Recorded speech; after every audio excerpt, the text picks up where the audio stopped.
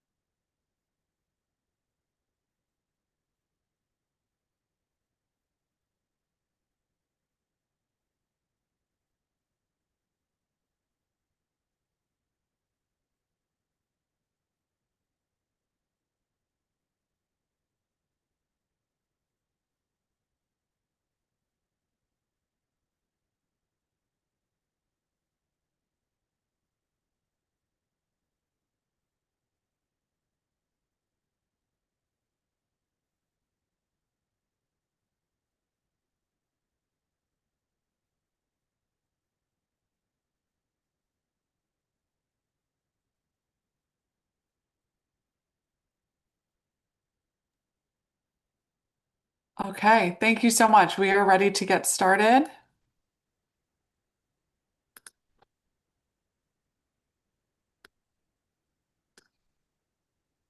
Marquez or Kima, just give me the word.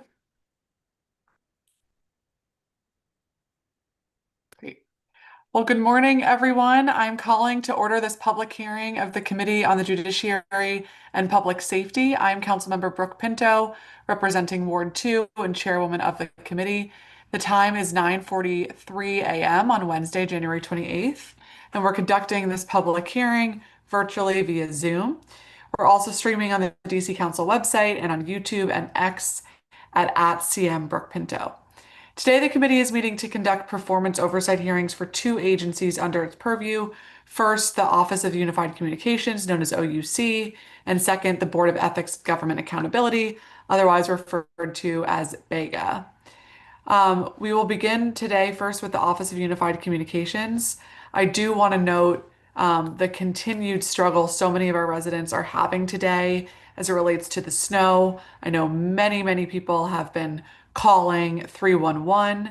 I want to thank all the folks at 311 and OUC for working overnight and for getting responses back to folks.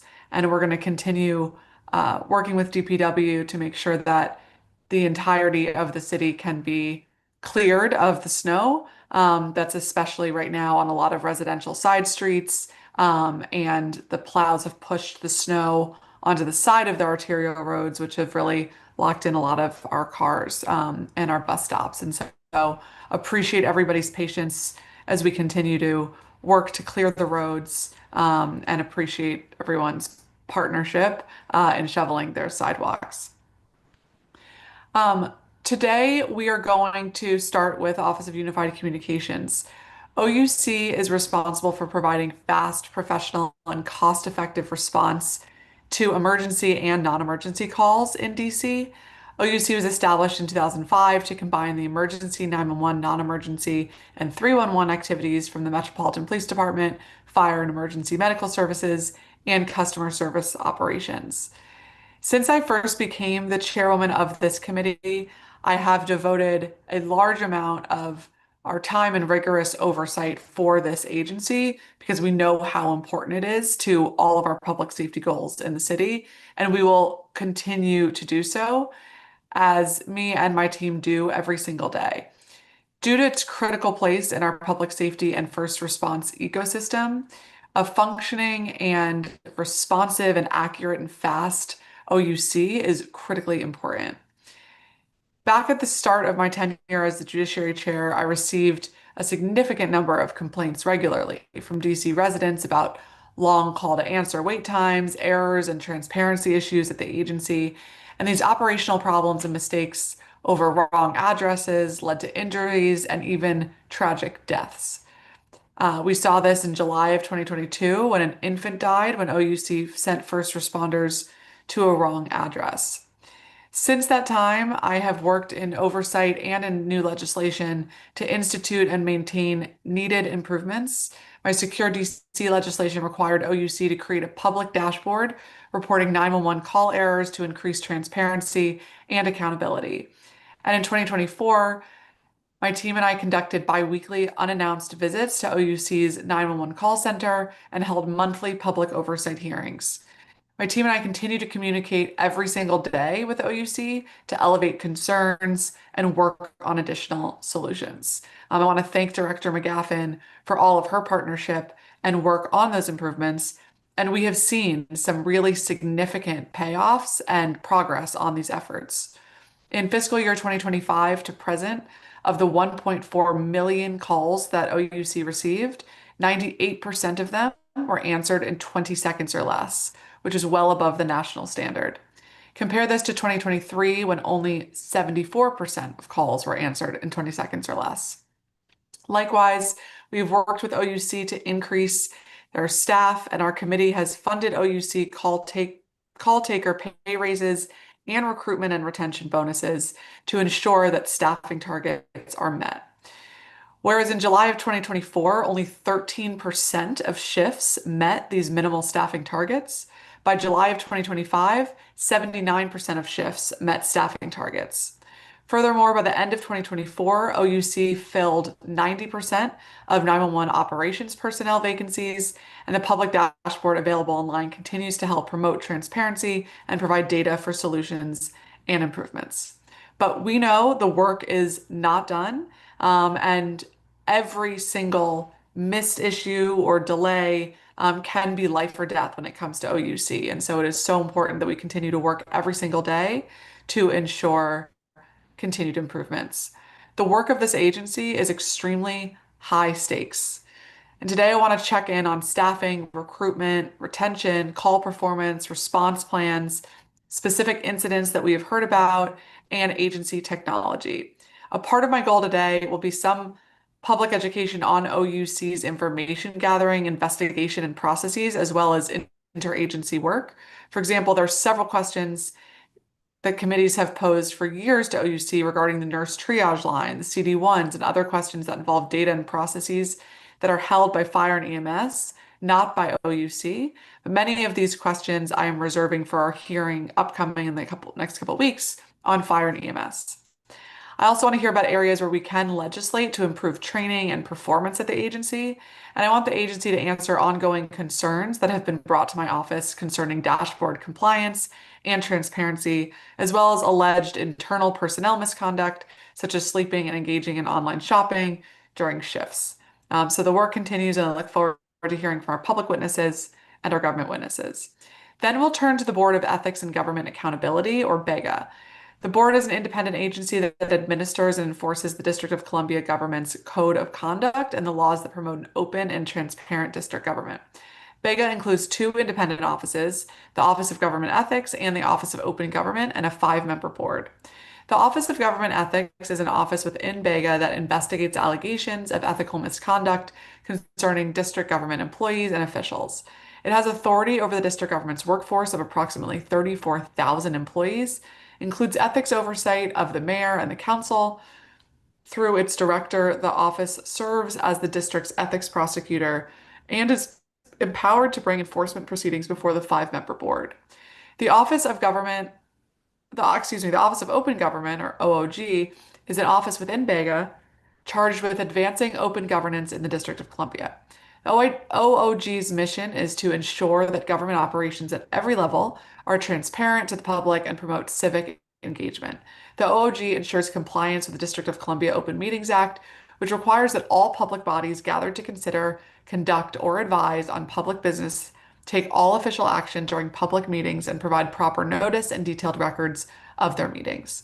Today, I look forward to hearing from Chairperson Hutchinson on this past fiscal year's trends, as well as their reports and policy recommendations, which have been in the hopper, and want to explore those a bit more today. In fiscal year 2025 and 26, the board approved 13 negotiated dispositions, excuse me, dispositions resolving code of conduct violations and conducted one adversarial hearing, resulting in a total of $73,350 in civil penalties. The board has issued one $500 ministerial fine and three public reprimands, issued one advisory opinion providing guidance on the lobbyist registration and reporting requirements, provided informal ethics advice for over 354 inquiries, conducted over 101 trainings on various ethics topics, and trained over 16,000 employees and public officials. I want to commend Bega's continued proactive approach to ethics education through programs like Ethics Week 2025, Keeping Government Transparent and Ethical, with nearly 400 participants. The agency's work to modernize its operations, including enhanced lobbyist oversight with increased registration fees and penalties, shows commitment to strengthening public integrity.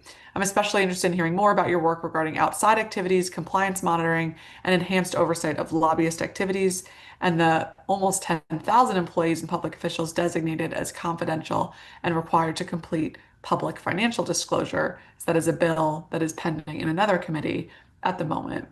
I also want to remind all of us in government and outside that a commitment to ethics and transparency takes a daily proactive attention. to these important issues, and it is incumbent on all of us to continue ensuring that we have a transparent and open government. I want to recognize we've been joined by my Ward 4 colleague, Councilmember Janice Lewis George, and want to turn to you, Councilmember, if you have any opening statement. Thank you so much. Thank you, Chairwoman Pinto and the JPS committee. I'm here today to testify and answer questions on behalf of Ward 4 residents regarding the Office of Unified Communications. As you aptly noted, we need a city that responds to emergencies. And when people do not feel safe or are not safe, they deserve a 911 system that answers the phone and gets help where it needs to go. I appreciate the efforts your committee has made, as well as Director Gaffin. In today's highlighted testimony, Director Gaffin aptly highlighted the scale and complexity of OUC's work. OUC answers millions of calls each year, supports major events and emergency, and has made recent investments in staffing, training, technology, and systems redundancy. And we heard about improved call answer metrics, new quality assurance tools, and efforts to stabilize the workforce. I think those improvements matter, and the work of call takers and dispatchers deserves recognition. And so I want to recognize the call takers and dispatchers and the work that has been done. At the same time, performance oversight requires us to look beyond aggregate metrics and understand how the system is performing in real world situations, particularly when it is under stress or when something goes wrong. And I think for Ward 4 residents, strong averages do not average individual failures. And they don't answer the questions residents have when they're experiencing delays, disruptions, or lack of clarity afterwards. Particularly, recent incidents bring those questions into focus in Ward 4. In January, during a confirmed telephone disruption, Ward 4 residents waited more than 8 minutes on hold while attempting to report gunshots in our Petworth community. And many neighbors reached out of concern, and it was a disruption that occurred as a result. Many residents were left worried and scared as they were unable to report the gunshots that was occurring in the Petworth neighborhood and community. More recently, a family in Columbia Heights has sought basic information about how a 911 call was handled during a medical emergency involving their son. In both cases, residents were left without clear answers about timing, about process, and about follow-up. These examples raise important questions about how OUC detect outages, how quickly problems are identified, what protocols guide the agency's response, and how callers are managed when systems are degraded. They also raise questions about transparency and whether residents and families can access clear, timely information when serious outcomes occur. So we need to understand more where systems break down, how performance standards are applied in practice, and whether internal review and transparency processes are working as intended. I think for too long, concerns about OUC have been met with limited data and incomplete explanations. A shift is needed that prioritizes openness and accountability, and we should be doing everything we can to prevent mistakes. But when mistakes happen, which we know will, residents deserve honest and clear explanation of how the problems will be fixed. So today, my questions will focus on how OUC detects and responds to system disruptions like that occurred in Petworth earlier this January, and this incident that was very harmful in Columbia Heights. And so I want to hear how calls are managed when services is degraded, how delays in emergency calls are reviewed, and how the agency communicates with residents and families, ANC commissioners, and council members when serious incidents occur. So thank you for the opportunity to testify, and thank you, Councilmember Pinto, for your committee's work on making improvements that our community members have reached out about. Thank you. Great. Thank you so much, and thanks for joining us today. We are going to turn, let me just double check there are no other colleagues here. We haven't done a hearing virtually in a long time. It's taking me back to pandemic era. Okay, we are going to turn to our public witnesses for OUC. I'm going to call this panel Robert Vincent Branham, Stephanie Clemons, Fritz Mulhauser, David Hoagland, Dave Statter, Seth Grimes, Jonah Goodman, Trupti Patel, and Ezra Hollander.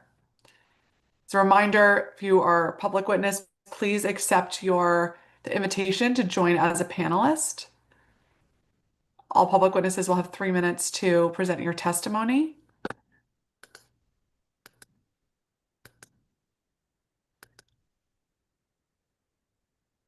All right, and we will get started with Robert Vincent Branham, public witness.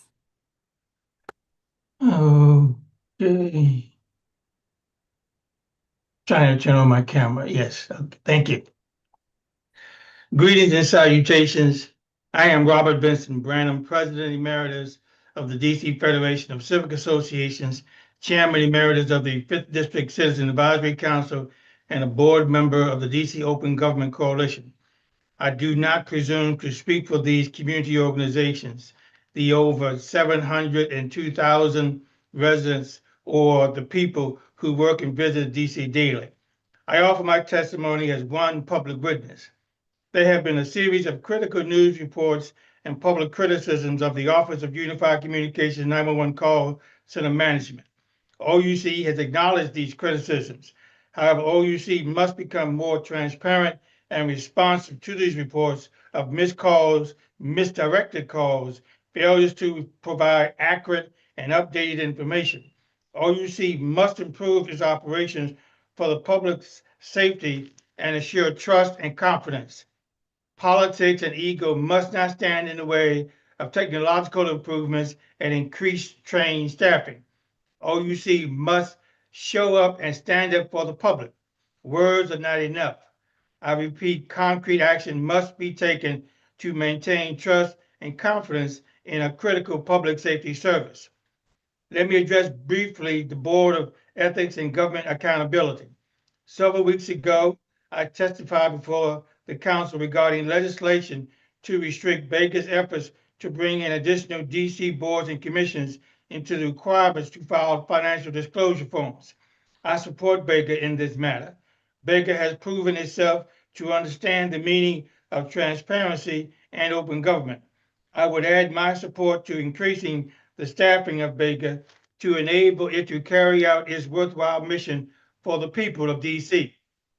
Madam Chair, public safety and district government operations have become political weapons of mass misrepresentation and misinformation by President Trump and MAGA congressional Republicans. They attack the people of DC and those who cry and fight for freedom and democracy.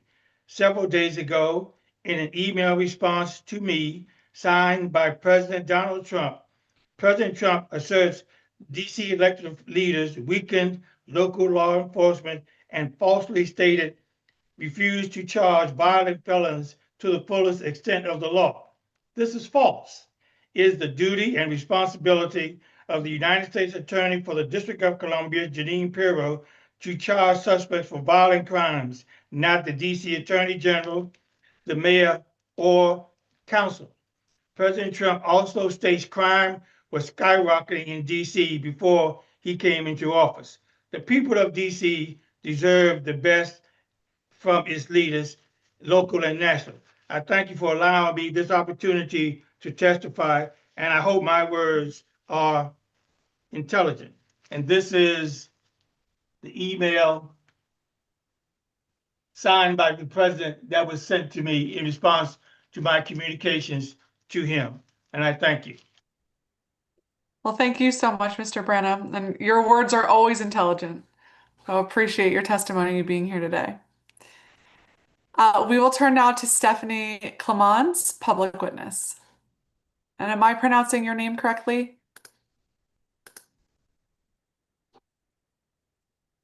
Stephanie, are you here? I don't see you. Okay. Fritz Mulhauser, DC Open Government Coalition. Good morning, Madam Chair and members of the committee. I'm Fritz Mulhauser. I'm the co-chair of the legal committee of the DC Open Government Coalition. I'm here to talk about Office of Unified Communications practice, which is legally incorrect and dangerous. They systematically deny public access to 911 emergency call records and I'll explain the problem, why we think a solution is necessary to this illegal conduct, what's going on elsewhere, and what the specific proposed statutory fixes that we have attached to our written testimony, a proposed bill to amend the Freedom of Information Act. The problem should be clear. You both alluded to longstanding questions about getting records of troubling incidents where emergency response fell short of everyone's hopes. There are lots of denials. The mayor's office sustains them on appeal. I'm speaking of Freedom of Information Act requests for records. Our requests for reports on mistakes, called after action reports, were denied implausibly on the grounds that the deputy mayor didn't even have them. And listen to someone who really knows, the former director who's filed a lawsuit about being fired for telling too much truth, said when she got there in 2021, she found 80% of the FOIA requests were improperly denied. And there were other problems as well, such as blacklisting journalists who were critical of OUC performance, and even giving incorrect information to the council. And as everybody is well aware, these actions of the agency are consequential. Lives are at stake. The Kennedy Street fire, which took 2 lives, and which Dave Statter has reported on repeatedly. The council asked for information about what happened and never got it, as far as we know. And he wrote, no recording, no transcript, no oversight, no accountability, no answers. That really sums it up. This is illegal because the DC Freedom of Information Act says that there should be public access to records. And specifically, what the OUC does is to say that the records are private. They contain privacy information, information that should be kept private, and that there's no countervailing public interest in seeing records of calls. And that's impossible legally to sustain. The standard for public interest is that it sheds light, the records would shed light on performance of duties of the agency. Clearly, the records requested would do that. And the statute also requires segregation of private information and release of the rest. They're ignoring that entire legal framework, and we think that's incorrect legally. Other states do this better. Details are in my testimony, and happy to say more in Q&A. The solution is that we need a FOIA amendment that clearly spells out that segregation of private information is the solution and release of the rest. Even if audio needs to be withheld for some privacy purposes, the agency has to release transcripts with private bits redacted, and that will accomplish the purpose of both protecting the privacy interest, but also assuring the public interest in learning what happened in complicated and troubling incidents. I'm sorry if Stephanie doesn't get here today. She filed a lawsuit yesterday telling yet again of questionable OUC decisions, but denial to her of the records of what happened in her son's last moments. This can't go on. We think our proposed FOIA amendment would solve the problem. It comports with practice in many other states, and we urge you to take a look at it. Thank you for your attention to the OUC issues, but take note, the dashboard has no information about the quality of their work, and their denial of records is simply legally unsustainable. So the time has come for the council to declare that blanket denials of OUC records on privacy grounds is simply not what we can live with in the district. Thanks so much. Thank you very much, Mr. Mulhauser. Thanks for your continued work in this space. We're going to turn next to David Hoagland, the president of District of Columbia's Firefighters Association, IAFF Local 36. Good morning, Councilmember Pinto and other members of the Committee on Judiciary and Public Safety. I'm here to testify on behalf of the members of Local 36. We represent over 2,000 active firefighters here serving in the District of Columbia. In preparing for today's remark, it's customary for me to review previous testimony along with other testimony that may overlap today's focus on the Office of Unified Communications. While reviewing my testimony provided this committee in October of 2024, I was disheartened that many of the issues we cited then remain to this day. Even more discouraging is the simple fact that DC firefighters have been steadfast in pledging our collaborative support to improve OUC, bringing forth two true solutions to address the root causes of dysfunction plaguing the agency. Errant addresses, over-dispatching of calls, lack of training and staffing shortages. Have there been improvements? Absolutely. Is there better communications and good faith efforts to mitigate the agency's shortfalls? Yes. However, if you were to ask, is OUC running at a level of efficiency that meets the needs of our city? Sadly, I think the answer would be no. The tale of woe regarding OUC's failures is a long and sad road of stress, confusion, heartache, and even death. All of these are needless events because the executive leadership was convinced that there was nothing wrong and adopted the ostrich approach to block out the noise of truth. DC firefighters are looking forward to a new dawn that will usher in leadership that will demonstrate action to effect change and not engage in dismissive rhetoric. DC leads the nation in 911 calls per capita. It should not be stated as a badge of honor. This is a sign of abuse. For far too long, the overdependence on 911 strips our communities of proper coverage for true emergent calls. These calls increase the wear and tear on our apparatus fleet, in addition to wearing down our members over the course of their shift. We want our members to be at their very best to mitigate whatever emergency they respond to. OUC needs the support in the following areas you hear us talk about often as it relates to our own department: staffing, training, and resources. In the arena of staffing, the legislation passed by the council that was introduced by Councilmember Henderson that permits retired members of DC Fire and EMS to seek employment with OUC after retiring has had a positive impact, and we appreciate the director's cooperation with that. The legislation was a common sense approach to allowing our retired members to provide their intimate knowledge to the OUC ranks. However, much more is needed. As stated in our 2024 testimony, allowing our members to supplement OUC staffing by working overtime would be another impactful change where our members' empirical EMT or paramedic knowledge would lead to efficient screening of calls. Training is another vital pillar needed for true reform.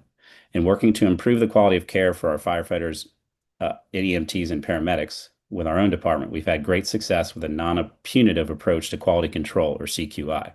Here, the focus is on correcting behavior to achieve proficiency.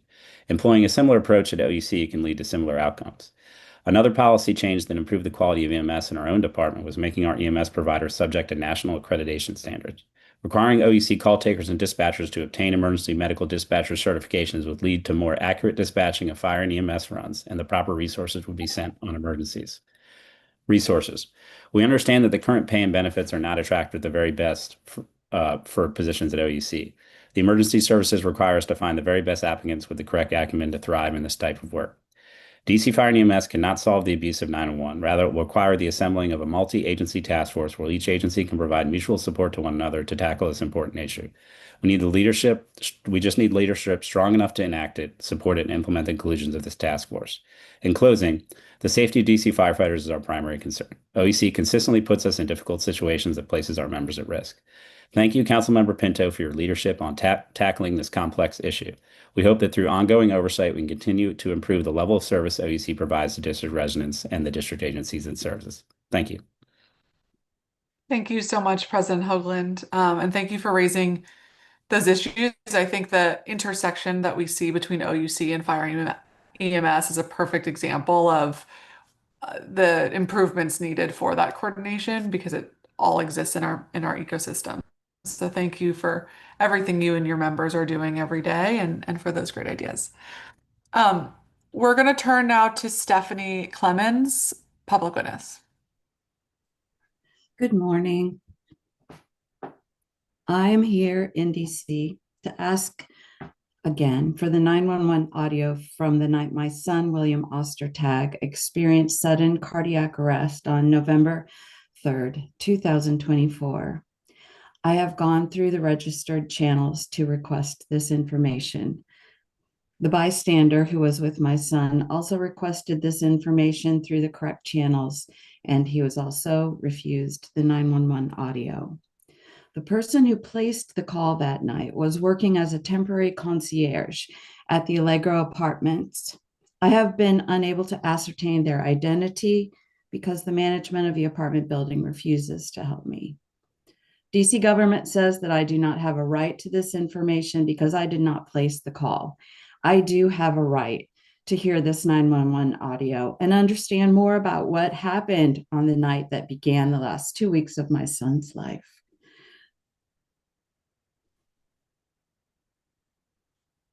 My son, William Ostertag,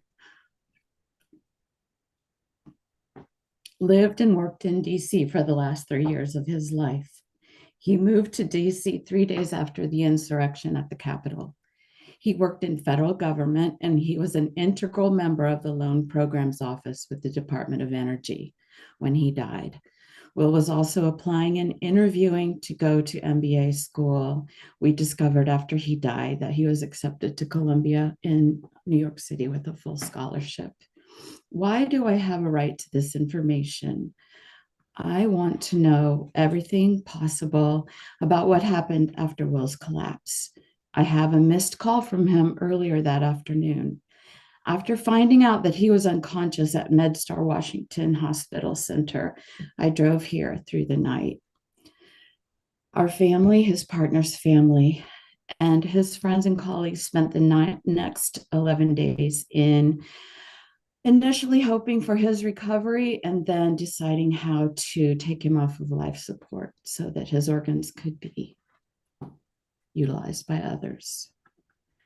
Why has this 911 audio not been made readily available to me? I have spent time and with this lawsuit, now money, to take every step I can to find out. I do not have an axe to grind with the 911 call center, with the OUC. I just want to know and have a right to know what happened as my son lay on the floor dying that night. To those of you who can impact this decision, I am telling you that this information is vital to my understanding of what Will experienced when this sudden and completely unforeseen end to his life occurred. Why do I continue to ask? Anyone who is a parent and was kept in the dark about a horrific event which occurred outside of their control and their ability to help will immediately understand. Surely some of you are parents, and all of you are civic-minded individuals whose intentions are to govern and protect citizens. I am not a powerful person. I've never before filed a lawsuit. My son was alive and healthy, making big plans with his partner and successfully navigating adulthood. I am so completely proud of him, and the last year of my life has been spent grieving him, and that's no small task. I am here being honest and forthright. This audio recording will help me understand the end of my son's life, and it's necessary for me to have it. I could not help him through his sudden cardiac arrest. I could not have known that phone call to me that afternoon would be his very last one. My nightmare is not a question of unfair rules and the existence of voice obscuring technology and the right to privacy for an unidentifiable temporary concierge. My nightmare is that my vibrant, goofy, loving son died, and yet DC government says to me that I do not have the right to hear what was happening as he lay on the ground, unable to breathe, with his blood losing oxygen and his beautiful brain dying. I disagree with you. I do have a right to this audio. I have a right to know.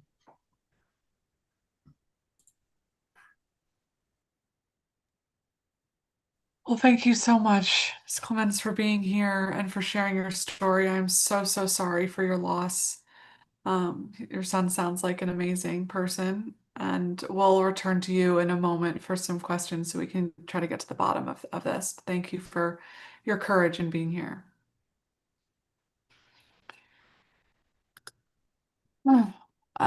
Dave Statter, Principal, Statter 911 Communications. Thank you. Up until last night, I was torn about what to talk about today. So much has transpired since the last hearing, I really couldn't pick a topic. Should it be the pictures I published of OUC call takers using dispatch computers to play video games and shop online, despite Director McGaffin telling us during the last hearing that should not occur? or how I've learned just how prevalent nap time and card playing are on some shifts. Do I point out how ineffective OUC leadership is, that they're still unable to get call takers to use location determining technology or to stop dispatchers from abandoning radio channels? That happened 5 times since December. This includes losing 5 crucial minutes after not answering the radio during a confirmed cardiac arrest. Well, yes, I'm going to talk about a botched cardiac arrest call. It's just not the one from December that, by the way, is still not listed on the performance dashboard. I want to talk about Will Ostertag, who you just heard about. What Stephanie Clemens is not telling you is that OUC mistakes cost time that her son did not have. From the moment a computer entry noted CPR until the paramedics just 250 feet away were finally dispatched, 3 minutes and 11 seconds were lost. But it's likely it was even longer. Current and former OUC workers who I asked to review the timeline believe the medic should have been dispatched from the start. But to know exactly what happened, you must hear those 911 calls. This grieving mother is determined to fulfill her mission to learn all she can about her son's final moments. Yet Director McGaffin and Mayor Bowser's administration don't want Stephanie to do that. Withholding the calls is all part of an OUC pattern that likely only the council can change. The pattern is that OUC routinely covers up its mistakes. They did so after the deaths of Yaphet Solomon, Fitsum Kibebi, Sheila Shepard, David Griffin, Tim Juan Marshall, Arthur Reich Knight, Bernard Baker Jr., and now Will Ostertag. And they did so after the deaths of others whose names we don't know. We also know a cover-up occurred after 10 dogs died in a flood. And OUC still hasn't provided the district dogs documents that Councilmember Parker demanded.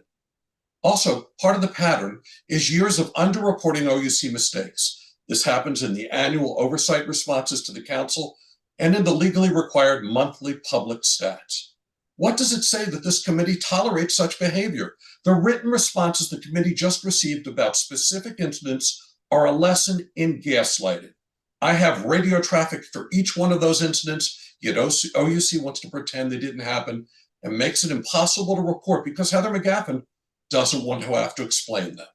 And don't forget that the very few after action reports made public are embarrassingly incomplete and lack enough information for anyone to figure out what occurred.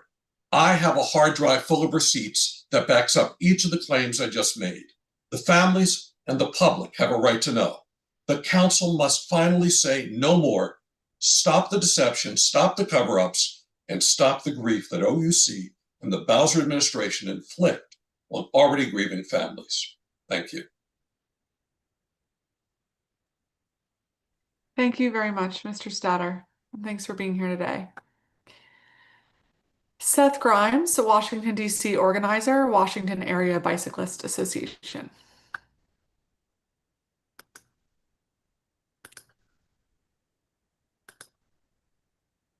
Seth Grimes, are you here?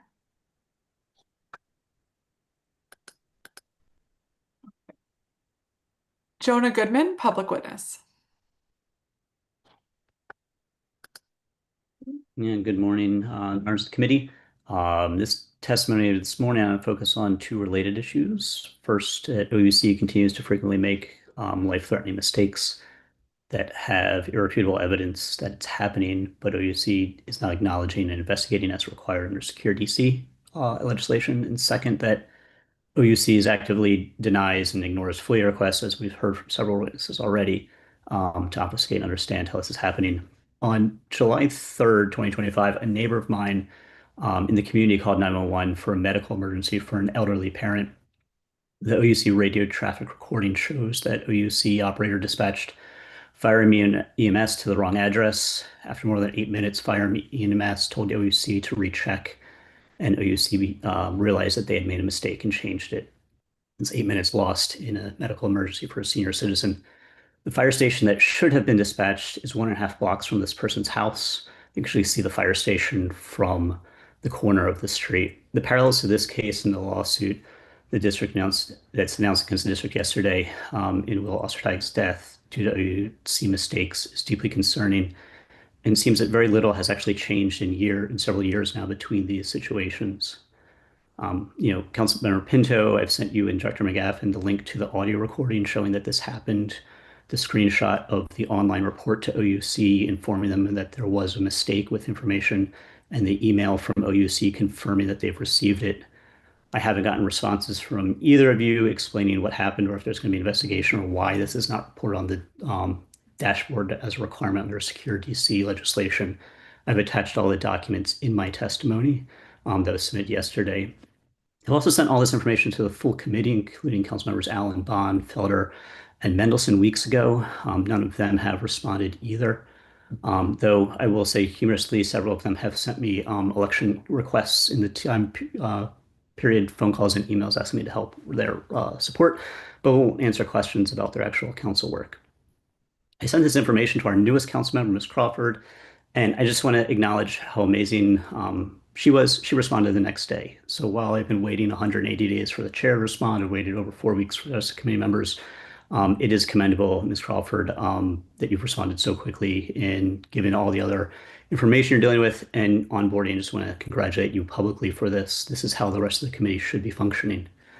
Residents like myself should not be required to reach out to neighbors and investigate 911 mistakes like this. Worse, when we can show with records that they have the reports, that OUC has this information, they stonewall this committee, and this committee does nothing about it. You all have the records showing that this incident happened. This is one of many that we know of. There's 5 cardiac arrest mistakes in 2025 that are reported. 1 is on the dashboard, 4 are not acknowledged. I'm kind of at a loss here as a regular resident. I can show this happened. I know this has happened. The committee has information, and I'm just unsure about why nothing is happening. There's no responses. I want to ask the committee for 3 things. 1, just acknowledgement that you understand that this did happen and you've received these documents, and you'll ask Director McGaffin about this and follow up on why this is not reported on the dashboard. 2, that you consider legislation that when OUC makes changes in their own records showing that they've changed the address, that this should trigger some sort of internal review on OUC to understand, was this a mistake, and compel them to file some sort of investigation and follow up on the dashboard. It shouldn't be dependent on a regular resident like myself to track down this information and report it, and then OUC say they haven't found it. And then lastly, I have some additional information about FOIA's requests being denied in my written testimony. I just ask that you require that OUC complies with FOIA laws and stop obfuscating the fact that they have received investigation reports in detail, many of these that are not showing on the dashboard in violation of the Secure DC Act. Thank you for your time. Well, thank you very much, and thank you for bringing this story and example to our attention. I know that my team and you have been in frequent conversation. We have records of responses that we have sent you from August 7th, August 11th, August 13th, September 3rd, September 9th, September 11th, September 13th, October 20th. So I just want to make clear that we did receive your correspondence and we are in regular response and communication with you. We also escalated the concerns you raised to the agency and worked with Councilmember Louis George's team on your concern as well in October and November. My understanding is that currently the Mayor's Office of Legal Counsel and OUC are working on the FOIA request, but we'll continue to elevate it and see how we can get you answers. So thank you for raising this, and I agree. Being responsive is very important, and we try very hard to make sure we respond to everybody. So thank you for being here.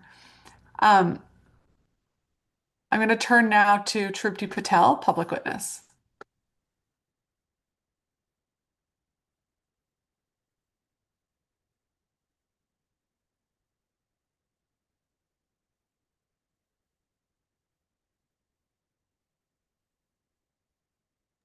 Commissioner, you are on mute still.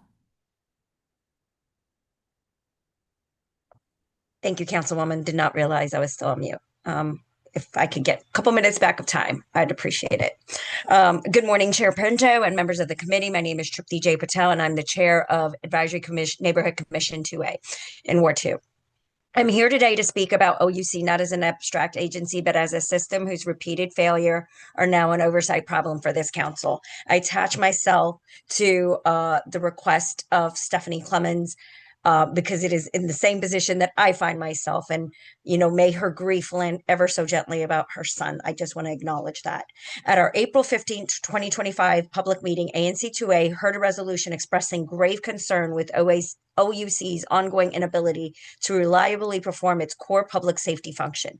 This concern is shared citywide, as I can see by my colleagues who are on this panel. In 2023 and again in 2024, more than 130 current and former advisory neighborhood commissioners from all 8 wards warned that OUC's chronic understaffing, system instability, and procedural failures were putting residents at risk. Those warnings were tragically validated in August 2024. A 5-month-old child died during a period when OUC's 911 system had crashed, one of at least 6 outages in a matter of months. Public reporting indicates the family was unable to reach 911 for more than 10 minutes. Despite the gravity of that incident, OUC's performance has continued to decline. For an oversight perspective, the pattern is clear. Call answering times are worsening, calls are dropped, emergencies are misprioritized. Units are dispatched to incorrect locations. And in February 2024, OUC deployed a new call answering system amid these unresolved failures, after which the system experienced multiple crashes. These are not isolated mistakes. They reflect systemic management failures. ANC2A has experienced the consequences firsthand. Between March and July of 2024, our neighborhood saw delayed responses to stalking and domestic disturbance calls.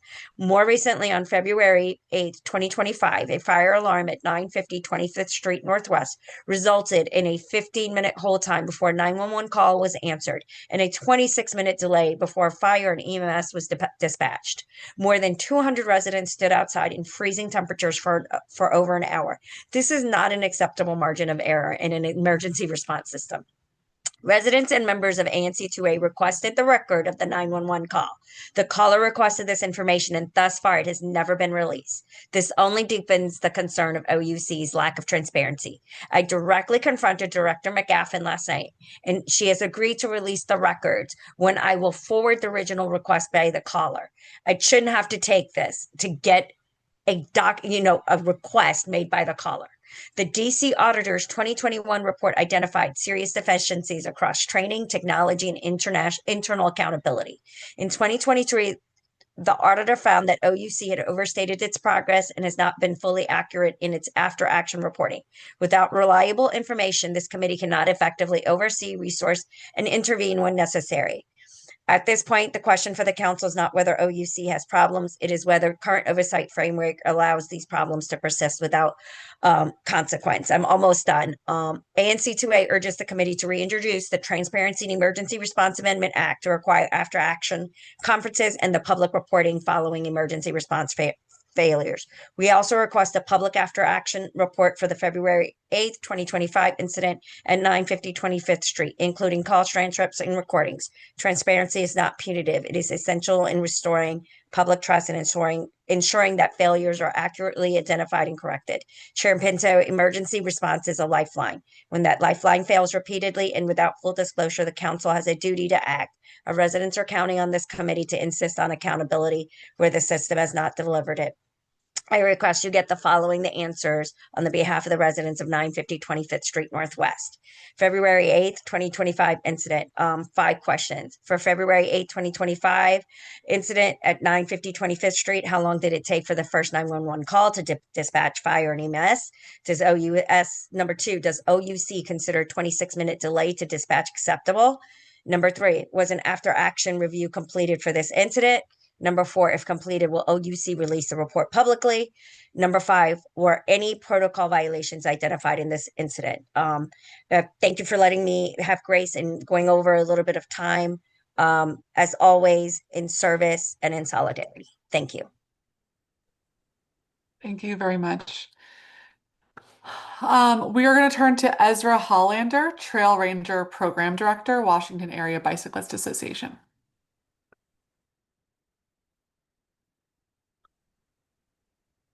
Wonderful.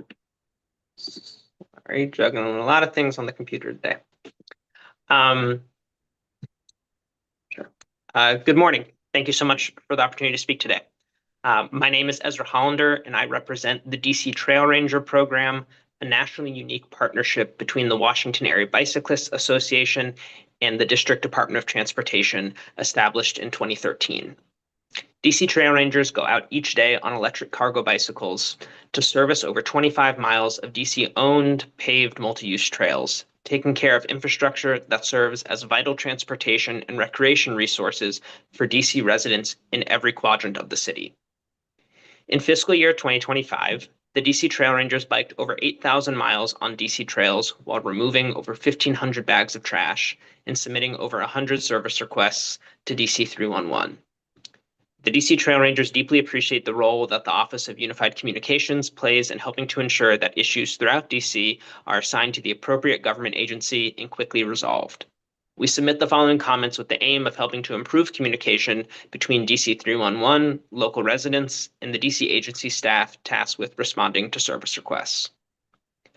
On a weekly basis, DC Trail Rangers encounter the constraints of DC 311's current geolocating capabilities. Our team works in parts of the city that are often far away from the commercial and residential street addresses accepted by 311. However, the issues identified on trails and in the city's parks and waterways are no less of a hazard to local residents. Often the closest 311 acceptable address for a service request on trails is hundreds of feet away from the actual location of the problem. This gap between reported and actual issue locations creates substantial room for error when DC agency staff respond to a 311 request and can cause delays in service request resolution. When DC Trail Rangers call DC 311 via phone, the intake staff are always kind and helpful. But when presented with service requests for trails, parks, and waterways, intake staff are similarly unsure of how to assign an accurate location to the request. For example, last spring, DC Trail Rangers submitted an issue report, a service request, for several bags of trash left on the side of the Metropolitan Branch Trail near the Fort Totten Metro. The closest 311 acceptable address was 500 feet away and across the street from the issue. The service request was closed the day after it was submitted, saying nothing was found at the time of the inspection. But the bags of trash stayed on the side of the trail for at least a week after that.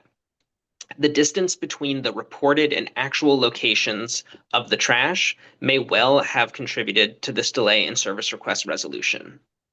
In April of 2025, DC Trail Rangers greatly appreciated being included in a roundtable meeting hosted by OUC, in which OUC staff discussed plans for the future integration of GPS coordinates into DC 311, utilizing the mobile application What 3 Words or other similarly accessible geolocating tools.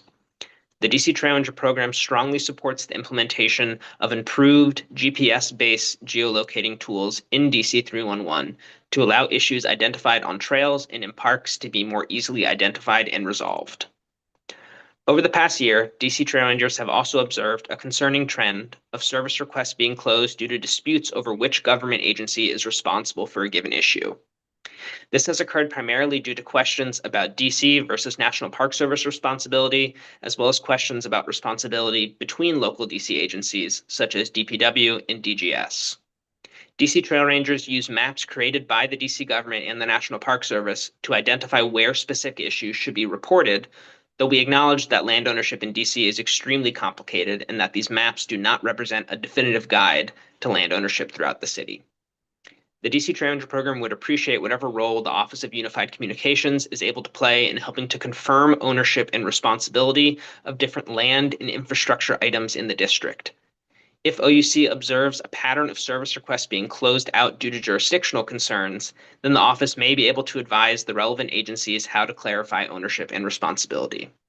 For example, in Marvin Gaye Park, public space owned by the district, service requests for repairing broken streetlights are routinely closed with the rationale of the location is under the jurisdiction of the National Park Service.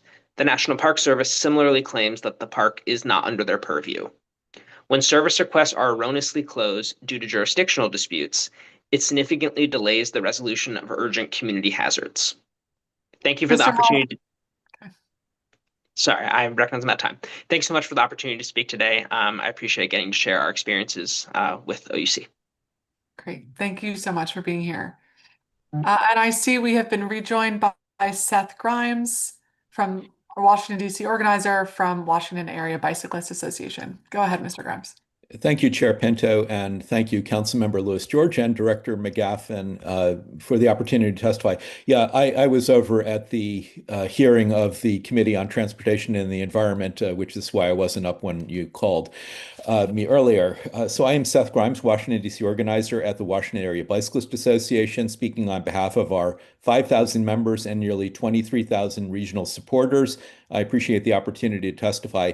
About 1.5 of my 3 points duplicate Mr. Hollander, so I won't repeat them. I will explain, though, that I have a perhaps different public-facing role for WABA, where I interact with DC residents on a daily basis who often come to us for assistance and resolution of issues that they have been unable to resolve themselves or don't know how to resolve with the DC government. We frequently refer people to DC 311, which will be the focus of my testimony. It is a system that does make it easy for DC residents and businesses to report issues via an app, via the web, via the phone, and to track resolution of issues that they have reported. Of course, we understand that while the OUC operates DC 311, issue resolution and status updates are up to the city departments. We are frequent DC 311 users and, as I said, frequently refer community members to the system to report vehicles illegally parked in loading zones and bike lanes, traffic signal and pedestrian walk signal outages, sidewalk repair needs, and of course, bike lane and trail issues, and requests for new public space bike racks. It's great to have that capability in order to communicate with DC government. We frequently refer community members to the traffic safety input category to report traffic safety concerns. We are pleased that the district's current FY26 budget includes funding for the OUC working with the Department of Public Works to create a reporting option for obstruction, debris, snow and ice, and leaves and bike lanes. We appreciate that the OEC did update other request types this last fall, early in FY26, including dockless vehicle parking complaints, traffic safety inputs, and road markings and pylons. However, OUC has not yet rolled out the bike lane obstruction, debris, snow, ice, and leaf removal. So we do ask them to prioritize delivering this new reporting category, which is funded, has the full cooperation of the Department of Public Works. Like Mr. Hollander, we have had complaints about the lack of geolocation there.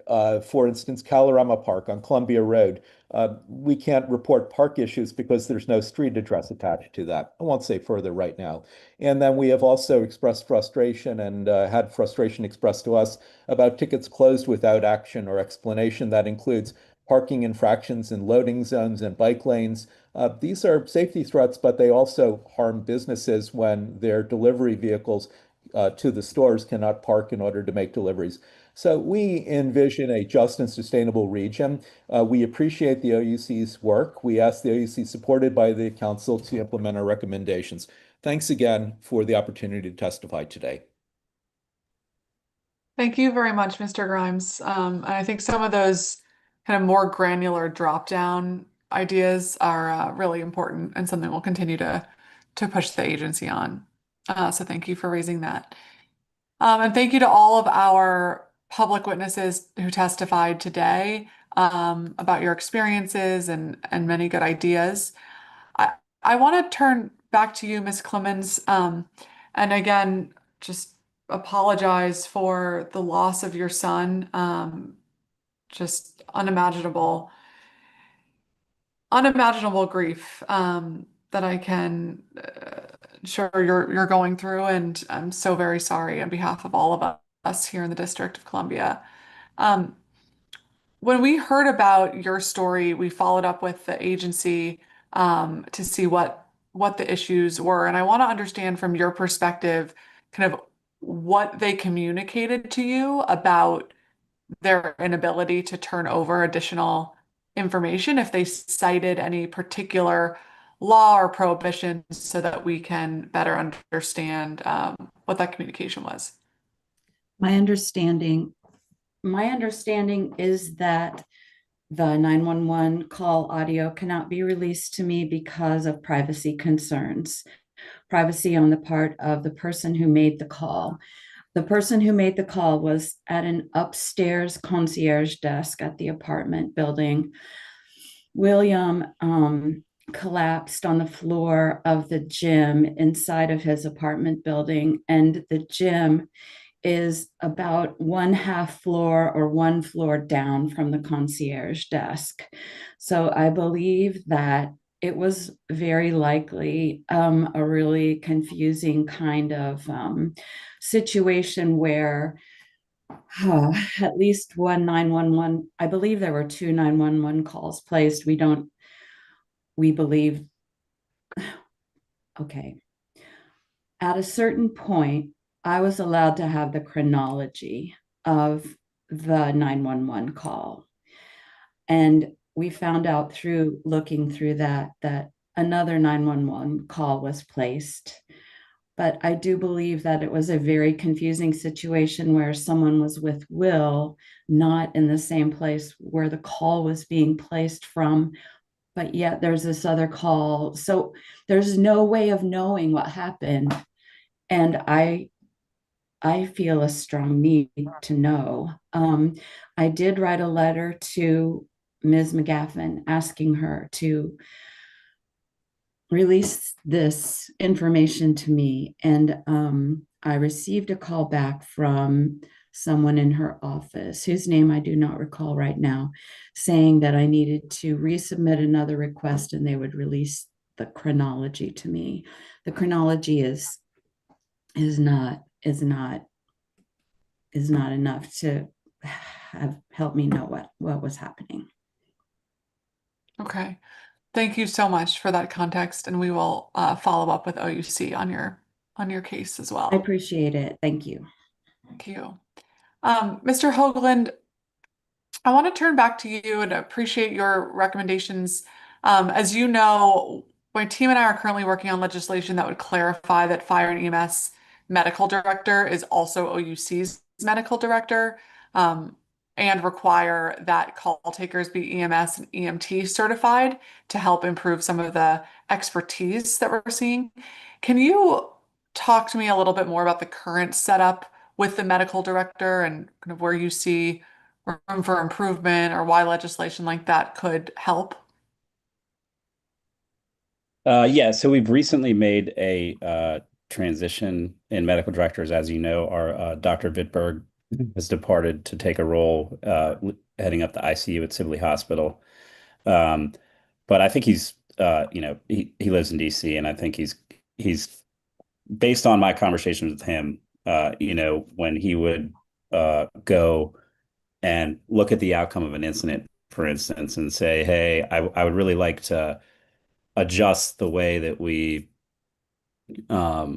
dispatch this call because it was dispatched for, a cardiac arrest and ended up being an asthma attack, or it was dispatched for respiratory arrest and it was cardiac, or, you name it, stomach pain turned out to be a heart attack.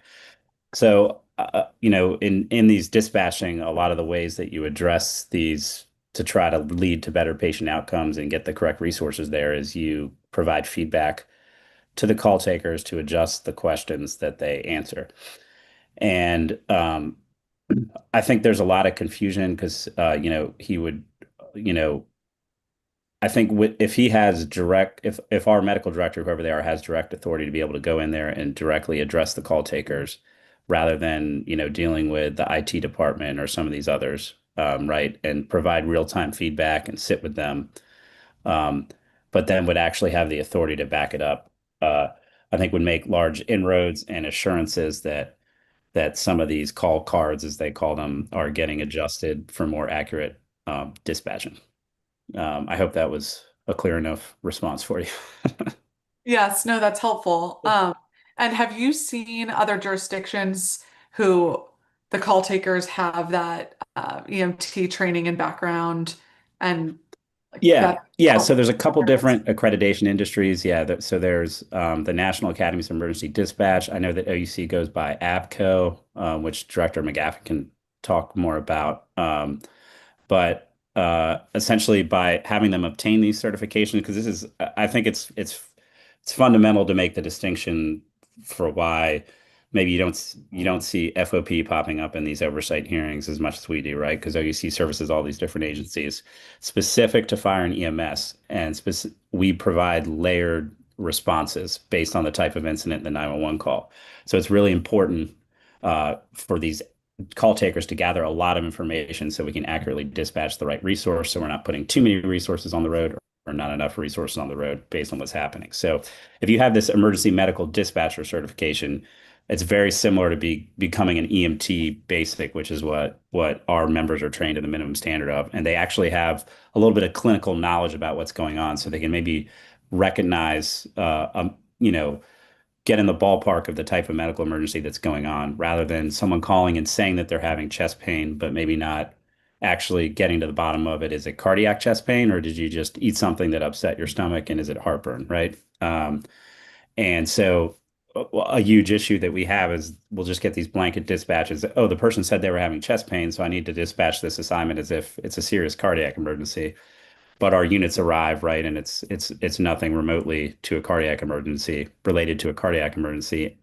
In the meantime, another legitimate cardiac emergency has popped up around the corner, but the resources are tied up on that lower acuity run. So getting to this national training standard would actually give these call takers some familiarity with emergency medicine and allow them to more accurately make informed decisions, right? And also spend more time on the phone and not be under pressure just to dispatch the run, but spend more time on the phone, maybe refer it to the person from Department of Behavioral Health who works down there, let them actually talk to the person rather than just send a MPD officer or a fire truck there. But also maybe send it to this nurse triage line, right? So we can actually really, because the nurse triage line really only functions effectively, as we've had conversations about before, is if you do it from the public safety answering point as opposed to a field referral where our units show up. Because we get there and the people are like, well, why do I need to talk to a nurse? There's already an ambulance outside. I'll just do that and go get my care, right? So I think by having people who are better trained and more focused on emergency medical dispatching, it'll lead to better patient outcomes, right? Better situational awareness, et cetera. Okay, thank you so much. That's really helpful. And I want to remind everybody about the nurse triage line and how incredible of a resource it can be if utilized correctly, and would like to see expanded use of the nurse triage line. Have you seen, President Hoagland, an increase in the utilization of the nurse triage line over the last year, or any other educational efforts underway to educate the public about it? No, it's really not something that is really used widely, and people just are not bought into it.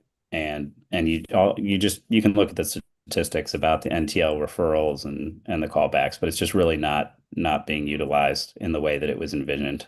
And I think looking back on it, it's a really good idea, but we still need to do a lot of work. And I think having a medical director, right, who has the authority to go down there and say, hey, you should have sent this to the nurse triage line. Let me sit down and explain to you why, right?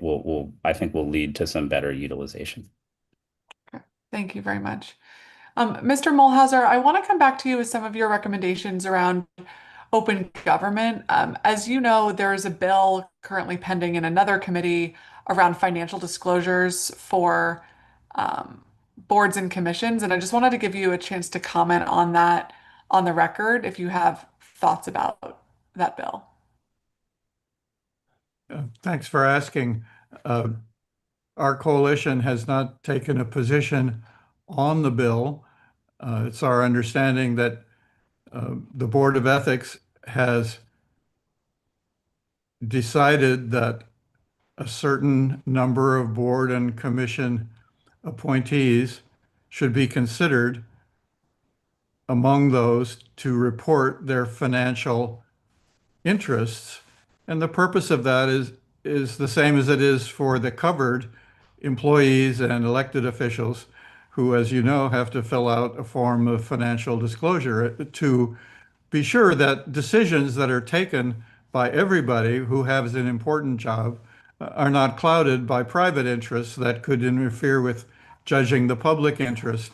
And that's not an unreasonable position of the board to name some people that they think presently uncovered should be covered by such a rule. But all those people to be covered in the 47 boards and commissions named in the Bega proposal, those people are powerful and they have the ear elected officials who say this is a burdensome and unnecessary requirement. And that's why we elect the council to make tough decisions, is to weigh whether the ethical duties of those individuals and revealing their financial interests is necessary to assure that they make sound decisions. It's my understanding that it is uncommon around the country for ethics administrators themselves to make decisions of who should be covered by reporting rules. So the question of whether this is the right call or not rests with you all. Whether you want to deny Bega the authority to cover people, reserve it to yourselves in the council, or uphold their authority, which is in their statute. So it's a tough call, and we haven't taken a position one way or the other. Thank you. Madam Chair, let me align my comments with what Fritz just said. Sure. I feel Bega is fully positioned to cover this particular aspect of joining in the additional boards and commissions, and that it should be supported by the council. Madam Chair, if I may, just to add to your colloquy with Stephanie Clemens this morning, you asked what was the agency rationale for denying her request for records about her son's incident. And let's be very clear, the agency, supported by the mayor's office, has taken the position that there is no public interest in knowing what's in those records. No public interest whatsoever. That's astonishing. You've heard a number of incidents today, but it is the routine position of the agency that none of those incidents, how they were handled, and the records explaining that, are of any public interest, not a whisper, and that the privacy interest of the maker of the call should rule the day. That is not the position called for in DC law, which requires careful balancing of public interest, not blanket dismissal, and release of records if you can redact the private bits. Let's be clear, the agency is not following DC law. It has its own theories of how to make release decisions, and they're just plain wrong. So the council has to educate the agency about what it believes the law requires. The time has come. We can't go on with more and more and more incidents where the record of performance is entirely sealed up by the agency, who might be shown to have made mistakes. Thank you. Okay, fair enough. Well, thank you very much. And thank you to all of our public witnesses for being here today. We are going to turn to our government witness for OC. Oh, hi, it's okay. I'm sorry to miss you. Let me turn to Councilmember Crawford, who is also the newest member of the Judiciary Committee. Welcome. Let me turn to you if you have any opening statement or questions for these public witnesses.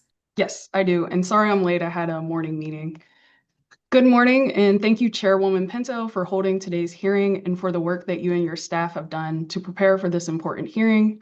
Today, the committee is holding a performance oversight hearing on the Office of Unified Communications, the agency responsible for operating the district's 911 and 311 systems and serving as the front door to our public safety infrastructure. When residents dial 911, they are often doing so in moments of crisis, fear, and vulnerability. They trust that their call will be answered quickly, handled accurately, and routed to the right responders and location without delay. That trust is foundational to public safety in the district, and it is essential that OUC operates with the highest standards of reliability, accountability, and transparency. The testimony we have received so far raises serious questions about OUC's performance, including concerns about dispatch accuracy, staffing levels, responsiveness, and compliance with public reporting requirements. These issues are not abstract or technical. They have real-world implications for people seeking emergency assistance and for first responders relying on accurate information in the field. Today's hearing is in part about ensuring that OUC is meeting its obligations to the public and to the council. It is also about understanding what reforms, investments, and leadership are needed to restore confidence in the systems that residents depend on in emergencies. I'm eager to hear from witnesses, and again, I apologize I missed this first round, and I do have a few questions. So for Mr. Grimes, I believe Mr. Grimes is still on. Yes, okay. In your testimony, you talk about the need for geolocation-based reporting and better explanations when tickets are closed. From your perspective, is the main barrier here technical capacity, or is it more about agency priorities and accountability? So in other words, do you think these issues are hard to fix or just not being treated as urgent? Thank you for that question. Yes, my colleague Ezra Hollander, who is the head of the DC Trail Rangers, spoke extensively about that issue, and I touched on it not extensively since he had already covered it. I do not believe it is a technical issue. The DC 311 app already gives you the ability to assign a street address based on GPS, based on the location that the app is picking up. So the app already is capable of using GPS in order to assign a street address. The issue is when it can't, it assigns the nearest address.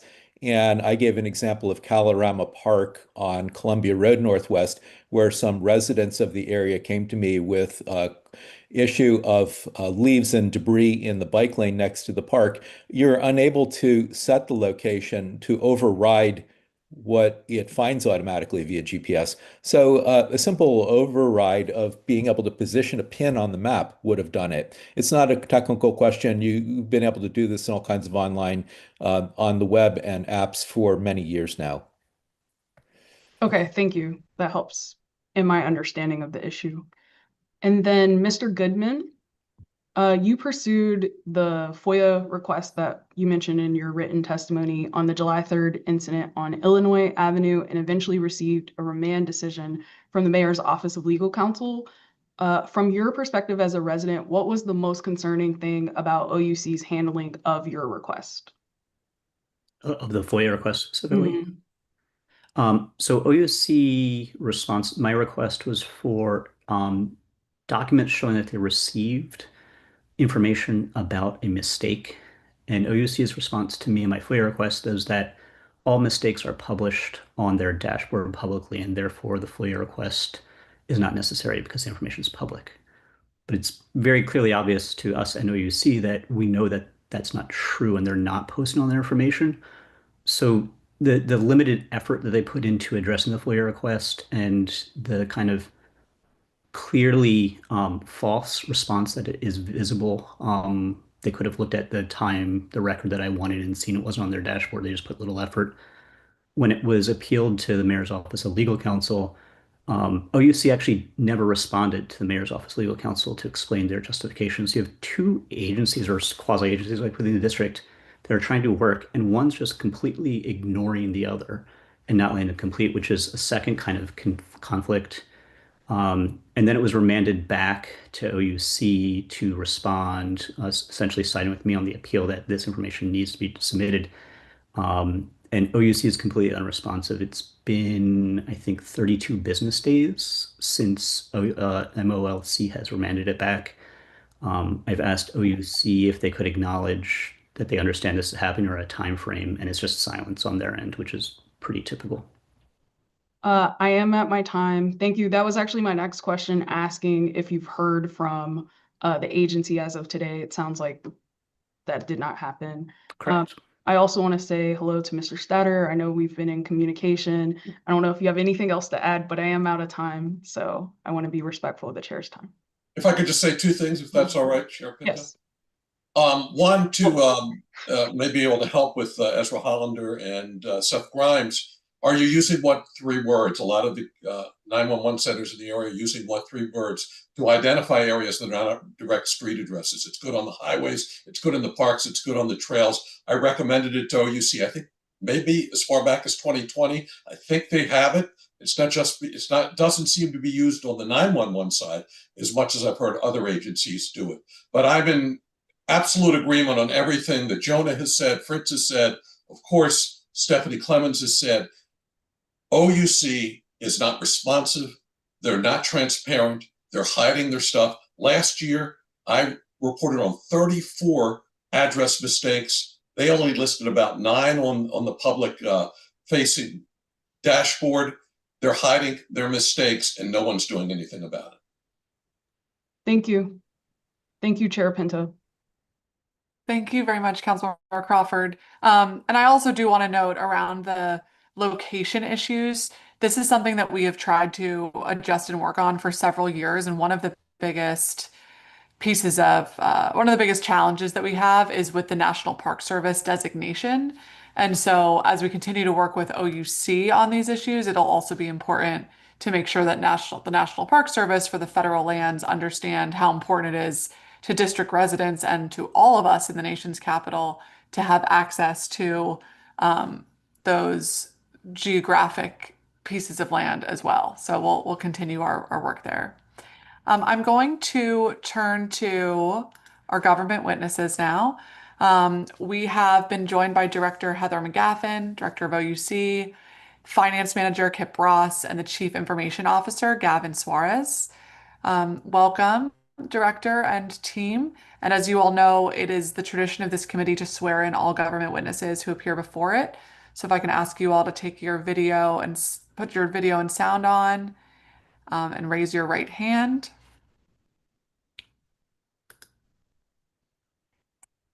Do you swear or affirm under penalty of law that the testimony you're about to provide before the Council of the District of Columbia and this committee is the truth, the whole truth, and nothing but the truth? There you go. I do. Great. Thank you all very much. And I would like to turn to you now, Director McGaffin, for any opening statement you may have. Thank you. Good morning, Chairperson Pinto, Councilmember Lewis George, Councilmember Crawford. Congratulations, Councilmember Crawford, committee members, staff, and members of the viewing public. My name is Heather McGaffin, and I'm the proud director of the Office of Unified Communications. I appreciate this opportunity to come before you today to discuss OUC's fiscal year 25 performance.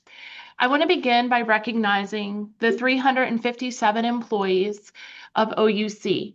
OUC is made up of 5 divisions staffed by professionals charged with answering the calls of residents and visitors to our nation's capital using 311, 911, and non-emergency lines. This past weekend, during a historical winter weather event, the first of the first responders answered over 5,773 calls, both emergency and otherwise. I would also like to note most of them stayed overnight here as road conditions didn't allow for them to go home. In fiscal year 2025, the heroes under the headset answered 1.4 million calls on 911, nearly 900,000 calls on 311, for a total of 2.3 million calls. These numbers mean for another consecutive year, the OUC remains one of the busiest in the nation. During the year, the team actively supported several large-scale events, dignitary and official visits, and a total of 5 national special security events. We also have been actively supporting the Metropolitan Police Department in their Joint Operations Center since August. OUC is responsible for a lot of moving parts beyond answering and processing 311 and 911 calls. We're responsible for 10 radio sites, close to 1,100 mobile data terminals, over 9,000 radios, and close to 19,000 records requests and official court documents. This year, we hosted best practice visits from PSAP, police, and fire department leadership who traveled from 10 states and 3 countries. I want to thank the diverse team at the OUC who handles all the moving parts of the public safety and public service infrastructure that ensures success for all of the field responders in our capital city. They ensure that our city is safer. The APCO Public Safety Communications Incident Handling Process Standard states Emergency Communication Center should answer 75% of all calls in 10 seconds or less and 90% in 20 seconds or less. In fiscal year 25, OUC met both of those standards. 90.2% of all calls were answered in 10 seconds or less, and 93% of calls were answered in 20 seconds or less. We continue to be relentless about improving this performance. In fiscal year 25, we made huge gains and will work to ensure that this is sustainable. The average call answer time for 911 calls was 4.3 seconds. This is down from the 15.1 seconds in fiscal year 24. We update our metrics regularly on our agency's performance dashboard, which is available at ouc.dc.gov. In 2025, the agency made large investments and advancements in the core areas of training, staffing, and technology. I'm grateful to share some of these accomplishments here. In July of 25, the Association of Public Safety Communications officials honored OUC with the Technology and Leadership Award for a large agency. This award honors one of the 6,000 emergency communication centers from across the nation who implement technology in such a way that it extensively benefits the community they serve. In July of 25, the agency reopened the Public Safety Communications Center in Ward 1. The multi-year, multi-million-dollar renovation focused on a larger building with state-of-the-art technology that allows the city to have 2 operation centers. This creates redundancy, resilience, and creates geographic diversity of our systems. The centers can run as one or can be separated out to run as 2, a model in which Washington, D.C. is leading the way. This year, OUC also became the largest PSAP to implement an AI system to perform non-biased quality assurance reviews on 100% of our 911 calls. The system has been live since December and is continually providing feedback to telecommunicators. I want it to be clear, all dispatch technology that we implement is done in collaboration with the 2 chiefs and medical director, including our CAD system and call processing system. This includes total response, previously known as PowerPhone. This system asks questions based on what is happening with the person needing assistance. Algorithm triggers dispatches, including sending calls to diversion programs, such as the nurse triage line and access helpline. Additionally, this past year, OUC received APCO's first agency training program accreditation, a Project 33 initiative. This is an accreditation program that recognizes agencies that meet or exceed national training standards and demonstrate a commitment to excellence in public safety communications. This year, the OUC employees participated in nearly 16,000 hours of continuing education. 98% of our staff also completed their recertification courses in telecommunication CPR. Employees participated in many other aspects of training, including courses in customer service and soft skills and relevant real-world training topics, such as being able to more accurately identify calls that involve swatting, human trafficking, mental health, and domestic violence. While there are still gaps in staffing, I'm pleased to say that there are several areas where we have full complements. This includes police and fire dispatchers and supervisors. This was done by expanding how we hire, including recruiting tenured dispatchers and retirees from the DC Fire and EMS department. This year, we also developed a relationship with Job Corps Potomac, which allows participants to take courses at the UCC campus while being compensated by Job Corps. This allows candidates to learn the role and decide if it's right for them. We look to continue this partnership this year. Currently, we have 24 vacancies for entry-level call takers. We will be onboarding new employees this month and next. I want to note that we have spent resources ensuring our employees are proficient in multiple disciplines, which makes for a more effective workflow and has been instrumental in ensuring that we meet national standards. Our agency now has competitive regional pay thanks to Mayor Bowser's investment and recruitment bonuses. Having a dynamic workplace culture focused on advancement and employees holistically are assets to our success in attracting high performers in a highly saturated area of public safety answering points. I'm also happy to share 160 individuals are scheduled to attend our Prospect Day tomorrow. Before I conclude my testimony, I want to take this time to provide context that is grounded in accurate, verifiable information to help inform public discussions and support understanding of the way the OUC collaborates with its partners to provide services. While OUC is one of the most directly contacted agencies in government, we are the conduit to other city services. In 311, we work with agencies such as the Department of Public Works and the Department of Transportation to obtain information from residents and visitors and create service requests. Those service requests are then sent electronically to the receiving agencies who review, assign, and execute on the request. Agencies are responsible for providing notes, pictures, and closing the request. For 911, the partnerships with MPD and FEMS are strong, and those agencies have employees embedded here at the OUC. FEMS has 24/7 coverage with the battalion chief and fire liaison officer and EMS liaison officers, complete with sleeping quarters.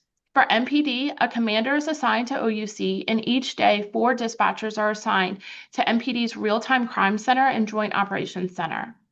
For all 911 calls, the questions we asked are created by the Metropolitan Police Department and DC Fire and EMS.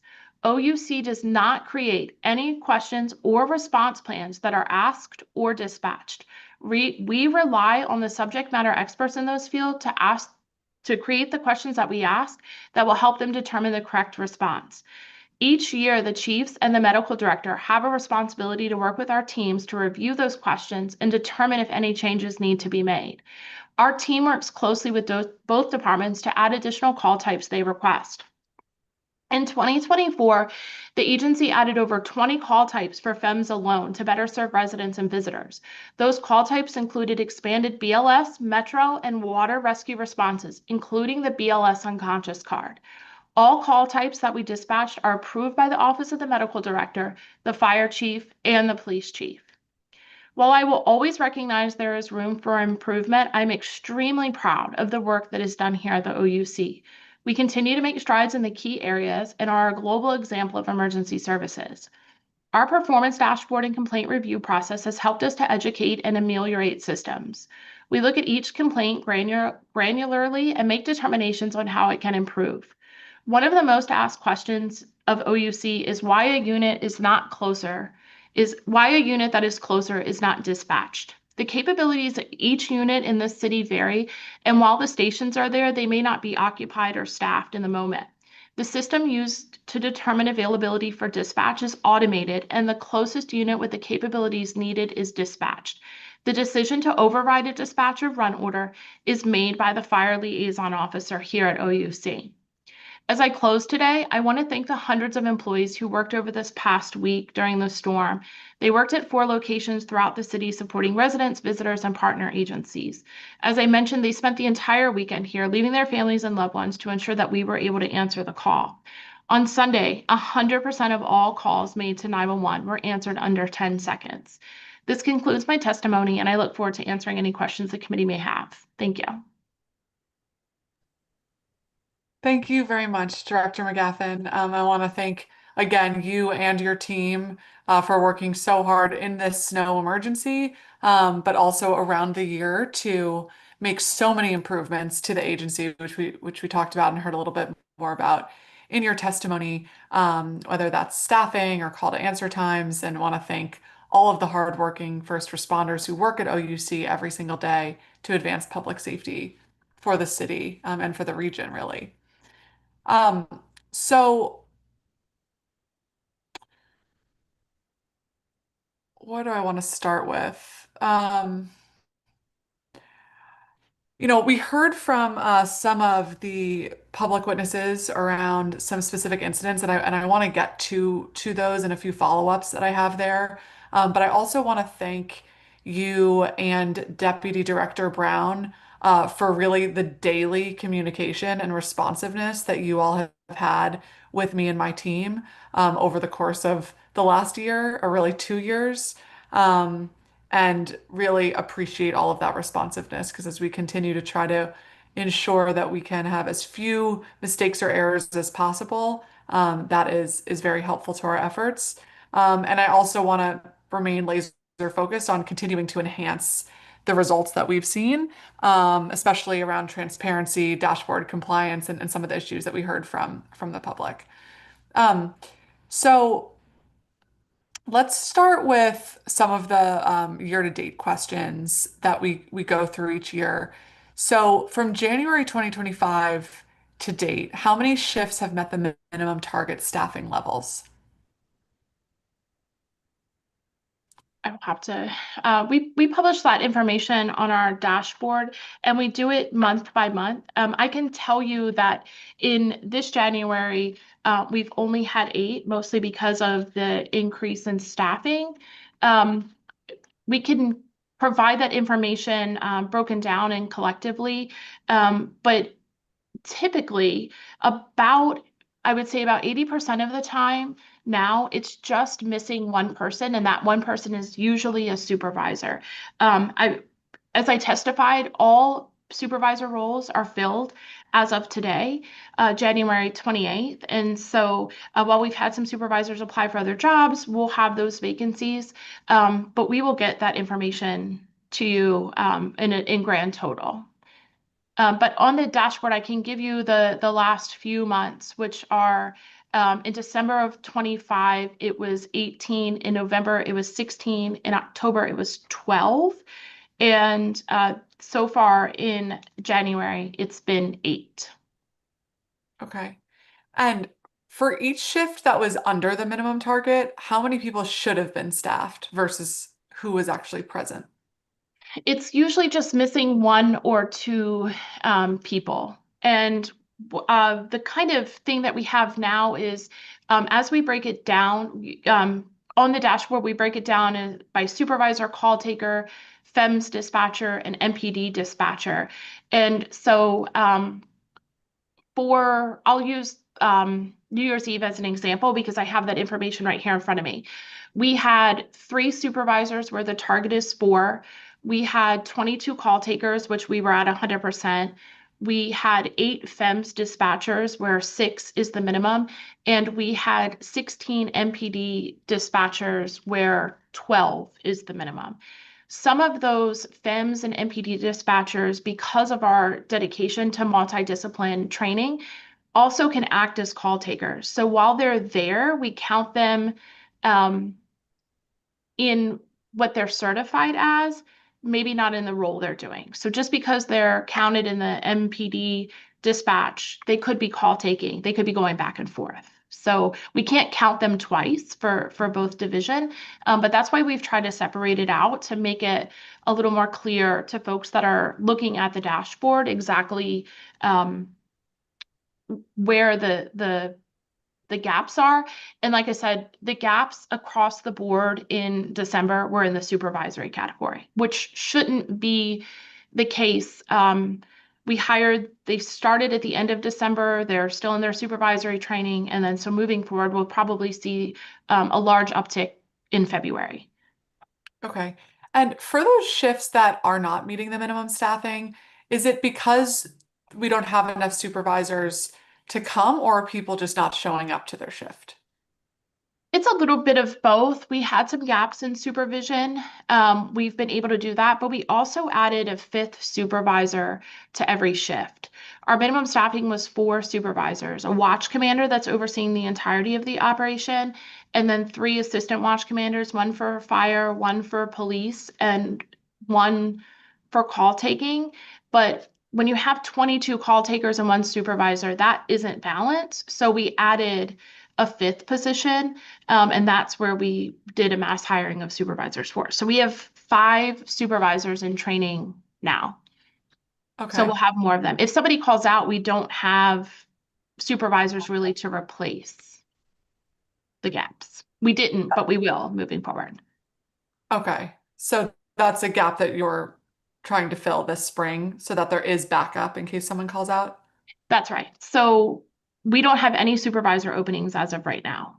We had 2 when we submitted answers. They are onboarding, so we don't have any at this point. Okay, and so once those 2 people are onboarded, and if a supervisor calls out, there will be someone to replace them. That's correct. Okay. Because we'll have more people to choose from. We'll have 20 people that are supervisors. Yes. Got it. Okay, thank you. How many dispatchers are currently employed at OUC? And how many are full-time versus part-time? We have 114 dispatchers. Again, no vacancies on dispatch. We do have some that are in training. So when they come out, we'll have full complement. We have 1 part-time dispatcher. She retired and wanted to stay involved and keep her skill set up. And so she helps on Sundays, and Sundays are where we normally see the biggest need. Especially now as we're sending dispatchers to the Metropolitan Police Department. Her being here helps out with that. She only works on Sundays. And I've offered that to other retirees from from MPD. I can't hire from the outside for that because of the amount of training that would be needed. So it works best if folks retire and then we bring them back, if that makes sense. Because as part-time, they can only work 20 hours a week. So the training would essentially take 32 weeks just to get them trained because there is no provision for them to be full-time during training. 16 weeks of dispatch certification and training, and on-the-job training. So folks who have retired and want to come back in that part-time capacity works better than folks that we brought in. We tried the part-time dispatcher thing. It was logistically not helpful to the overall success. And so this is what works for us. Interesting. Okay. And so you don't think it's something that we just need to change the rules around, especially for the category of people who may have previously worked full-time and then come back as part-time? Like, do they have to re-go through all that training or can they begin right away? They don't, they have a 30-day stay. If they leave us for 30 days, they came back and they just, their certifications and everything, they keep up. You can be out for, about 60 days without having to do like recertification with MPD's, systems and our systems. Okay. Okay. Let's talk a little bit about the answer times. So in January to date, just this past month, how many 911 calls were placed and how many were answered? We have to date, I'm sorry, I don't have a cumulative number. I can tell you that this past weekend, we've answered almost 5,000 calls. On Sundays specifically, we answered 1,630. We answered all of those in 15 seconds or less, 100% rate. The average answer time was 0.02 seconds. On the 24th, we answered 2,200 calls, which is more in line with our average. We answered 98.8 of those in 15 seconds or less, and the average answer time was 1 second. So we've probably answered close to 20,000 calls just this month alone on 911, since the month is almost over. I understand if you don't have the information right in front of you, but isn't that something that you maintain on the dashboard on a daily basis? How many calls are coming in? Yes, we have. So I'm looking at the dashboard right now, and every single day we break it down. So it's up there till the 25th, and it'll load.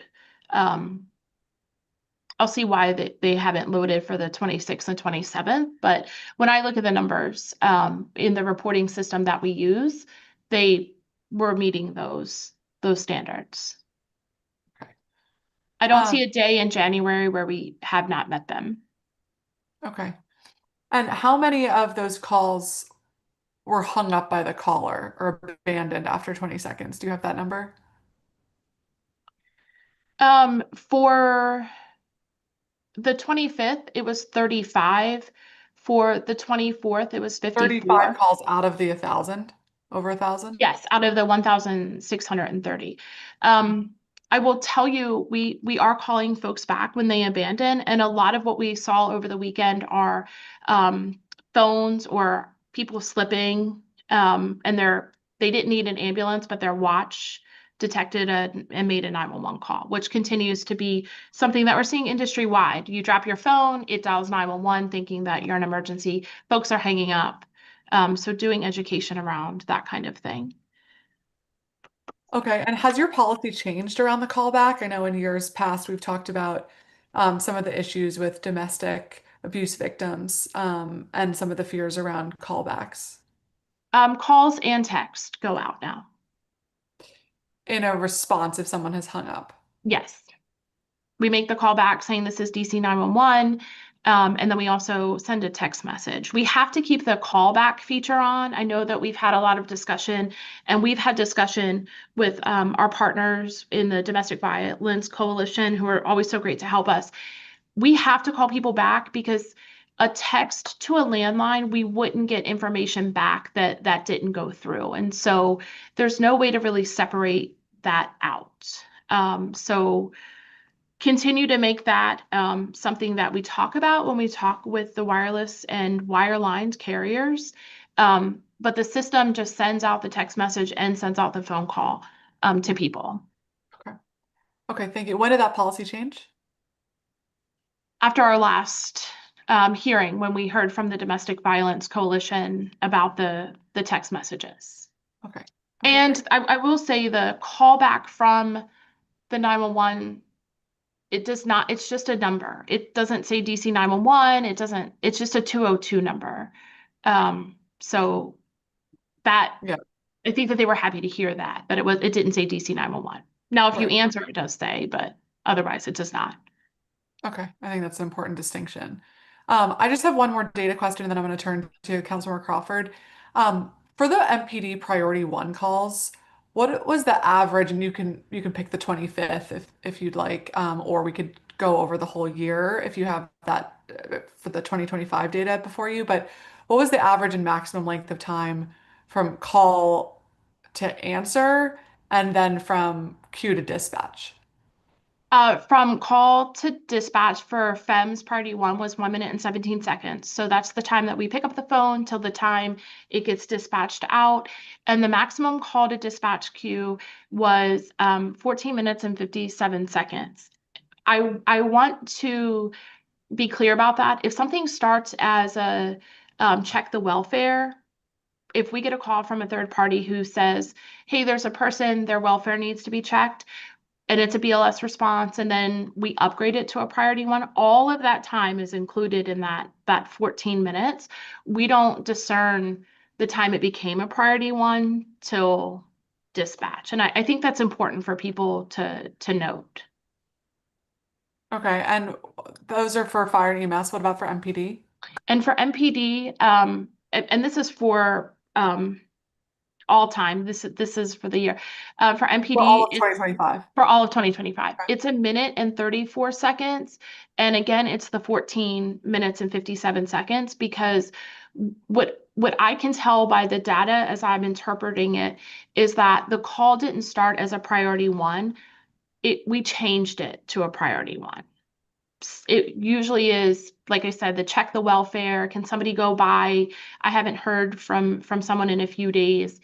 We don't dispatch those out as priority 1s. We dispatch them out as priority 3, check the welfare, and then sometimes they upgrade, and that's what causes that delay. So that's the officer went there, couldn't get a hold of the person. No one answered the door. They decided to force entry and then needed the fire board. Okay. Thank you. Okay, I'm very over time. My apologies. I'm going to turn now to Councilor Crawford for a 10-minute round.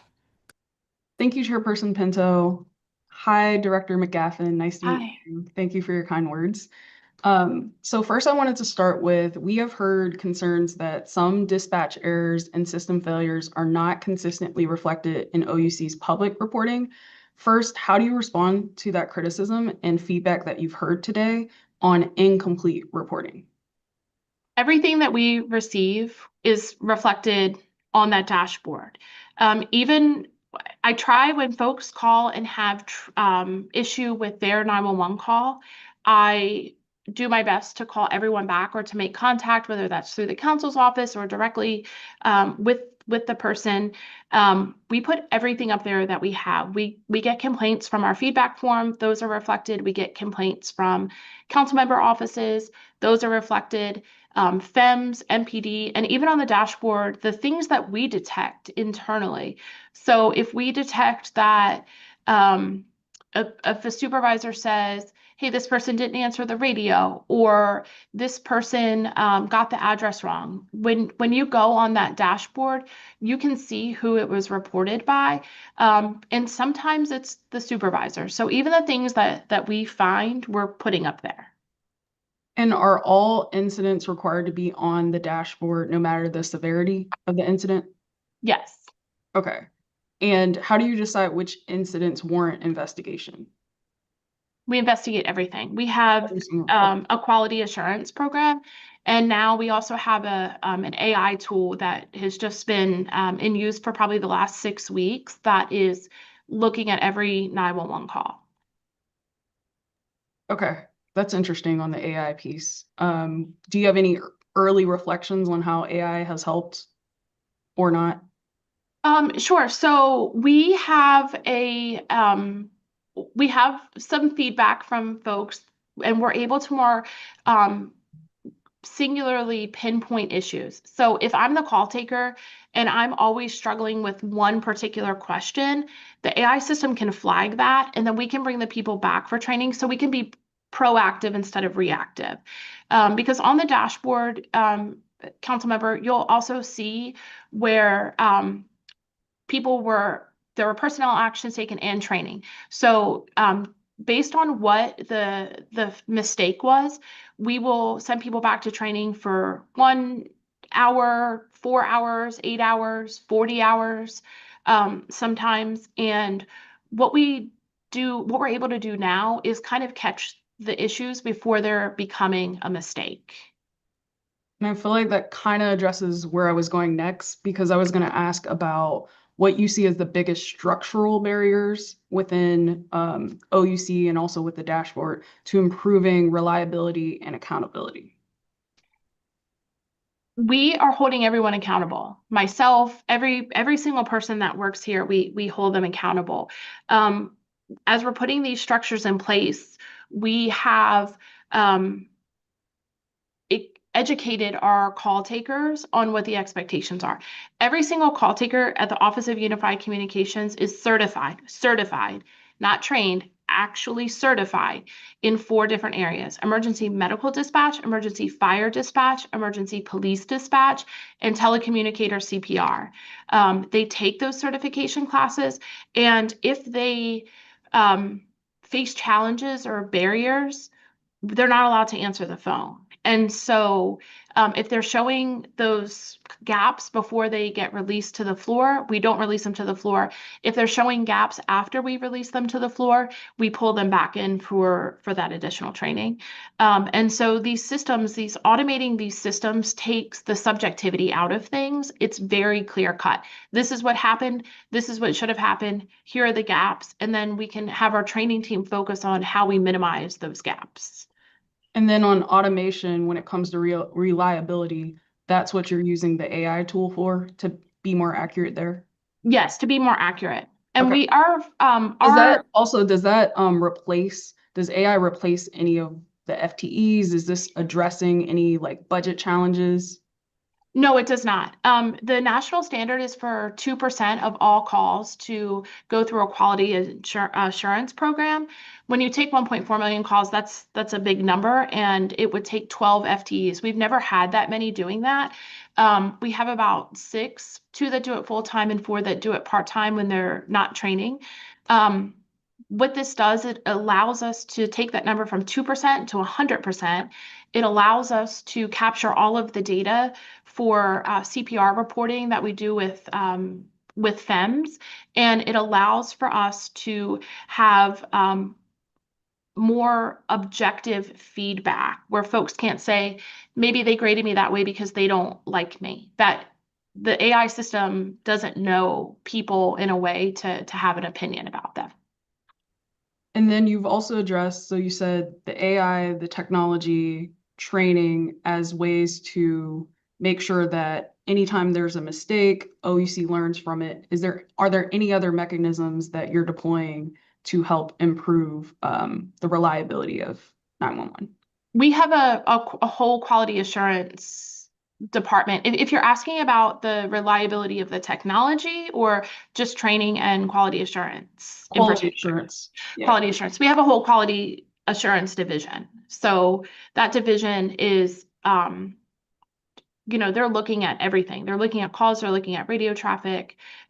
They're creating training documentation. They're certified as quality assurance reviewers to the national standard through APCO and NINA. Okay, thank you. And Councilmember, I would just invite you over if you want to come over and kind of see this thing in work. We'd love to have you. Okay, I will have my team follow up on that because I haven't. Sounds good. Thank you. We also received, and you heard today, correspondence from Mr. Goodman, who documented a specific dispatch error, including audio recordings, confirmation of receipt by OUC, and a subsequent FOIA appeal that was remanded in the requester's favor by MOLC. From your perspective, how does OUC ensure compliance with FOIA obligations and directives from MOLC? We have a FOIA officer. The requests come in. We use a series of questions. We do not release information to people that did not provide us the information. And I believe, I don't want to speak directly on Mr. Goodman's case, but we're not releasing information that somebody else submitted. And we're also not, if we don't have something, we don't have it to give. What do you mean by that somebody else submit? What in this case? So if I believe what the situation is here is Mr. Goodman is asking for something that he himself did not submit. He didn't make the call. He didn't make the call. He didn't give the information. We don't give out information, and we don't do that for a lot of reasons, but the biggest reason is for the safety of the person who called. We have had many FOIA requests for people asking for things, and they want to know who called on me, who reported this, and they want to know names, they want to know phone numbers. We don't give that information out because there is an expectation of privacy when you call 911. Did MOLC, though, require you to respond to Mr. Goodman? The reprimand was to look again for the information. He asked for an incident. Mm-hmm. All of the incidents that we have are on the dashboard. The incident that he's referring to on Illinois Avenue isn't on the dashboard because we don't have it. So we said to him, look on the dashboard. It's not there. We must not have that information. Is there something that you have or information that you have that you would like us to look into? We can do that. You heard Mr. Goodman say that he hasn't received anything as of like today, January 28th, after the MOLC decision. Your perspective is you don't owe him anything because, one, he didn't make the call, and two, you're saying, which is what he was saying, it's not on the dashboard. My perspective is I don't believe we have what he's looking for, but I will check with my FOIA officer, and I myself will be in contact with Mr. Goodman. Okay. Whenever he emails me, I'm responsive to that. Okay. And I try to be responsive to everyone who emails me. Yeah. I will also have my team follow up to make sure that this loop is closed with Mr. Goodman and with you and OUC. Thank you. I am 5 seconds from out of time. This is the only round I'll be here for. I have another meeting. So thank you again to all the witnesses who testified, both public and government. My team will still be here monitoring the hearing, and we'll be sure to follow up with the committee and OUC as appropriate. Thank you. Okay, thank you. I look forward to you coming over too. Yeah, thanks for the invite.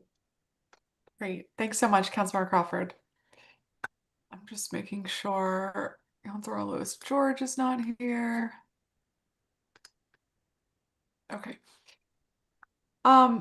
Okay, so I want to check in with you, Director, about some of the budget investments as we are, can't believe it, already almost at budget time. And as we think about priorities to ensure that public safety agencies are all properly funded, want to see kind of where we are on a few things. So around salary increases, we included those in last year's budget. Have we seen any progress when it comes to retention and recruitment as a result of those salary increases? And are you still issuing monthly perfect attendance bonuses that you were last year? Sure. Thank you. So the bonuses were frozen when the federal government acted the way that they did. And so bonuses were frozen. We certainly shared that with all of our employees here. Folks that were affected by that are starting to see their $2,500 bonus when they onboarded with OUC. As for the attendance bonus, January is the first month that goes into effect. We've been working really closely with OPRS around that. And as for the salary increases, working through DCHR and OPRS, who both have been extremely helpful. So staff, hopefully within the next few weeks, we'll see back pay till October 1 for those increases as we move everybody up in the pay scale. There was a lot of work behind the scenes that needed to be done from that with those agencies, and to make sure that the union was on board and things like that. So we've done all of that, and now folks will be getting those bonuses back. That back pay, not the bonuses, they'll be getting their pay parity increases back paid till October 1st, that first full pay period. Okay, and when can those be expected to be reflected in paychecks? Hopefully within the next 2 weeks or so, but we've been in constant communication with our employees about that. I've tried to be as transparent as I can about where we are, what some of the roadblocks were to there, and what we're doing to overcome them. So Kipling Ross has been really instrumental in that as well. Okay. And what were some of the roadblocks? Our position descriptions needed to be updated and reclassified. The jump from one grade level to the other had to be worked through, because typically in an HR setting, you can't go from a grade 5 to a grade 8. You can only go up 2. So just making sure that everybody was equal. And then also, we're on a shared pay scale. We're not on a separate pay scale from ourselves. And so we had to do the grade move versus a pay scale. The whole pay scale didn't go up, just our 911 call takers and our 311 customer service representatives and our supervisors. So dispatchers stayed the same, as you'll recall, because they were being paid in alignment with the region and the nation. Okay. And so what will the new starting salary be for call takers? $61,000. Okay. And 64 on night shift. Mm-hmm. Okay, great. And is that competitive? Very competitive. Great. And is that your recommendation moving forward for this next year's budget, to keep those salaries at that level? Absolutely. Absolutely. And mostly because what we're starting to see is that the federal government is starting to reinvigorate some of their call centers. And so before, we had about 50 911 and call centers or 30 in a 50-mile radius. That number is ticking up. So now we have about 40, because each individual agency is starting to stand up their own call centers. We're still taking all the 911 calls from wireless, but they're starting to take the calls and dispatch to their officers that are here. Okay. As you know, a couple of weeks ago, there were delayed staff paychecks for a couple of days. Can you talk a little bit about what happened there and what corrective actions you are taking to ensure that that doesn't happen again? Yes. The OPRS sent out notification on December 24th that the pay for the next week would run early. So instead of it being due Tuesday, it was due Monday, the 28th. Our timekeeper had processed several of those, but had not, and she had a few more to finish on Tuesday morning before transmitting them over so that they would hit folks' bank accounts on the payday, on the city payday. Unfortunately, she was out of town. She missed the email, and she logged in on Tuesday morning to finish up paychecks and couldn't get in to the system. We immediately called OPRS. They said no, payroll ran yesterday. We have been in after action meetings and things with OPRS, Octo, the city administrator, and everyone who touches pay to ensure that it doesn't happen again. What we were able to do was get everybody's pay in on that Tuesday and then run an off-cycle pay check with OPRS, which means that instead of folks having their paychecks on Tuesday, they got them on Thursday of that week. OPRS has expanded their notification. I have reminders in both my personal and work phone about the two other pay periods in this fiscal year that will require an early run, so that that doesn't happen again. I was very transparent as soon as I realized that paychecks, because we were hopeful that paychecks would run in time. We could get it in on Tuesday. They'd be able to run it for the following Tuesday. Saturday, we realized that it couldn't catch them and they would run them for Thursday.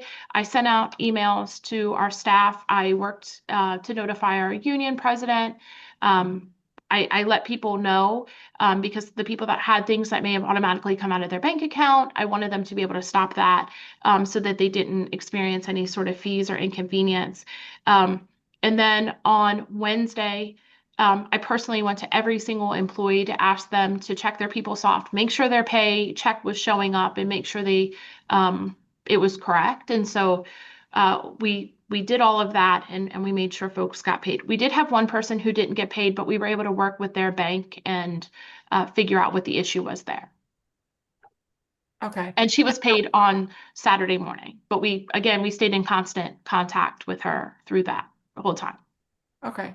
And in terms of the future, I mean, I hear the reminders on your phone, but are you confident, or why are you confident that this won't happen again? Personal action was taken for the people responsible to make sure that it was paid. I think that there are better checkpoints in place, not just here at OUC, but for the agencies that, if they're seeing that an entire agency is missing, they have some safeguards in place to let the director know before payroll runs. And so I'm confident that we have a lot of safeguards in place to ensure that doesn't happen again. Thank you. And I just want to publicly thank my employees for that, for just, being amenable through that. I know it's tough times. And so I just want to thank everybody. They still showed up for work. And so if that doesn't speak to the commitment of the people that work here at OUC, I'm not sure what will or what does, but even though they hadn't got their paychecks on Tuesday, they still came to work on Wednesday and Thursday. So I just want to publicly thank them for that.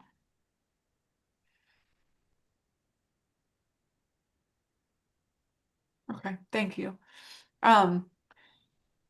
So I feel like every year around the budget, we have this conversation around the special revenue funds, and there are differing opinions on those sources of funds. And so, what's your view currently on our special revenue funds, and how does the agency stand, and how should we be thinking about next year's budget to set you up for success? Washington, D.C. is next gen 911 capable. We're completely capable in that next gen environment. We are on a regional EZNet.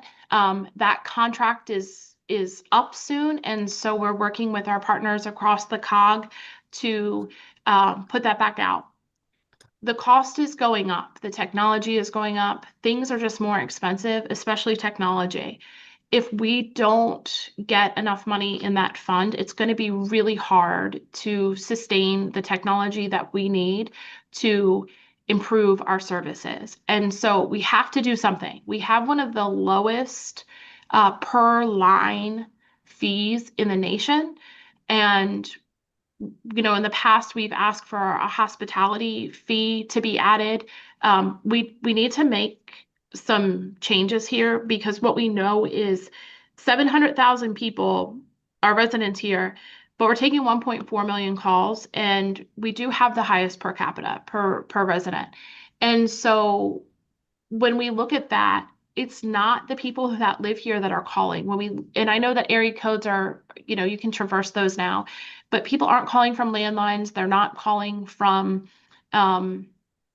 home phones anymore. They're calling from wireless devices. And so we need technology that can keep up with that. We also have the federal government has a huge footprint in Washington, D.C., and we answer the 911 calls for everyone from wireless, and we transfer them out. But they don't pay the fees that everyone else pays, that I pay on my phone, that you pay on your phone. And so we need something to make sure that us being the technology leaders that we are and us being able to provide the services that we can remain sustainable. Okay. Well, let us continue that conversation early, before the budget comes to us so we can make sure we're on the same page. Will do. Thank you.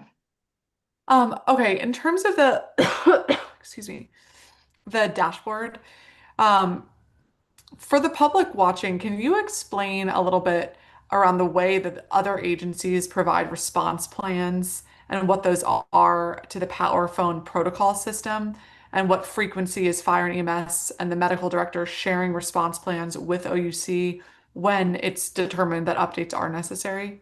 Sure. In Washington, D.C., we use Total Response, which was previously PowerPhone. There are 3 emergency call processing systems out there. One is the International Academies of Emergency Dispatch, which is a for-profit provider. There is APCO's call system, and there is Total Response. Those are the 3. We previously in the city used the International Academies of Emergency Dispatch Priority Dispatch System. Prior to Chief Donnelly, the fire chief said he didn't want to use that anymore. He wanted to use ECBD. The city moved to that system, which is known as a homegrown system. It's made by the region that is using it. In that case, it was Seattle, Washington. They were selling it to other cities. They stopped support of that system.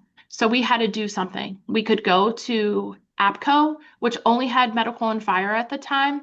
We could go back to Priority Dispatch, the International Academies. They didn't want that because that doesn't offer any sort of input from chiefs. The questions are the questions. Those are the questions you ask. It's very rigid. Or there was PowerPhone. PowerPhone allowed for the police chief, the medical director, and the fire chief to make their own questions and put them into their system with some guidelines that they recommended from their medical director. That's the one we went to. We deployed that about 2 years ago, as you recall. And when Dr. Holman was here, we had a set of questions. Then Dr. Holman retired, Dr. Vitberg came. I'll use medical because I think this is the one that probably gets the most, we get asked about the most. Dr. Vitberg came. He had been a medical director for a 911 center in Maryland. He came, he was like, hey, let's look at these questions. And he came over with his team every Tuesday from 12 until 2. And he went through every single question for every single card. And he made changes. He would come over, his team would come over, they would go to our roll call trainings, they would sit down with call takers when they had questions, they would look at all the CPR calls. He would come over to give kudos, to give training and help. And it was a great, great system in place. But we were constantly changing the cards under his medical direction. He's left, and Dr. Morgan is starting to do that with us now, looking at the cards, asking the questions, asking for data. So very, very interactive process with the medical director. Every single question that we ask for medical was born out of or was created by the medical director's office. So I want to be clear with that. Now, when it comes to CPR, that's with the American Heart Association, and Dr. Vitberg, Dr. Morgan, Dr. Holman, everybody agreed and signed off on that. The way that this system works is we ask questions, and at certain trigger points that the medical director also defines, it says, send this to nurse triage, make this a priority 1, make this a priority 2. The OUC is not creating cards. We're not creating trigger points. Dr. Vitberg was, and I had a meeting with Dr. Morgan and asked them the same. Please, I know you work for FEMS, but please also help us because we don't have a standalone medical director. And so I thank you for the legislation that works to change that, because I think it's vitally important. Okay, thank you so much. That's very helpful context. I think it goes back to a conversation that we started having years ago with the auditor around like the balance between updated information and iterating what we're seeing, and also the training that requires to get reaccustomed to each of the new cards. That's right. And when cards do get changed, like I said, they have been fantastic to come over and lead that education and explain why, like why we're changing this and the trends that we're seeing. Okay, thank you. We've heard some concerns around power phone dispatching protocol for BLS unconscious or for sending basic life support for an unconscious patient rather than advanced life support or ALS. Who established that new protocol in the system and kind of what standards were you considering? Dr. Bitberg was the medical director at the time. So that's where that was born out of. The concerns that are raised, I think that's a conversation with Dr. Morgan for him to look at it and decide, is this still something we want to be doing or should we be changing this? We had a call this morning, for example, where the way the person answered the questions, it triggered for a BLS unconscious. The fire department got there. The man wasn't unconscious. He was able to be woken up. And what was happening was passersby call when they see people. They don't make contact with them for, their own safety. They don't know if, what the situation is. They want to alert us to something.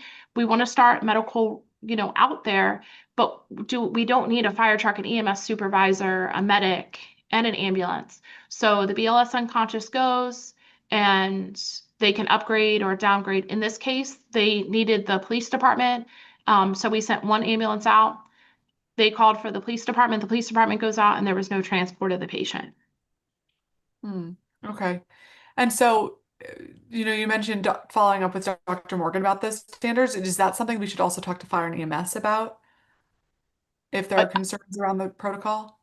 Yeah, I think, what historically has been is that what my experience has been is we raise the concerns to the medical director or folks, we have questions about things.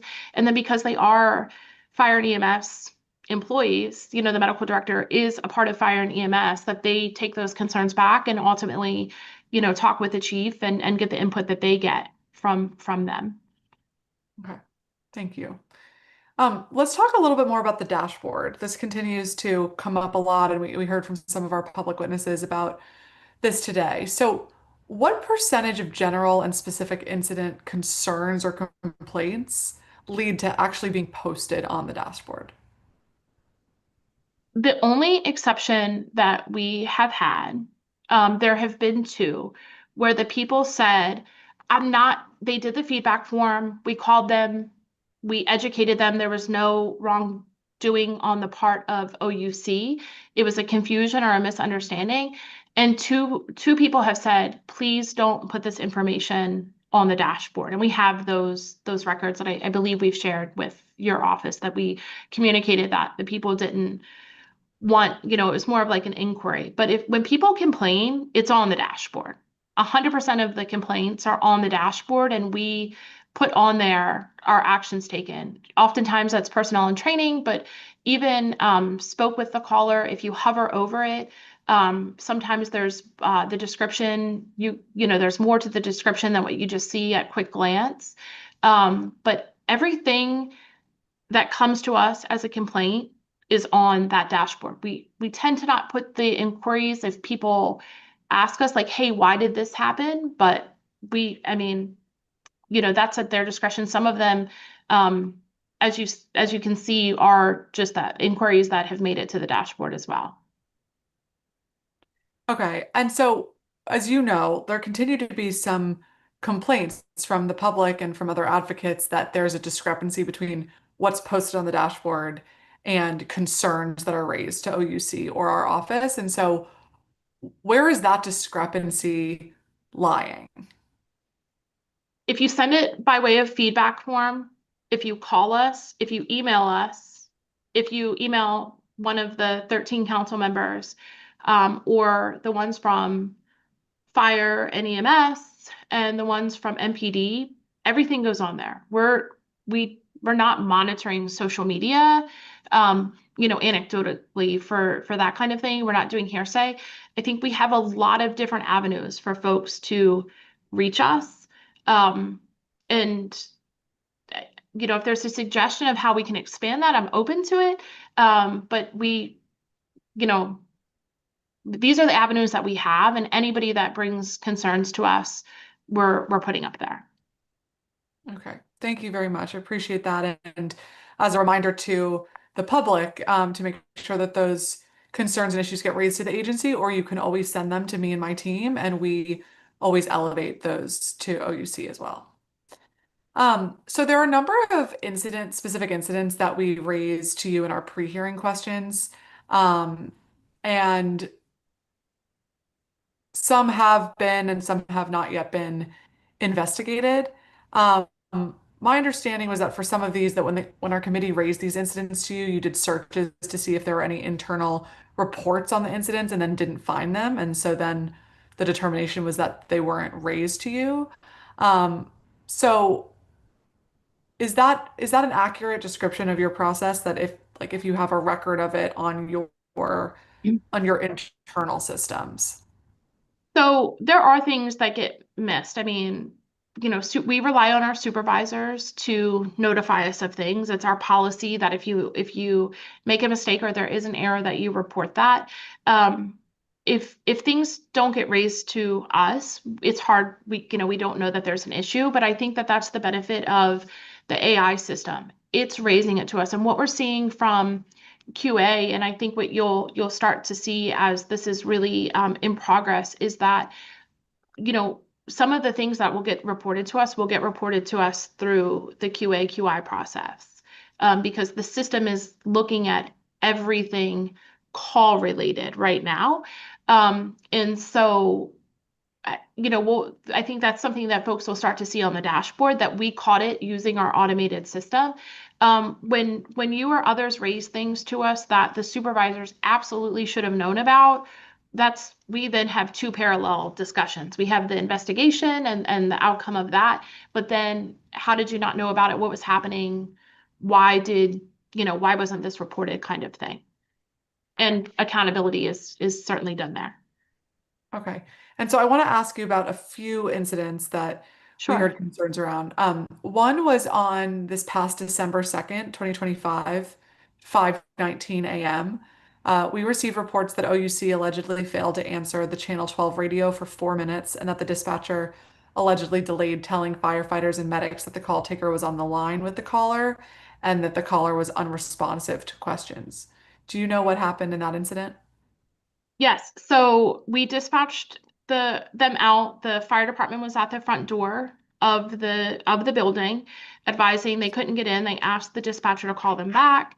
I know that you've been here, but for those who haven't, our dispatch and our call taker sides are separate places.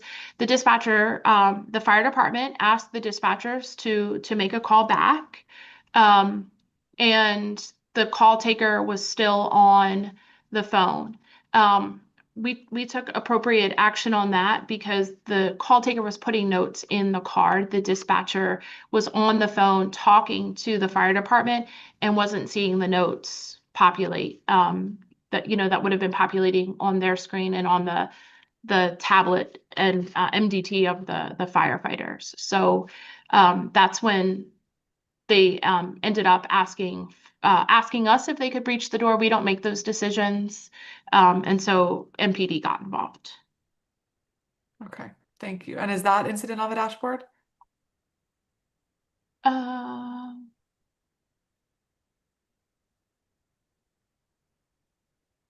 I'm looking for.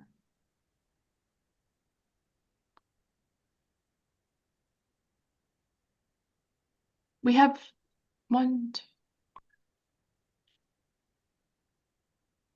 I'm sorry, I'm just reading the additional notes on these on the dashboard.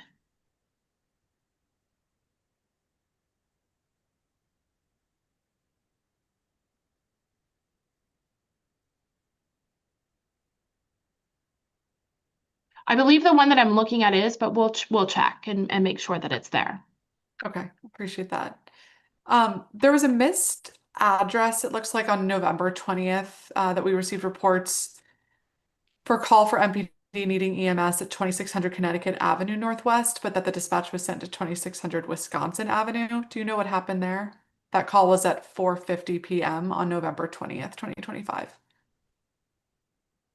I don't have notes on that one. That was what time? 11:20. That was on November 20th, 2025 at 4:50 p.m. 50 p.m. Okay. I don't see that one on the dashboard, so we will be committed to getting back a response if we haven't gotten one. Okay, thank you so much. Mm-hmm. We received reports that an AMR ambulance 43 called a 1033, meaning they needed police help immediately. It was alleged to us that a dispatcher provided the wrong information on which AMR unit needed help and which radio channel was handling the 1033. That was on November 2nd, 2025 at 10:38 p.m. Do we have information about what happened in that incident? AMR has dispatchers too, and so I think we're working on that one. We're working with the AMR. Their AMR dispatchers sit in here with us, so we're looking at where the breakdown was and how we can better perfect that.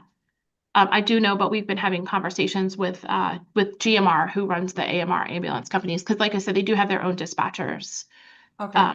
in-house. Okay, so all of these incidents and others are listed in our pre-hearing questions. So Okay, if we I'm can sorry. just make Let me sure just- that we have I have those. specifics on that in the written questions, that would be helpful as well. And just to double check to ensure that they're all on the dashboard. Will do. Okay, thank you very much.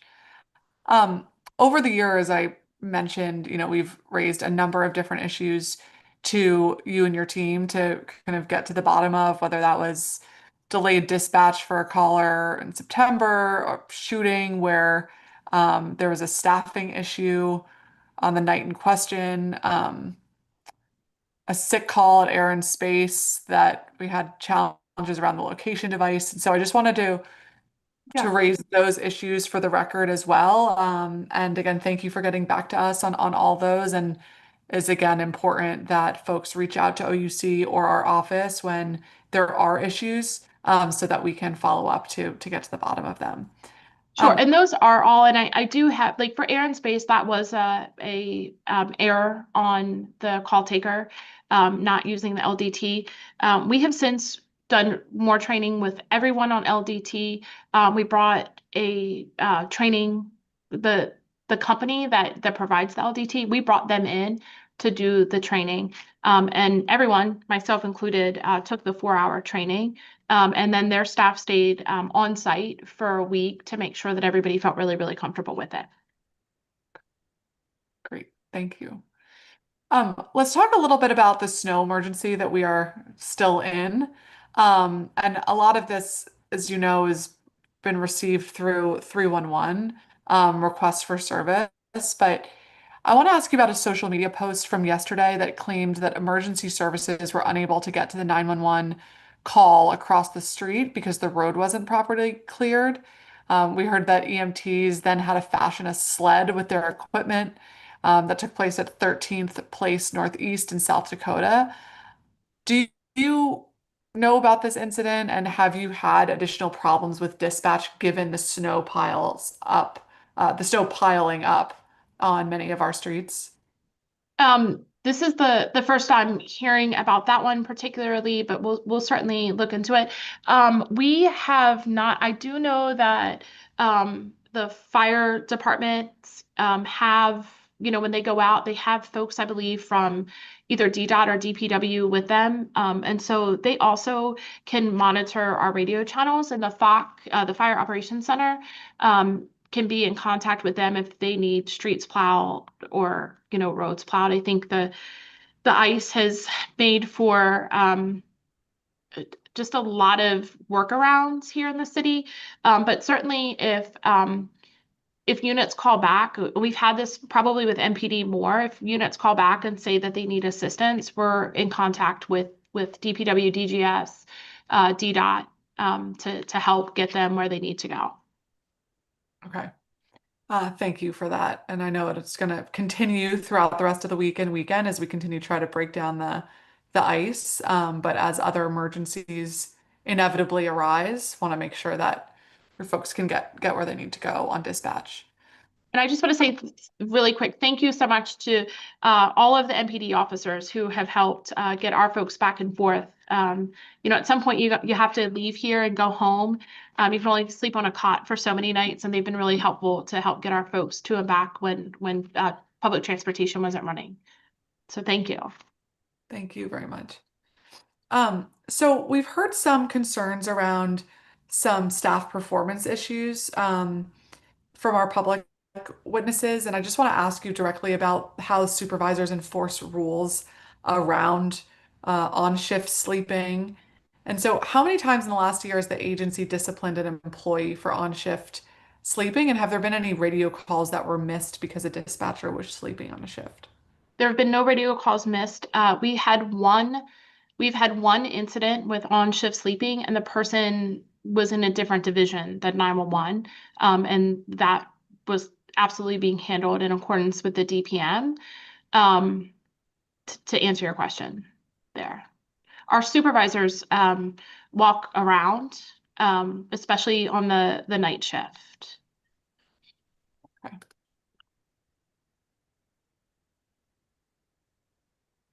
Okay, so just to confirm, there's only one incident that you're aware of where somebody was.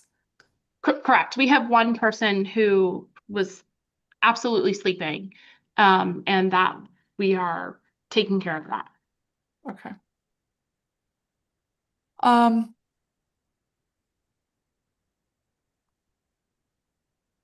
Which that's the investigation that's currently underway, as noted in our pre-hearing answer questions on 85. Yeah. Thank you for that. Okay. I know we've been rejoined by Councilmember Lewis George. I'm going to turn to her for a 10-minute round. And then I'm so sorry to do this, but we're going to need to recess this hearing for an hour to deal with some of the snow emergency issues. And so we'll give Councilor Lewis George a 10-minute round, and then I'll come back and I'll recess us until 1:30. Okay, will do. Thank you. Okay, thank you very much. Go ahead, Councilor Lewis George. Thank you so much. Good afternoon, Director Gaffin and staff. Hi. Yeah. As you all navigate this snowstorm and everything else that comes your way. I just want to first just specify, going on two incidents, particularly Ward 4, that I mentioned in my opening. On January 7th, a resident at 1308 Shepherd Street Northwest called 911 at 12:34 a.m. to report gunshots, and remained on hold for more than 8 minutes. And then they called again at 12:43 a.m. and still did not reach a call taker. I know you all, and I appreciate your response, confirmed that there was a telephone disruption during that period. What is unclear is sort of at what exact time did the disruption begin, and at what exact time was a normal 911 call answering restored? Sure. Thank you, Councilmember Lewis George. Yes, on January 7th, the calls were being delivered to the Office of Unified Communications. The system, the third-party system that delivers those to the call takers, for whatever reason, was holding them in a queue, even though we had ample staffing and everyone was available.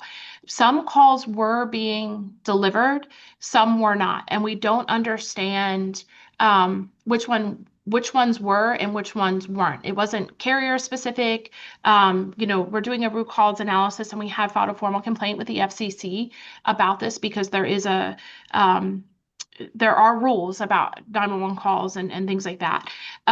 So on that night, we know that we had 60 abandoned phone calls.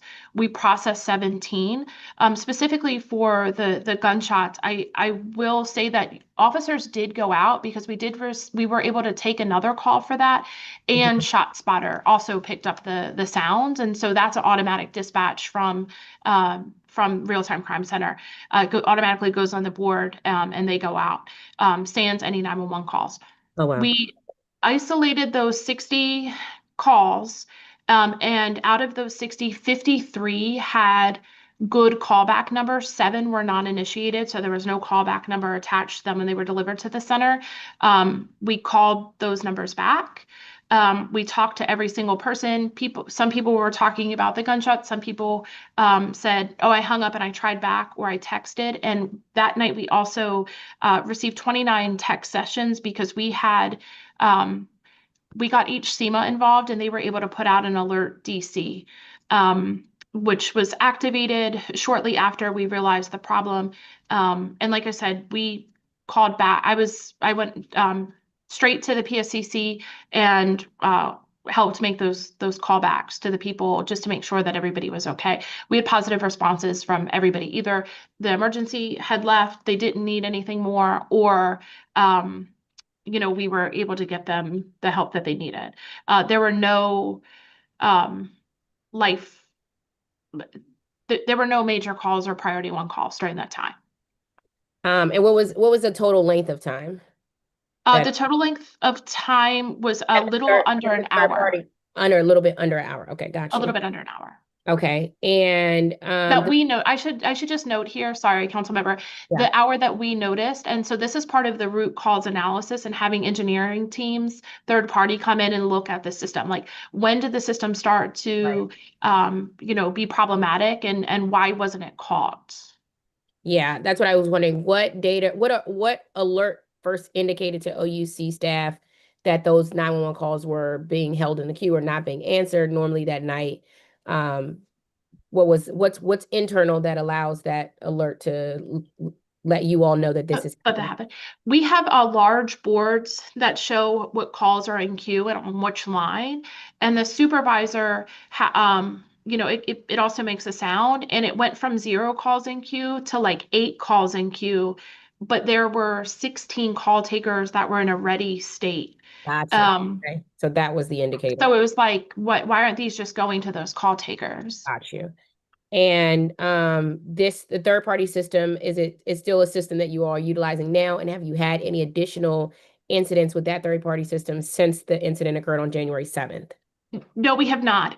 It's a call handling system on premise. It's widely used within the industry, and we're closely monitoring not just the failure, but the response to the failure, to determine if this is who we use moving forward. Yeah. And to this, not that this situation was it, but when a caller reporting like a violent incident hangs up after waiting in the queue, does OUC have any requirement to flag or review that call in real time? And as a result, did that occur on January 7th? Yes. So January 7th, we called folks back, but every call would have been QA'd, but because there was no interaction for a lot of these calls, for 60 of these calls, there was no interaction with anyone at OUC. They just show as abandoned hangups. The system calls you back, and I know that the system did that night because I was like, as soon as they called me to tell me, I think we have an issue, I immediately dialed 911, and then we have a bank of phones here from different carriers so that we can test. We knew we had a bigger problem. It wasn't carrier specific. It wasn't wireless versus wireline. It was just these calls are hitting the system and not being delivered to call takers. Thank you for that. In the Columbia Heights cardiac arrest case, records reviewed by the family show a delay of at least 3 minutes and possibly longer between the initial 911 contact and dispatch to fire and EMS. What was the elapsed time in minutes and seconds from a call receipt to dispatch in that case? This is for the Allegro. Yes. Yes. Okay. When the call came in, it was immediately dispatched. Let me pull up these. The call came in at 18:15:25. It was immediately dispatched at 18:15:42, and we can send this to your office. The first unit went en route at 18:17:08, and they arrived at 18:22:18. Understood. One of the issues that have been persistent from other witnesses, but particularly in this case, is sort of the fact that people are asking for basic records and not getting them. Does OUC believe families should have to pursue litigation to obtain basic records about how a 911 call was handled? Why is that? I guess, why are we hearing that so many of these requests for 911 audio related to deaths or life-threatening medical emergencies have been denied by OUC? We deny for a couple of reasons. And I just want to be very honest. To this case, I'm going to take a closer look at this and see how we can help Ms. Clemens. I'm a mom too. I know you are. I can't imagine the pain, and I want her to be able to have what she needs to hopefully help process. And so to her, if she's still on, I'm so sorry for your loss, and I want to work with you to see how we can do this. On the FOIA records, we deny when if it's under investigation by MPD, if it's going to judicial hearings, if they've been subpoenaed, we don't put those records out beyond that. And then we don't put records out to anyone but the caller to maintain the privacy of the caller. I have so many instances where callers have called 911. The people that they were calling about are trying to get the information because they want to know who called on them, who made the 911 call that got the police there. It's usually police. And so like I said, I know that that's not every case, and I understand that that's not the case here, but that's why we don't just give 911 calls out. And sometimes, unfortunately, people are calling on family members. They're calling because they're in some sort of danger within their home, and we exacerbate that if we give a call out. But this is different. Is this are you all relying on, is this an agency policy, or is it like or you have a legal basis for the practice? It's the policy that we're provided by the FOIA office of here are the reasons you can decline to give somebody records. And so that's what we're using. We're, it's a privacy. When you call 911, do you want that call to be able to be given to anybody? Okay. Well, I know you said you would, if you would please follow up for Ms. Clemens. Absolutely. I understand you understand her heartbreak, and we all do, but I Absolutely. think in this instance, the policy should be addressed to be able to address what Ms. Clemens is rightfully asking for and is going through. So I would appreciate that follow up. The last question I have is from Mr. Hoagland was largely complimentary of OUC for its coordination and cooperation with FIMS for improving 911 service, but he mentioned there were ways to further improve service. Could you explain the reason you feel the remaining Local 36 recommendations should not be implemented? I'm specifically interested in your reasoning behind not requiring call takers to take the background training for EMT calls. This seems to be a great way to improve the quality of our call responses. I was an EMT. Being an EMT is much different than being an EMD, an emergency medical dispatcher. Our folks are certified as emergency medical dispatchers. I use this. I've delivered a baby over the phone, and I've delivered a baby in person. The tools that I had were vastly different. The things that I had to work with were vastly different. Our folks go through medical training. They go through that. The office of the medical director is involved where they take CPR. There was a paramedic pilot program in this city years ago that the fire department and my predecessor both said were not advantageous to the city. So we're always open to suggestions, ideas, and thoughts, but we are also led by industry standards and best practices of people who know 911, and those include medical directors who understand that it's different when you're there versus here in the center. We're relying on what people are telling us when we're sitting here in the center. If people are saying they're having chest pains, we can't make a determination without tools to determine if it's heartburn or a heart attack. Got it. I think there's some room there for you all to have to meet to a middle ground. I think they just want some additional training there and think this would be useful in a variety of ways. So I'm hopeful that you can look at some of those recommendations and at least meet the local halfway in what they think would be some better ways to improve. With that, thank you, Director, and thank you, Councilmember Pinto. Thank you, Councilmember. Thanks. Great. Thank you so much, Councilmember Lewis George. And thank you again, Director McGavin, to you and your team. I'm sorry for the inconvenience. We have to deal with some snow issues given the snow emergency right now at the city.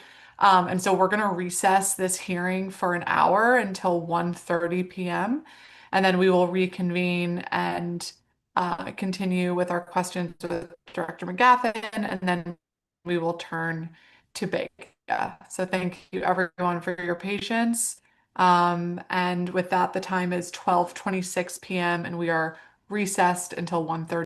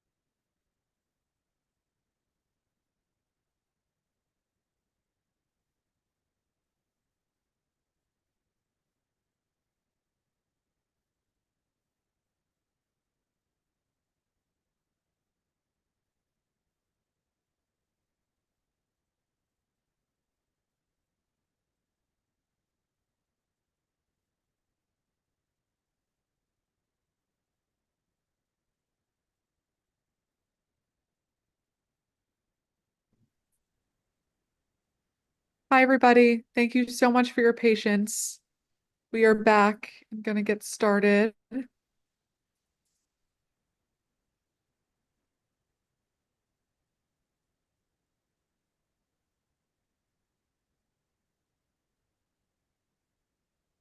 Ema, will you let me know whenever the recording's ready?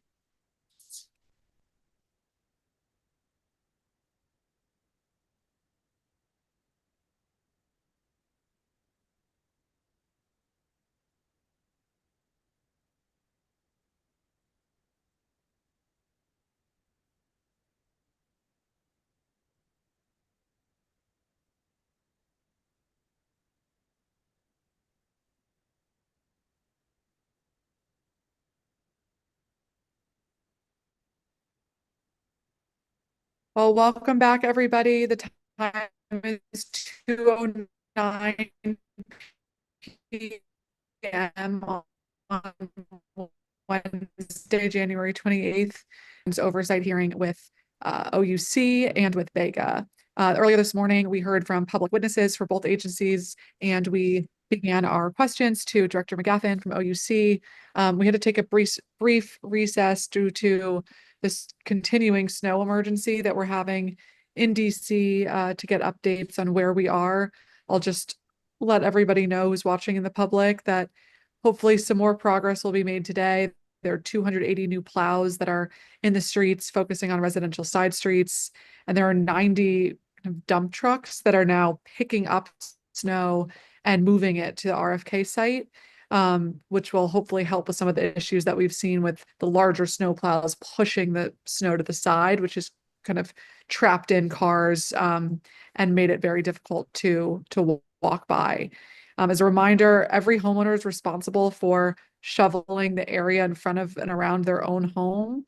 And if you need assistance, you can reach out to 311 or through the Snow Heroes program.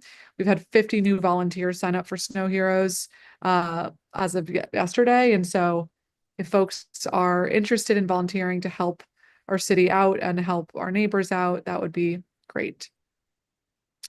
Okay, so we're going to return now, Director McGaffin, to some of our questions. So when we left, we were talking a little bit about around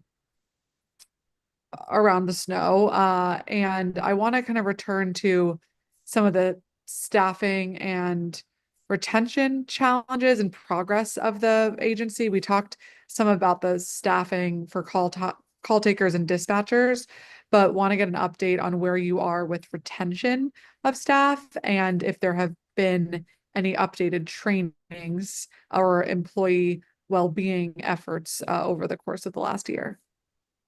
That's right. And I just also want to note that we are still taking snow requests for snow and ice removal from streets, but that is a 311 call. It's not on the app. So call 311 if you need to report those. If you have high school kids at home that need some community service hours, Snow Heroes is great for that too. And you can call us and we can connect you using 311. So thank you, Chairwoman Pinto. Every Wednesday, we have Wellness Wednesdays. We have a wellness coordinator here on staff, and she's available. She has office hours that see both all of our shifts really, but both the day shift and evening shift for our 911 call takers. And then she's able to connect with folks via phone in those off hours when they may need her. Of course, we use EAP, and we also have Lighthouse, which is an online anonymous wellness program. And then we're looking at some other ones that are 911 centric.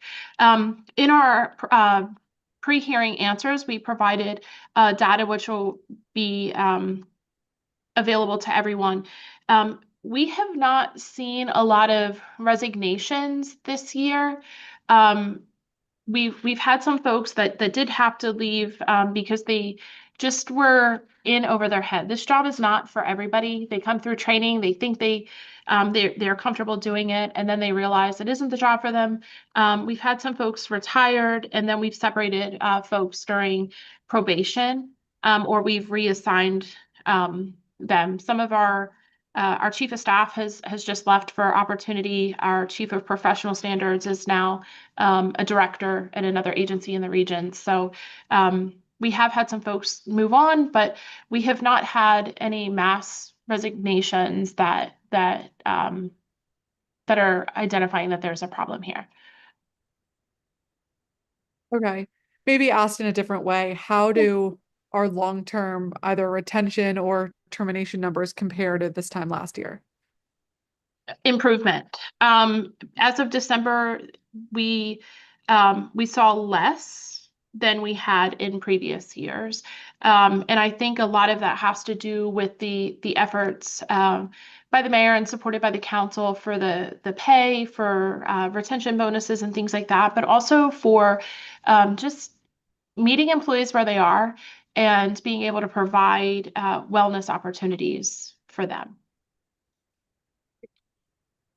So let's talk a little bit about one of my favorite subjects, the nurse triage line. Can you educate the public on what this is, how it's intended to be used, and where room for growth is in this utilization? Sure. The nurse triage line is nurses, registered nurses. There's usually one or two here at the center, but then they're supported by a call center that services the whole nation. Located, they have one here in Washington, D.C. and one in Texas, I believe. The DC Fire and EMS contracts with the nurse triage line through the same company as they do AMR. And those nurses take calls where the person is having some sort of situation, but maybe they don't need to go to an emergency room. So we take the calls, the folks answer the questions. Based on how they answer the question, triggers either nurse triage line or dispatch. We transfer them to the nurse if the nurse is available. The nurse talks to them. They can do a telehealth appointment. They can make clinic visits for them, or they can push it back for dispatch. They can say, no, this person should go to the hospital, or at least they should have somebody put eyes on them. That's an EMT or paramedic.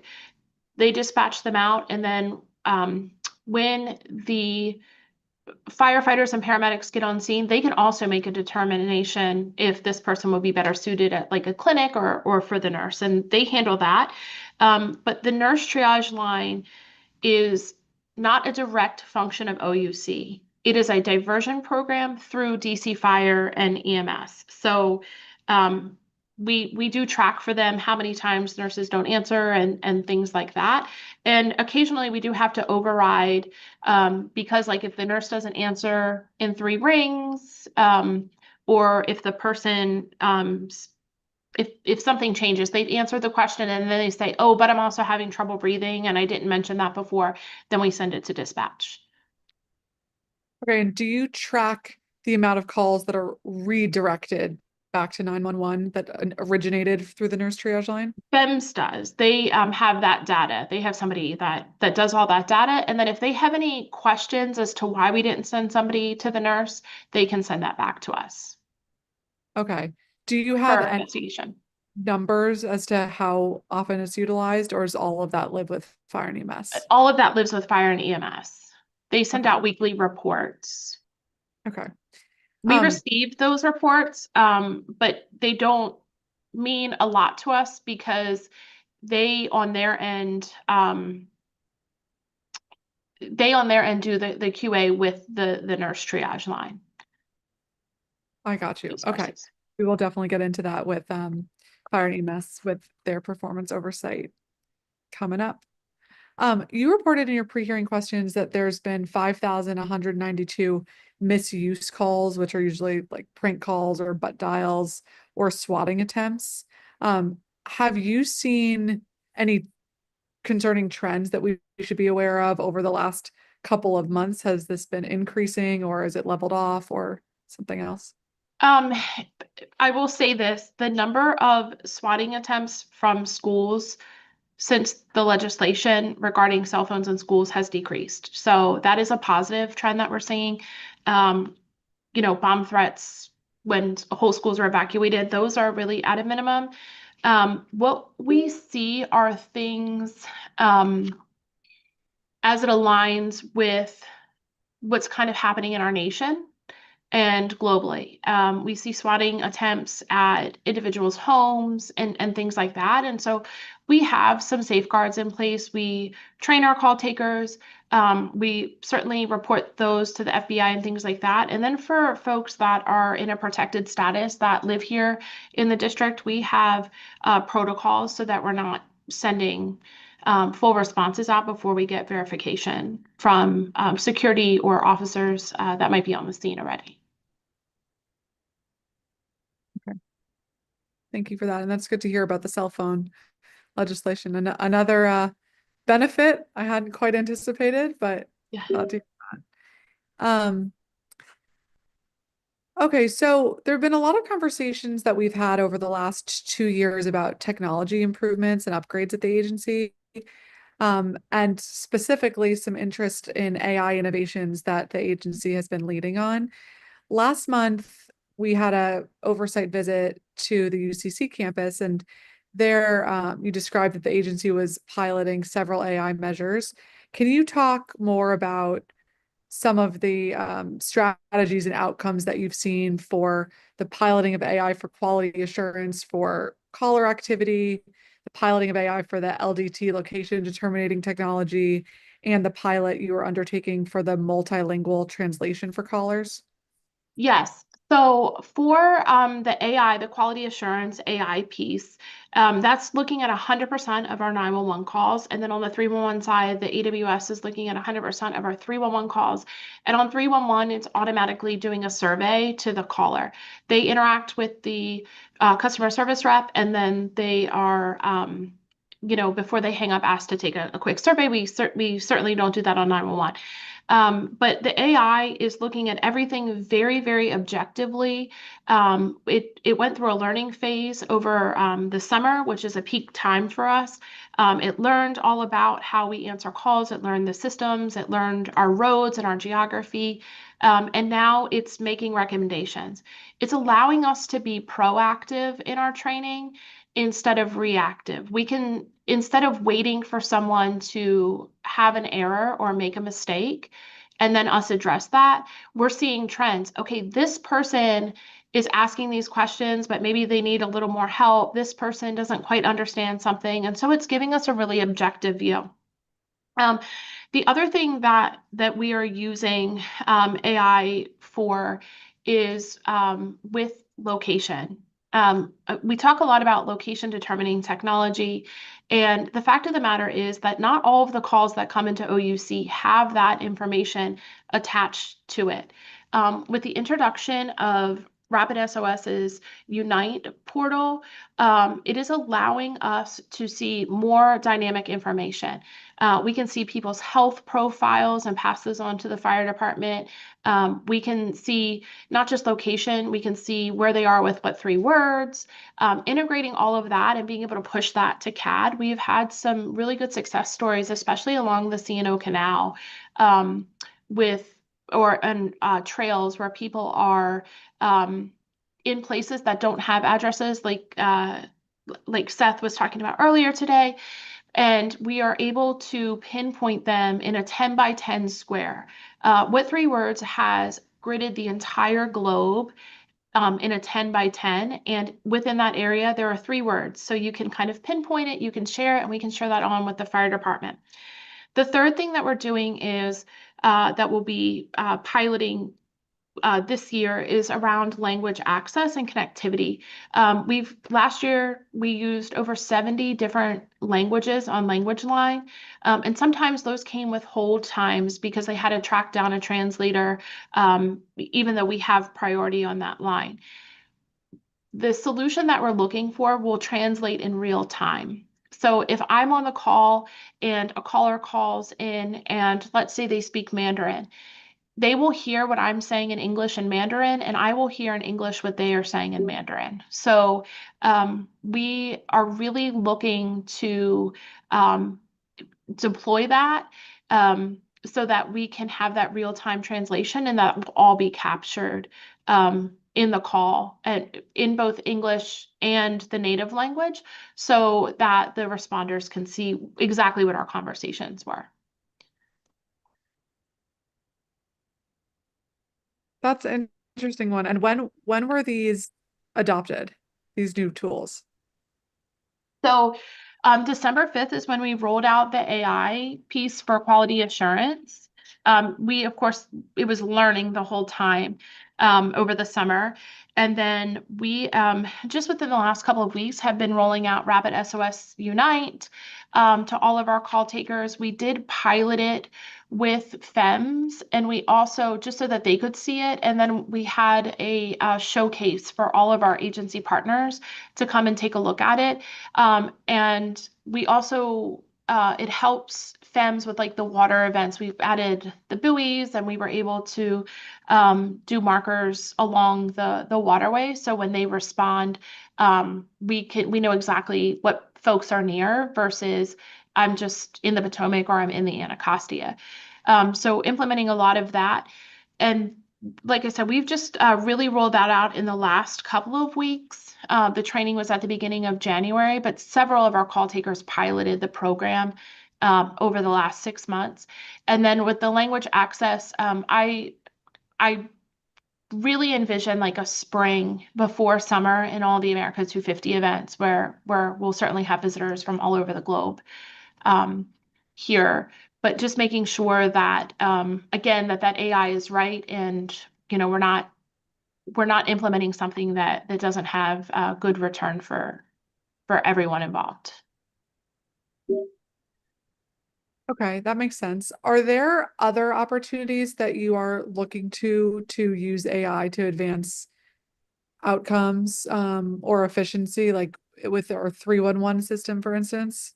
We are using 311 AI on 311 in a way that isn't facing to the public. And we're exploring what it looks like to the public. But right now what happens is when you call 311 and you get involved with the IVR, with the press one if you have this, tell us exactly what's happening.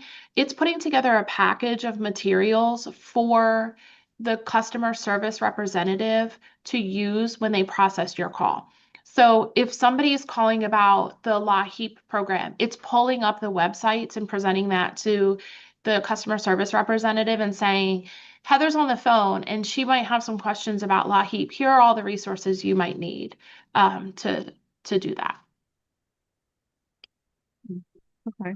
What about with seeing the most frequent calls for service through 311 or 911?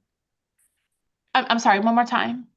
Like, are you exploring any AI that could help determine the most prevalent calls for service and how to kind of streamline response into those?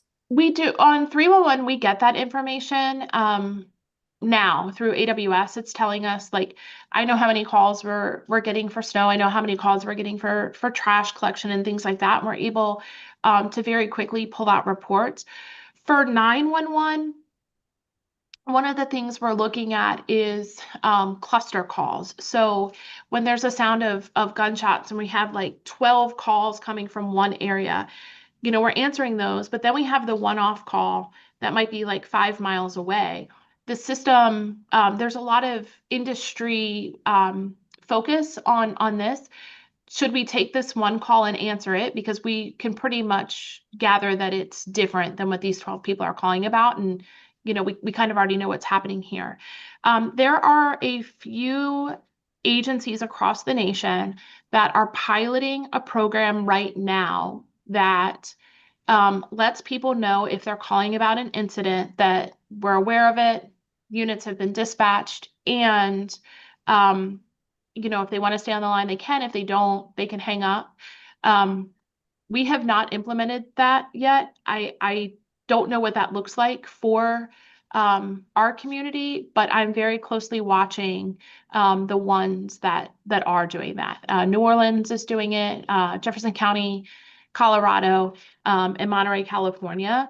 But we're also using AI in a real way today for all of our alarm calls. So we're using the automatic secure alarm protocol system, and that's allowing for alarm companies to put the alarm right on our CAD screen without having to call in and tie up a non-emergency line or a 911 line.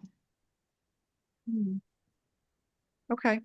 Well, that is good to hear. And I think that's a space that we can continue exploring through this year to see if there are other ways that we can improve efficiency and speed by using technology that may exist or that could exist with a little guidance on what the needs are. And certainly we'll get some public input on that as we navigate through, for sure. So back to PowerPhone for a moment. I was concerned in the pre-hearing responses for what you said that in FY 2025, there were reports of the total response application freezing. OUC is working with the provider to stabilize the application and a solution to this issue. So can you explain a little bit more about what was happening and how it affected service and what the solution is going to be to make sure PowerPhone is up and running? Sure. PowerPhone, when we bought it, was a small company. It has since been acquired by Rapid SOS.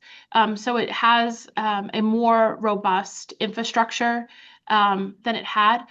We're using it for every call, and we take a lot of calls. And so one of the reasons for the freeze were due to some servers, but I'll tell you, every single call taker has these cards. I also keep them on my desk. They're all of the questions that we ask in PowerPhone.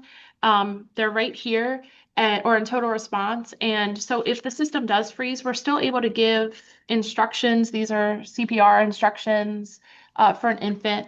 We're still able to function. It's just that the reliability. We also have new computers coming.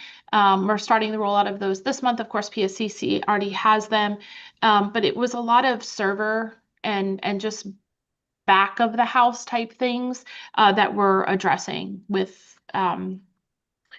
total response. And we feel very, very supported, especially now that we have the robust tech team from Rapid SOS on it. We are their biggest client. So we are processing more calls with that. We were their biggest client, and I think some of those other big cities are implementing now.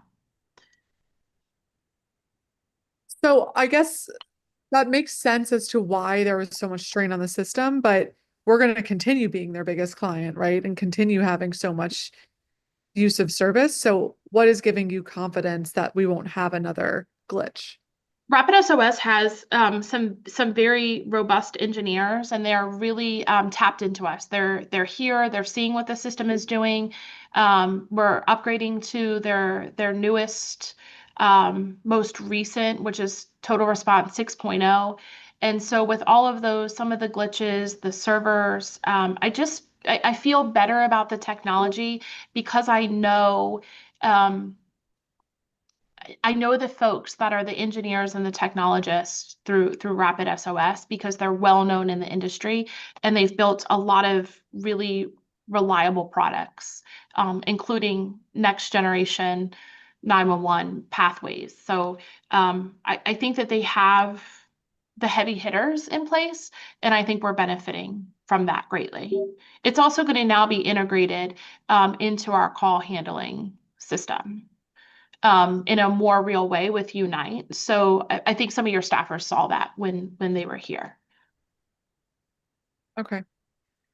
Okay. Well, thank you. And we'll continue to speak with you about that as we move forward and see if anything else needs to be iterated. Sure. So I want to ask you a little bit about some of the 311 updates and service requests that we continue to hear. We were really excited to learn during our last visit that you all had updated the service request types for identifying and attending to hanging wires, which is something my Ward 3 colleague, Councilor Matt Fruman, had been working on.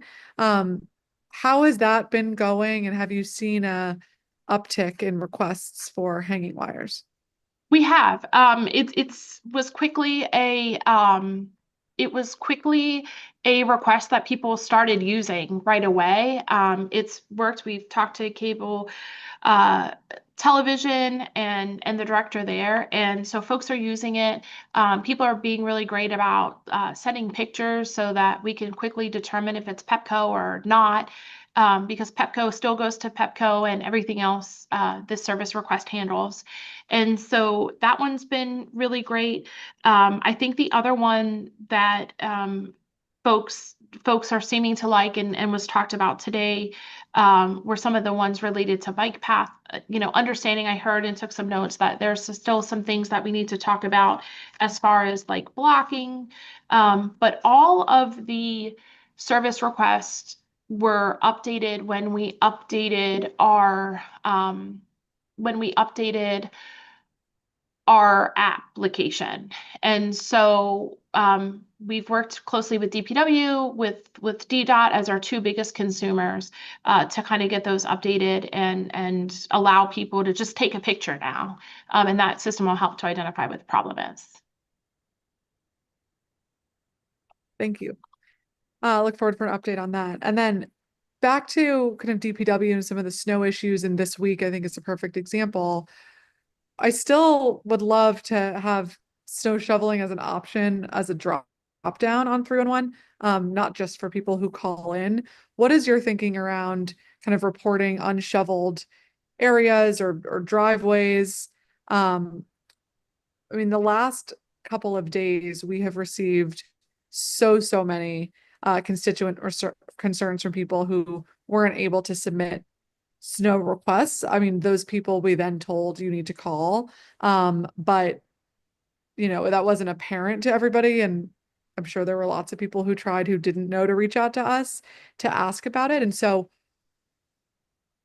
we were told that snow tickets are only added to the 311 website at the direction of DPW. Can we just change that to have it be communicated directly through 311? We're definitely gonna have a conversation around that because in this moment, every supervisor, the chief of 311, everyone is on the phone taking calls just to keep up with the snow request. And so I've seen a lot of those on my email, a lot of different things. I heard it last night when I was with some ANCs with Chairman Mendelson. So it's top of mind when they're done doing what needs to be done in the city for us to have this conversation about how we can improve that. For sure. Okay, just a couple other agency specific 311. Can we add a new service request to report repairs needed on public benches? Like on DDOT public benches? I'm taking notes. Sure. Thank you so much. So that's one that we see regularly. Through DMHHS, it would be great if we could add a service request for human waste removal or biohazard removal. This is something that we hear about regularly and think would be helpful for response and coordination if that was a 311 option. Okay. We get it a lot for damaged utility poles and telephone poles through OFC TME. Fire hydrant repair to connect to DC water. I can tell you for that one, if I may. Please. Yeah, that fire hydrants, we've explored that, but a lot of different people own fire hydrants. And so while we do answer the overflow calls for DC water, there are some people in the city who actually own the fire hydrant in front of their homes. There are other entities that own fire hydrants. And so this is a conversation that we can bring back up with Chief Donnelly and DC Water. But the problem is they're not all city owned. And so it would have to take a lot of education because if folks are just putting them in on a drop-down menu, and it's just kind of like with national parks, if they go and that's not their responsibility, they're going to close it out and we don't have a pathway forward. So we leave the fire hydrant testing and all of that to the fire department. But I just want to be very clear about why in the past that's kind of been a barrier. But I'm committed to making the conversation happen again with the chief. Okay, thank you so much. I'd appreciate that. That's so interesting. I didn't know that about the ownership. But yeah, let's certainly continue that conversation. DLCP would be great, especially around noise complaints, if they could be reported directly to DLCP. I think that would help a lot of constituents. And then we talked a little bit about this during the morning session, but some of the National Park Service issues, we'll continue to help in reaching out to them and trying to get some more of their buy-in here. But I think it would be really great to have requests for repairs, even if it is NPS property, and even if, you know, the district can't own that process and response, at least helping coordinate those requests so that we can then encourage NPS to track and follow up. Absolutely, because as you know, what happens now is DPW usually just emails them a list of all the things that they went out to but weren't theirs, and then there is no circle back with the residents. So absolutely. Great. And then the last one is ABCA. I think if there was a link to direct constituents through 311 to ABCA, whether it's alcohol or liquor or cannabis concern or a noise concern, they can go directly to ABCA's website. I think that would resolve a lot of confusion and concerns for folks. Okay. That was a lot. We'll follow up with you as well, but yeah. I think just on our continued mission to make 311 a little bit more of a one-stop shop and be more comprehensive to issues that residents are facing, I think would be really welcomed. Absolutely. Thank you. Okay, well, that concludes my questions for you, Director. I want to thank you and your entire team, those who are here, and everybody who works at OUC every single day as our frontline first responders and public safety professionals for helping keep everybody in the district safe and all of your hard work throughout the year. And want to congratulate you on all of the significant progress and improvements that you have led with the agency this year for continued improved outcomes. So congratulations on that. And as always, I want to give you a chance if you have anything you want to highlight that we didn't get a chance to talk about or any closing thoughts. Sure. If I could just circle back, you had asked me about some incidents earlier. So while we were recessed, I just took a look at them. And so there is the one that you asked about on Georgia Avenue and Upshur. I looked on that date, 11/21. There were no accident calls at that location. And we put in the pre-hearing responses that it wasn't raised to OUC, so we didn't have anything. But I looked at them with my own two eyes. There were no accident calls that day in that area. For the next one, for Connecticut and Wisconsin, the only call that I see at that address on Connecticut Avenue that day was for a theft at one of the businesses there. In the 2600 block of Wisconsin, there's no building. That address actually comes back to a traffic camera. So, and then for the one on 60th and East and 6th and East, I didn't see any calls on 11/17 at that location.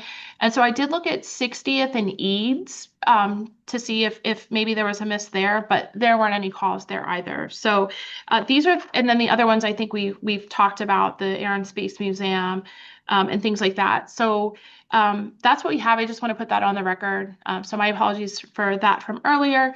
And then I'll just close by saying 311 is absolutely doing some really great work today. They've taken close to 1,000 calls today, which absolutely is huge for them. And like I mentioned, even the 311 chief is down there taking calls, and we've held some folks over to help get questions answered. So thank you, residents, for your patience. Thank you, 311 customer service reps, for the amazing work that you're doing today. And to all the 911 staff and everybody that works here, the folks that keep the radios going, the subpoenas up to date, and all the training and admin stuff. I cannot thank this team enough. These achievements that we've experienced in the last year is the work of 357 people who are mission focused, and I just can't thank them enough for the work that they do. And I hope that residents and visitors really feel that we are committed to what we are doing here. And so thank you to you, council member, and to your entire team for the support and the ideas and just thought-provoking questions that you all have, and for understanding what we do here. So thank you very much. Thank you, Director. Thank you, OUC team. Appreciate you all. And with that, we are going to move on to Bega. We heard from some of our public witnesses earlier today, and we're going to turn now to our government witnesses for Bega. One moment. Okay. Excuse me. So we do actually have a few more public witnesses first. So we're going to start with Tiffany Montgomery, David Maloff, and Robert Becker. Tiffany Montgomery, are you here? Okay. David Maloff, are you here? Is this you? Hi, good afternoon. This is Tiffany. Oh, great. Hi, This is Tiffany Montgomery. Can you hear me? Yep, we can hear you. Go ahead. Okay. Thank you so much, Chairwoman Pinto, for the opportunity to testify today. For the past few years, I've been assisting United States Congress as a whistleblower. I want to take this opportunity to thank former Director of Communications and Policy of the Committee on Executive and Administrative Labor at the DC Council, Kevin Chavis, who verified that DC Office of Open Government Director Nicole Allen was referred for criminal investigation by the DC Department of Human Resources, and separately by the DC Metropolitan Police Department. Several other Bega employees were also referred for criminal investigation. And I also wanted to thank Mr. Chavis for contacting the U.S. Attorney's Office to report the perjury of DC Inspector General Daniel Lucas when it was learned that the Office of the Inspector General obstructed the two separate criminal investigations of Bega, and that in fact OIG has falsified records, government records, which the U.S. Attorney's Office is aware of. And I was contacted by the DC Superior Court regarding the perjury of criminal suspect Nicole Allen, as well as the fraud on the court committed by DC government on behalf of Bega.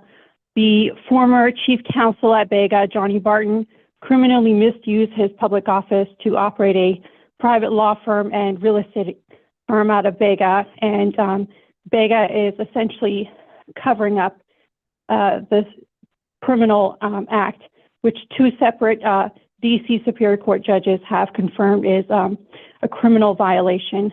But nevertheless, the DC Office of the Attorney General's Public Corruption Division has also confirmed that Bega has engaged in several criminal violations. And I do want to thank those individuals.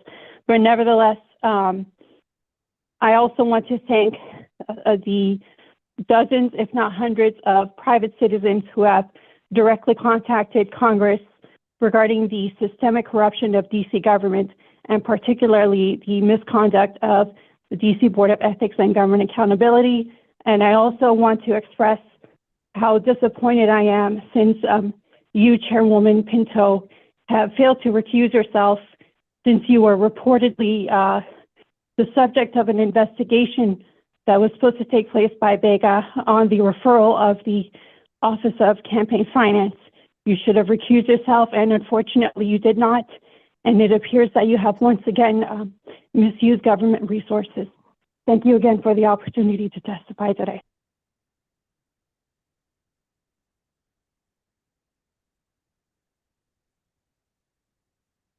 Okay. David Maloff, public witness. Good afternoon. On a different note, I am David Maloff, a 43-year resident of Ward 2 and the past president of the DC Federation of Citizens Associations. At that time, the Federation was an umbrella group of 27 neighborhood, community, civic, and citizens associations in every ward. Thank you for allowing me to testify today. I believe DC has come a long way under Bega and the Open Meetings Act.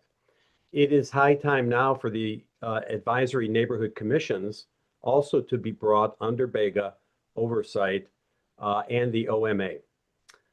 From my point of view, citizens never want to go back to the old days that on occasion inside DC government included self-dealing, as I saw in plain presence, corruption, translucency, opacity, and overall bad good government.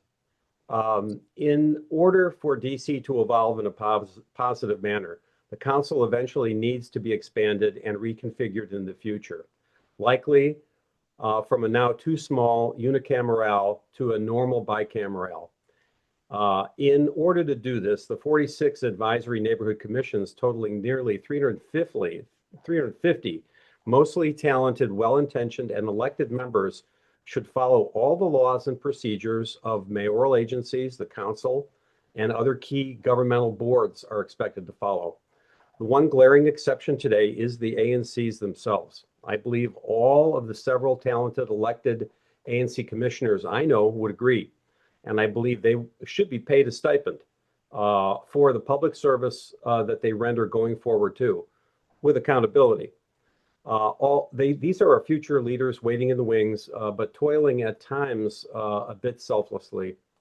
Last year, Bega recommended on February 3rd, 2025 to this committee that the ANCs be brought under the OMA. See page 33.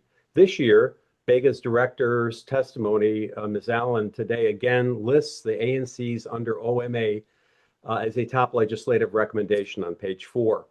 In the past year, I have witnessed a wide variability of some ANCs' quality of governance, public stewardship, conduct, and professionalism in handling great weight matters. Some of it was shockingly closed-minded, sloppy procedurally, and unprofessional, even in neglecting my ANC's own bylaws. All easily corrected for the most part, I believe, with a bit of Bega training and OMA oversight. Yet another different nearby ANC I worked with in Ward 1 is, in my mind, a true model of hard work, transparency, accountability for their neighborhood. In order for DC to move forward with more competent and transparent ANCs supporting the electorate and the DC Council DC-wide, it is time to move the issue ahead now of including the ANCs under OMA. A council bill can easily be drafted since nearly everyone is aware of the blind spot that needs to be corrected for the ANC's rules of the road variously prescribed today under the Sunshine Act, the ANC Act, and in a limited way under OMA. Otherwise, our DC government may never be ready for prime time. I heartily suggest the committee take time this afternoon to discuss this with the Bega officials before you and for the public to appreciate your dialogue transparently. Thank you.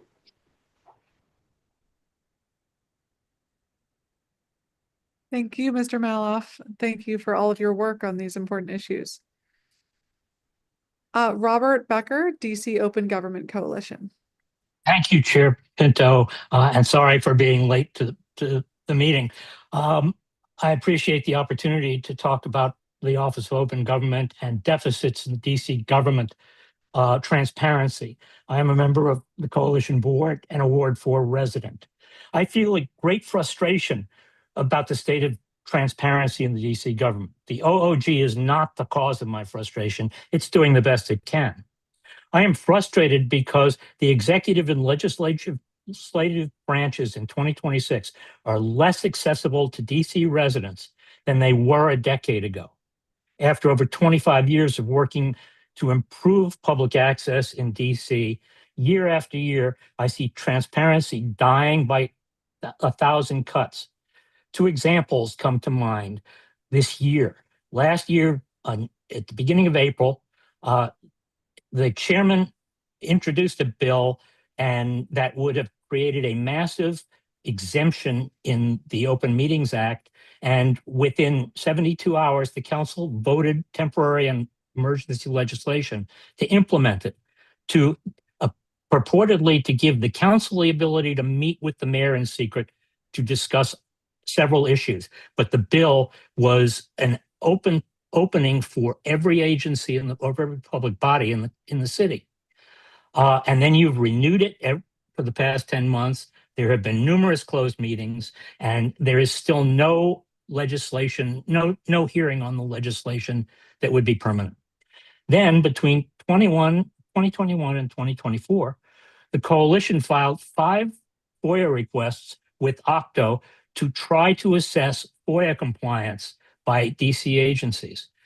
Octo has denied every one of those requests for a variety of reasons.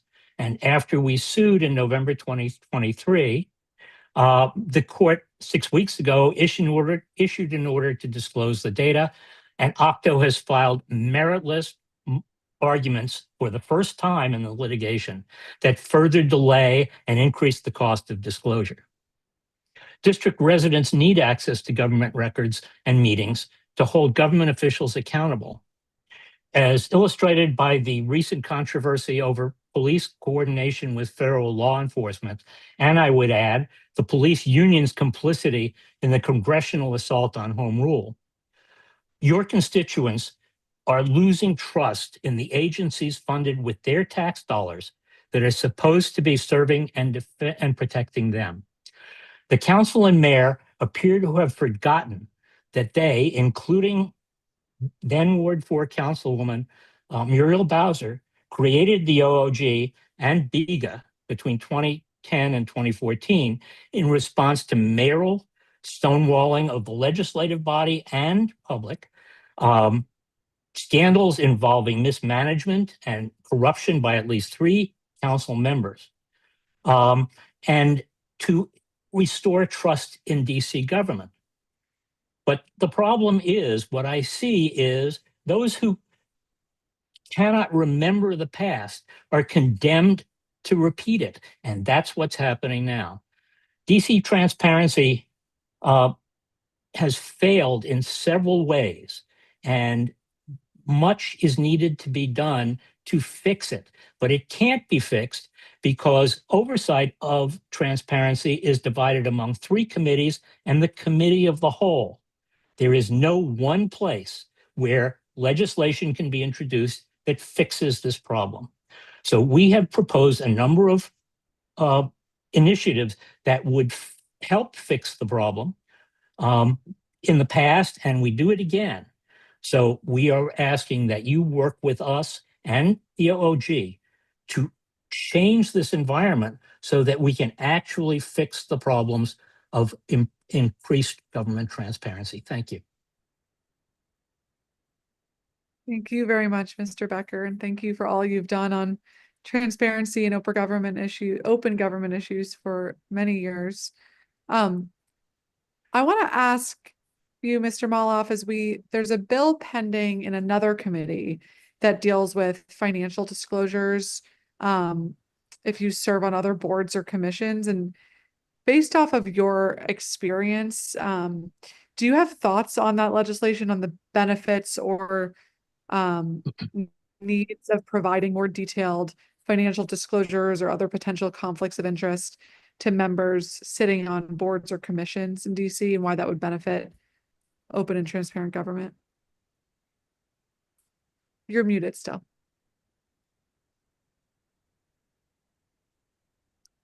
Mr. Maloff, you're still muted. I can only offer my mother's favorite 7 words were in 5th through 8th grade. Just wait till your father gets home. And I like a little bit of bite and accountability regarding levels and manners of corruption and misconduct. But other than that, no, I have nothing to offer on that today. How about you, Mr. Becker? I know you asked Fritz Mulhauser this question earlier in the morning, and I will go with his answer. How's that? Okay, fair enough. So I guess going back to your FOIA comments, Mr. Becker, as we think about filing or relying on FOIA requests, can you talk a little bit about your experience over the last year around timeliness or responsiveness of the agency in obtaining records? Well, I can tell you that we have been, the case I cited, we have been working since it's now 5.5 years to try and get data out of the FOIA portal that tracks all the requests. And we haven't been able to even to get data that has nothing exempt in it. In fact, Octo publishes what it says is all the closed FOIA requests, but it does not publish information about the requests that remain pending. And that's what we've been trying to get. We believe that they have withheld at least 20,000 records of pending FOIA requests. So I would love to be able to answer your question. The data is there about how long it takes from request being filed to being closed and processed, but we can't even get that data out of Octo. And Octo actually shouldn't be running that system because it's a FOIA system. Octo maybe owns the server it's on, but Octo doesn't do FOIA. That isn't its mandate. Its mandate is to work behind the scenes to help DC agencies do their technology. But it jealously guards its control over that system, even though it does a lousy job of operating. Okay, thank you. And Mr. Moloff, I'm interested in your points about bringing the ANC under OMA. Can you say a little bit more about kind of why you think that would be beneficial to the city? Well, I'm told that the scope of the OMA may not be broad enough to cover some of the issues of my concern. I kind of doubt it. I think I have a right of private action in some manners of misconduct by an ANC as well under sunshine. But nonetheless, I think that the conformity is not a bad thing in this case for everybody to have sort of the same rules of the road and for the ANCs to be exempted here in kind of a Swiss cheese fashion. Generally, it's inconsistent with them working with the mayoral offices, with the council, and with the other boards. I'm very concerned. The finances are actually quite small in this town, and if there's corruption on those, they should continue to be policed. God bless the auditor's office.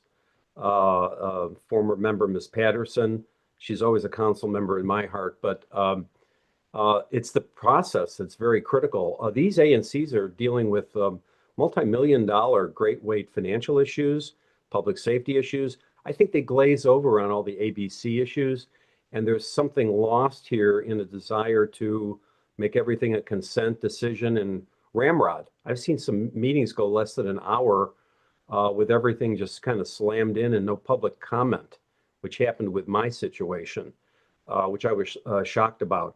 Other ANCs are tireless. They almost spend too much time. They're exhausting themselves, but they're doing a great job. So generally, I think some of the uniformity of the Open Meetings Act requirements for notice, for neighbors not to be surprised and so forth, even though technically the WebEx and the Zoom call may be open, when they're suppressing free speech and comment, that's not an open meeting. That's a star chamber. So we need to fix a lot of things here, but keep things open and for debate, for a dialectical process. I hope that might answer your question. Yeah, interesting. Thank you.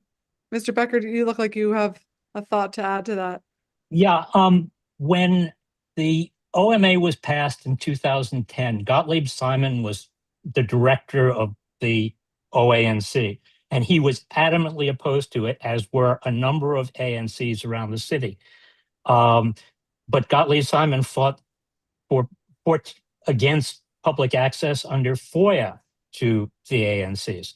I think the problem with having them excluded totally from the statute is if they violate even their open meetings provisions, the OOG can't help them. It has no authority to advise the ANCs on how to proceed or to issue opinions on their errors and fix them.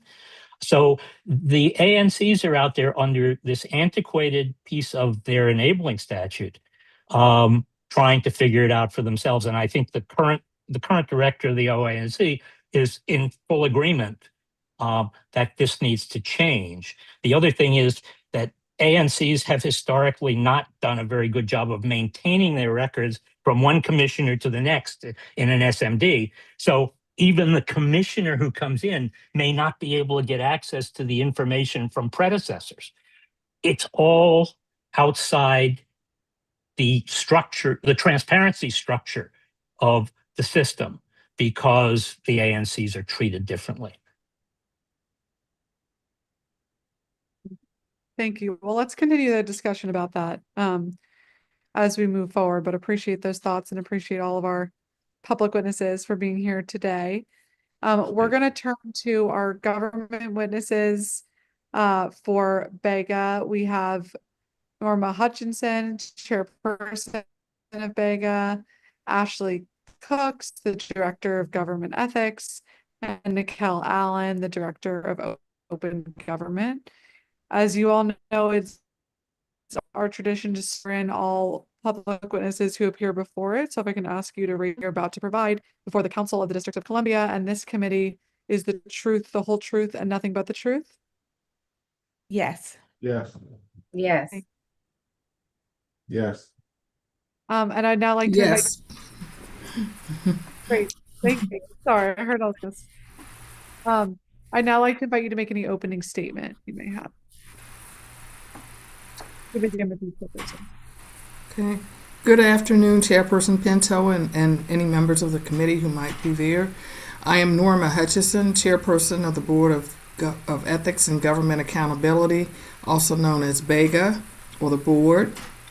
And on behalf of Bega and my fellow board members, who are Charles Nottingham, Felice Smith, Darren Sobin, and Melissa Tucker, I am pleased to be here to update the committee and the public on the status of Bega and its operations.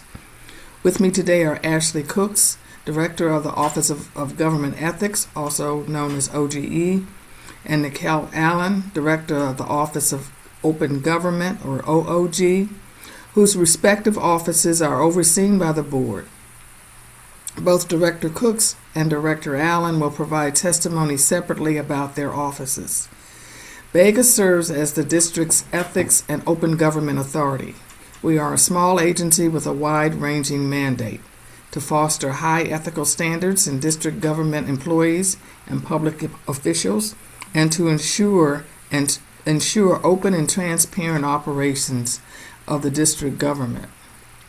In FY25 and FY26 to date, the board continued its monthly meetings and held one adversarial hearing. As part of its responsibilities for enforcing the district's code of conduct, the board approved 13 negotiated dispositions, resulting in $47,350 in civil penalties. The one adversarial hearing held during this time period resulted in a final order from the board imposing a $26,000 civil penalty. I would like to commend the leadership of Director Cooks and Director Allen and to commend their staffs during challenging times for the district government. As Bega continues to focus on its mission of cultivating, promoting, and upholding the highest standards of ethics and transparency in the district government, the board will continue to support OGE and OOG as they implement new initiatives to strengthen the district's ethics and open government programs. Thank you. I am happy to answer any questions that you or the committee may have. Thank you so much. Director Cooks, do you have an opening statement? I do. Good afternoon, Chairperson Pinto, council staff, and members of the public. I'm Ashley Cooks, Director of the Office of Government Ethics for the Board of Ethics and Government Accountability, and I'm pleased to update the committee and the public on the performance and operations of the Office of Government Ethics, also known as OGE. The OGE's mission is to promote public trust and safeguard the district government's integrity by ensuring that employees and public officials abide by the government's ethics standards. OGE administers and enforces the district's code of conduct. OGE's primary responsibilities include providing ethics advice and training to district employees and public officials, producing ethics training materials, issuing rules and regulations governing the ethical conduct of employees and public officials, receiving, investigating, and prosecuting alleged violations of the Code of Conduct, and administering the district's lobbyist registration and reporting and financial disclosure programs. I'm proud to say that OGE has continued to fulfill its mission throughout fiscal years 2025 and 2026. In my testimony, I will begin with updates on OGE's performance within its respective programs, and I'll discuss OGE's priorities for the remainder of FY26. With respect to education and training, OGE has continued to offer ethics training for district government employees and public officials. In FY25, OGE conducted a total of 101 training courses and trained 16,431 employees. And in FY26, we have conducted 33 training courses, thereby training 528 employees. We continue to provide on-demand training courses through the Department of Human Resources PeopleSoft system and our online learning management system, which has over 7,000 registered employees. In FY26, during the week of October 14th through the 17th, Bega held Ethics Week 2025, Keeping Government Transparent and Ethical. With respect to providing ethics advice and guidance, in FY26, OGE issued one formal advisory opinion. On October 9, 2025, OGE issued Lobbyist Registration and Reporting Advisory Opinion, which is a sua sponte advisory opinion that provides guidance for lobbyists on the registration and reporting requirements and legal prohibitions, and informs district government employees of their obligations regarding lobbyists. OGE responded to 354 ethics inquiries in FY25 and 81 inquiries in FY26. Regarding investigations and enforcement, OGE received 369 complaints and initiated 212 investigations based on those complaints. OGE closed 186 investigations during FY25 and 26. Of the closed investigations, 13 were resolved by negotiated dispositions, resulting in $47,000 in civil penalties.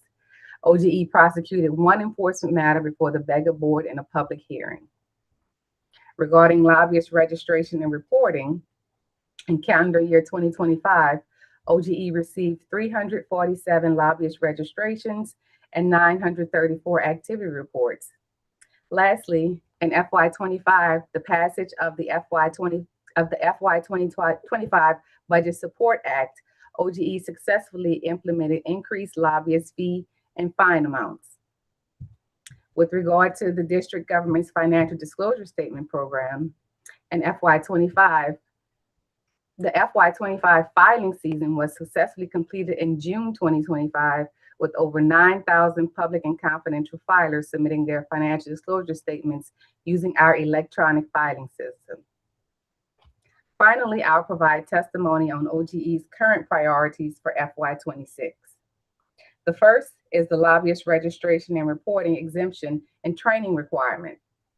OGE is pursuing an amendment to Section 228 of the Ethics Act that will repeal the lobbying registration and reporting exemption for 501c4 organizations. This exemption for 501c4 organizations alone is an outlier among other jurisdictions. Indeed, most jurisdictions, including the federal lobbying disclosure program, do not differentiate between nonprofit organizations and other organizations that meet the definition that require them to file a lobbyist registration. Bega is also seeking passage of legislation that will require lobbyists to attend training, as well as the exclusion of Saturdays and Sundays and holidays from the calculation of late filing days. Second, the Comprehensive Code of Conduct, CCC. OGE will again pursue the passage of the CCC, which will establish a single ethical standard for all district employees, whether employed by the executive and independent agencies, the council, or advisory neighborhood commission. And last is the Board of Ethics and Government Accountability Authority Clarification Amendment Act of 2025. This proposed legislation repeals Bega's ability to designate employees as financial disclosure statement filers. Bega opposes this legislation because it harms the district government by removing an ethical safeguard against financial conflicts of interest. In establishing Bega, the council determined that the creation of an independent agency with enforcement authority over a comprehensive code of conduct would promote a culture of high ethical standard in district government. Bega will continue its efforts to inform members of the council and the public that this legislation impedes our ability to properly administer the ethics rules and the district's financial disclosure program and puts employees and public officials at risk of violating the ethics rules and giving the appearance of an ethics violation.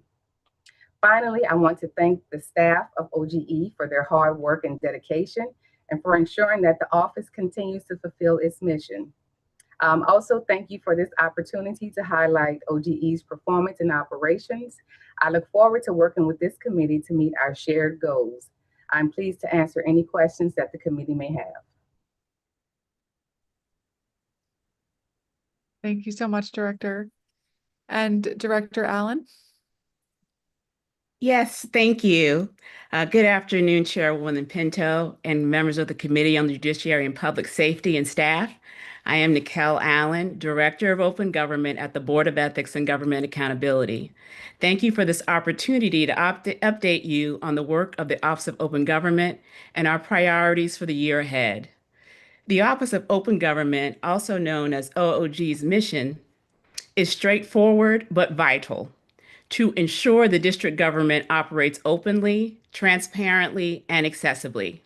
We do this by enforcing the Open Meetings Act, advising on compliance with the district's Freedom of Information Act, and providing training and guidance to public bodies and residents. These laws are the foundation of public trust, and OOG makes them real, practical, and enforceable. Transparency is not optional. It is the bedrock of good governance. 2025 was a year marked by heightened scrutiny and operational challenges, and OOG met the moment. We provided clear guidance, monitored compliance, and reminded agencies that openness is a legal obligation and a public expectation. Under Bega's authority, OOG issues advisory opinions on the Open Meetings Act compliance, provides trainings for boards, commissions, and staff, monitors meetings and enforces the Open Meetings Act when necessary, and advises on the Freedom of Information Act implementation and trains FOIA officers, government officials, and the public. In short, we advance transparency through education, oversight, and enforcement. Our performance highlights are as follows: advisory opinions and guidance. In FY 2025, OOG issued 14 formal opinions and processed over 200 requests for advice on the Open Meetings Act and the Freedom of Information Act. Meeting monitoring. We attended 185 public meetings in fiscal year 2025 and 28 so far in fiscal year 2026, taking corrective actions in 28 cases last fiscal year, most often for failure to post detailed agendas. Training and outreach, we trained more than 1,300 public officials in fiscal year 2025 and have already trained over 600 this fiscal year. OOG's priorities for this fiscal year are as follows. First, advocate for stronger open meetings and records laws. Second, expand monitoring and audits of public body compliance. And third, increase outreach and training, both in person and virtual. OOG also respectfully requests that the committee consider the following recommendations for changes to government transparency laws. Make virtual meeting access permanent law. This no emergency reminds us of the importance of virtual meetings. Assemble a commission or task force to recommend updates in the Freedom of Information Act and the Open Meetings Act for today's technology. Extend OOG's oversight to include advisory neighborhood commission meetings. Increase fines for Open Meetings Act violations, allow recovery of litigation costs, and change the legal standard to willful and knowing violation of the Open Meetings Act, and authorize OOG to mediate Freedom of Information Act disputes and make our Freedom of Information Act advisory opinions binding. In closing, the Office of Open Government is a trusted resource at a time when transparency matters more than ever. Public confidence depends on open meetings and accessible records, and OOG stands ready to meet that challenge. Thank you for your support and for the opportunity to testify. I'm happy to answer any questions. Great. Thank you, Director. And thank you all for your testimony and all you and your teams do throughout the entire year to ensure we have an ethical and transparent and open government here in DC. I want to start with you, Director Hutchinson, as we think about Chairperson Hutchinson, excuse me, as we think about the many different priorities and requests that are coming in on a daily basis. How do you think about your big picture priorities that have guided Bega's work over the last year, and how are you thinking about that for the upcoming year? The big picture priority, the immediate thing for us, of course, includes things that we've mentioned before, and that's the adoption of the comprehensive code of conduct. We mentioned that before, and it was included again in our best practices report. It's something we're interested in seeing. As we've heard, the inclusion of the ANCs under the Open Meetings Act and the Office of Open Government, and also the retention of our authority to designate those committees and boards that have reporting for financial disclosure. So let's talk a little bit more about the policy report recommendations. I know that's been something that's important to you all for a while, and want to think through some of those a bit more. So over the last three reports, you all have repeatedly called for the adoption of the comprehensive code of conduct to standardize ethics requirements really across all branches of DC government. And Bega has also identified specific areas in need of reform for outside employment, financial disclosures, gift rules, and lobbying transparency. In terms of the uniform ethics standards across the executive, council, and independent agencies, from Bega's perspective, what are some of the compliance or enforcement challenges that arise from the current ethics rules that you're seeking to fill those gaps on with a rewrite of the code? Sure. No, go ahead. Director Cooks. So the code of conduct, as it currently is, it's comprised of several different statutes and regulations. So there is the council code of conduct that applies to council's members and council staff. That's your ethics rules. There is the DPM, Chapter 18, that applies to executive branch employees as well as board and commission members. There's also included in the code of conduct the Donations Act, a portion of the Procurement Act. So the code of conduct is not uniform. Rules are different for council than they are for executive executive branch staff and independent agencies. One example is the gift rules. So the council's rules allow for a $50 limit on the amount of gifts that staff can accept. However, the DPM only allows for a $10 restriction for the amount of a gift. So there are differences between the different sets of ethics rules. And what we propose is one standard set of ethics rules for everyone that would be adopted and would apply to folks, whether they are on the council, whether they serve on a board or commission, and that would allow us to more effectively enforce the rules because everything will be standardized. Okay, that makes a lot of sense. That's a good example. And do you think $50 is the right limit for a prohibited gift? I think it aligns with the federal government. 50 is a bit high in my opinion. I think 25 is what we have proposed, which was previously the federal standard. So I think 50 is a bit high. Are there specific types of violations or recurring issues that Bega believes that you see because of some of the lack of uniformity? There is. So again, the council has a different set of ethics rules than the executive side. On the council side, there is a rule that there is a requirement to get pre-approval for outside employment. That is not on the executive side. And what we have seen since the COVID-19 pandemic is an uptick in outside employment complaints as well as outside employment violations.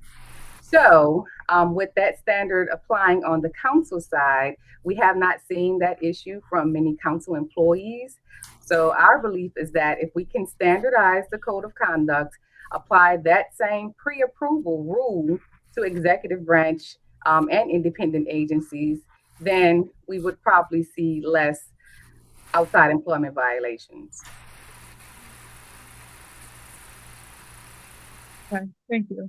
That's a concerning trend to hear. How many cases of outside employment have you reviewed this year?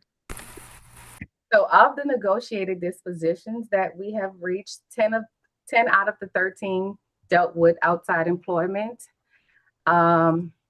We publish every quarter a quarterly complaint report, which shows the types of complaints that we receive, as well as the types of preliminary investigations that we open. We also publish quarterly heat maps, which show the types of matters that we close, whether they're closed because there's no evidence or closed because we have reached a disposition. And each quarter for FY25, outside employment was the biggest area on the pie chart.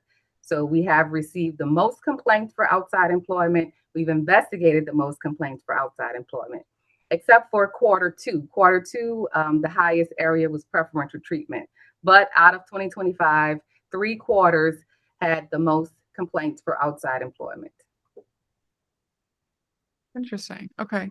And in terms of the FOIA inconsistencies, you've talked about some of the challenges of having all agencies handle their own FOIA complaints separately. If we were to bring this under one shop as the code recommends, or as the report recommends, what type of staffing or technological or budget resources would be needed to make that a reality, to have a centralized FOIA review or decision-making process? Well, I think now the issue is you can go to the MOLC or you can go to court. And I think that's difficult for the resolution process. We've recommended that perhaps bringing in the Office of Administrative Hearings as the arbiter of whether or not a FOIA request stands might be a better idea. We presented that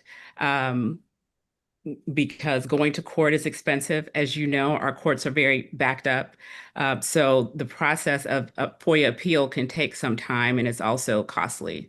The Mayor's Office of Legal Counsel, they also are backed up, but that is a more cost-effective solution for the FOIA requester. So our recommendation is to look at that particular FOIA appeals process to make sure that the FOIA requester has an option that's cost effective and that's also expeditious in resolving the matter at hand. As far as the executive, for example, just having one being treated like as a large federal agency and just having one FOIA officer for the government, I'm not sure that that's the best approach. It is one that we could look at. I think that's why we introduced the idea of, and the Open Government Coalition did as well, as putting a commission together to look at FOIA kind of holistically to see, well, how can we modernize things and what can we do to make the process work better for the district government? Because we have so many agencies. We have large agencies, small agencies, some with advanced technology, some with no technology. So what can we do on a comprehensive basis to revise the law? We also want to look at open government too in this commission, but revise the law so they've kind of keeping up with the technology and also the way we do business in the district. Okay, thank you. That's helpful. And then kind of returning to the outside employment question, how do you most often receive this type of information? Like, are they private tips that you're getting, or seeing something online? How are you receiving most of these complaints? Most of them come through a complaint via our database where folks can submit an online complaint. We get emails about them. We get phone calls. Sometimes we get snail mail about these complaints, but mostly it's through third-party tips, complaints that we receive this information. Okay, and as we think about trying to expand ways to prevent more of that, is there any formal coordination or data sharing processes in place between Bega and the Department of Human Resources around employment approvals or disclosures that other agencies might have access to? There is no coordination, and I'm not sure that DCHR has any coordination with other agencies because, again, there is no requirement for employees to get that pre-approval before engaging in outside employment. What we have done is that we have provided guidance to DCHR and other agencies on what they should be looking for when they have knowledge that an employee has outside employment.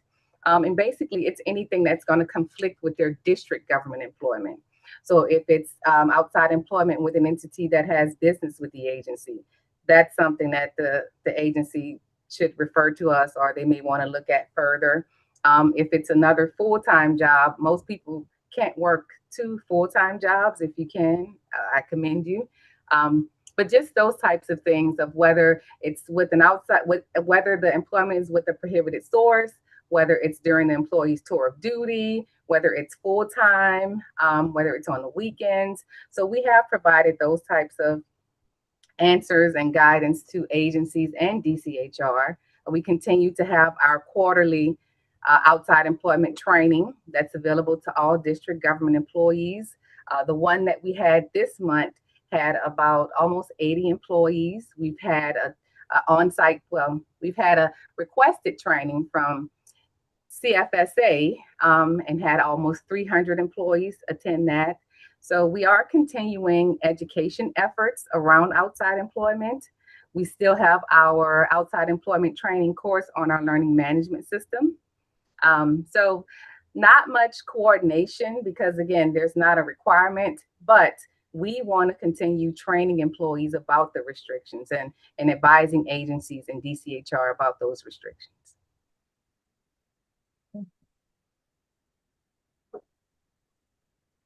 You noted that.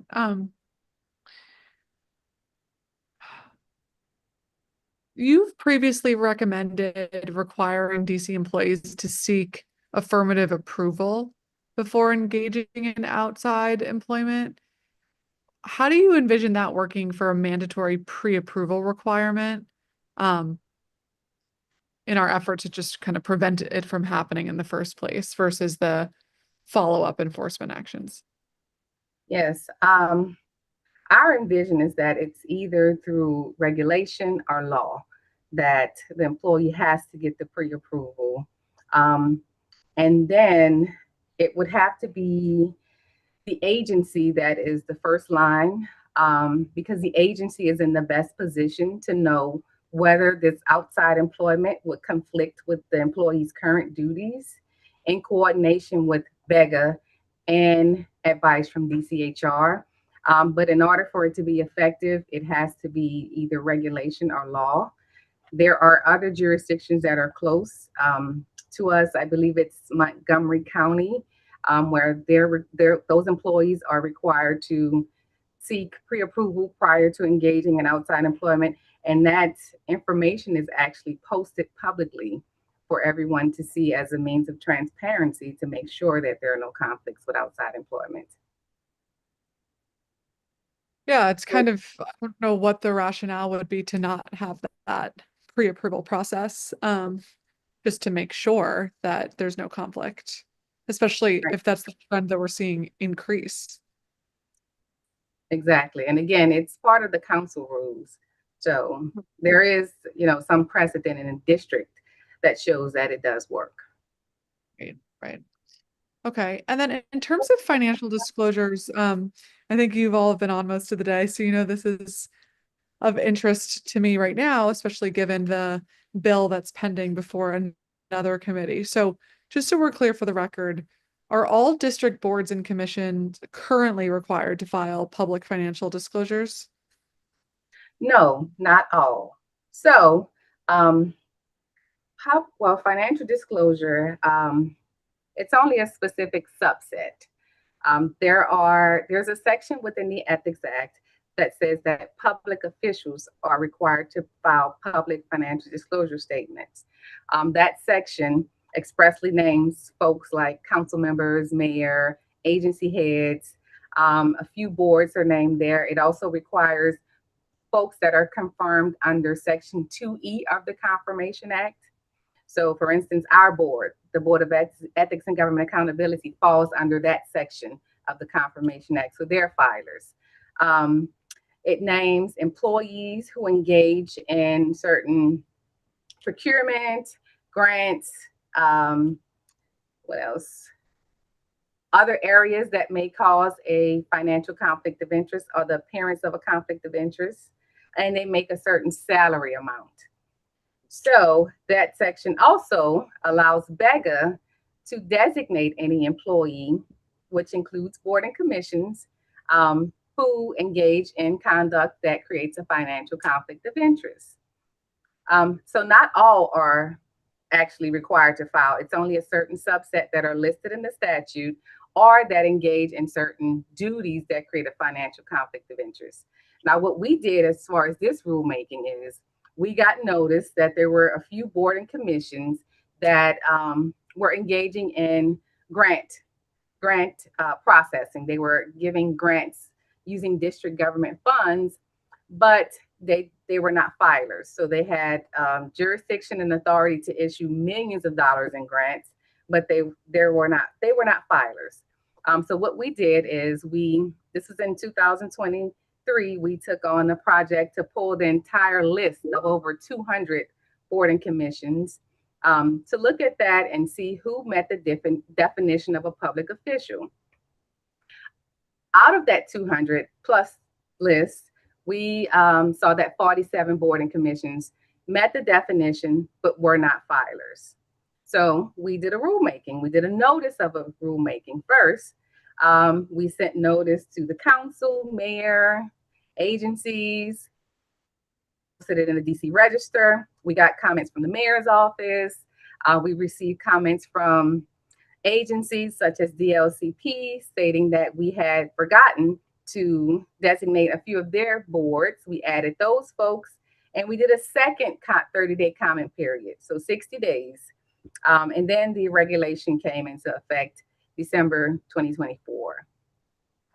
So that's a long answer for your question, but Bega's point in issuing the rulemaking is not to burden board and commission members, because we do understand that some of them are paid, some are not paid, but it's not about whether they're paid. It's about the authority that they have or the duties that they engage in that can cause a financial conflict of interest. So the actual financial conflict of interest is the statement is to avoid any conflict of interest, to make sure that there are no conflicts between the person's personal financial interest and the district's interest. Right. No, I think that's very well said and is sometimes missed in these conversations, that it's not about the money they're receiving. It's about the control they have over money that's being dispersed. And so I think that's well articulated.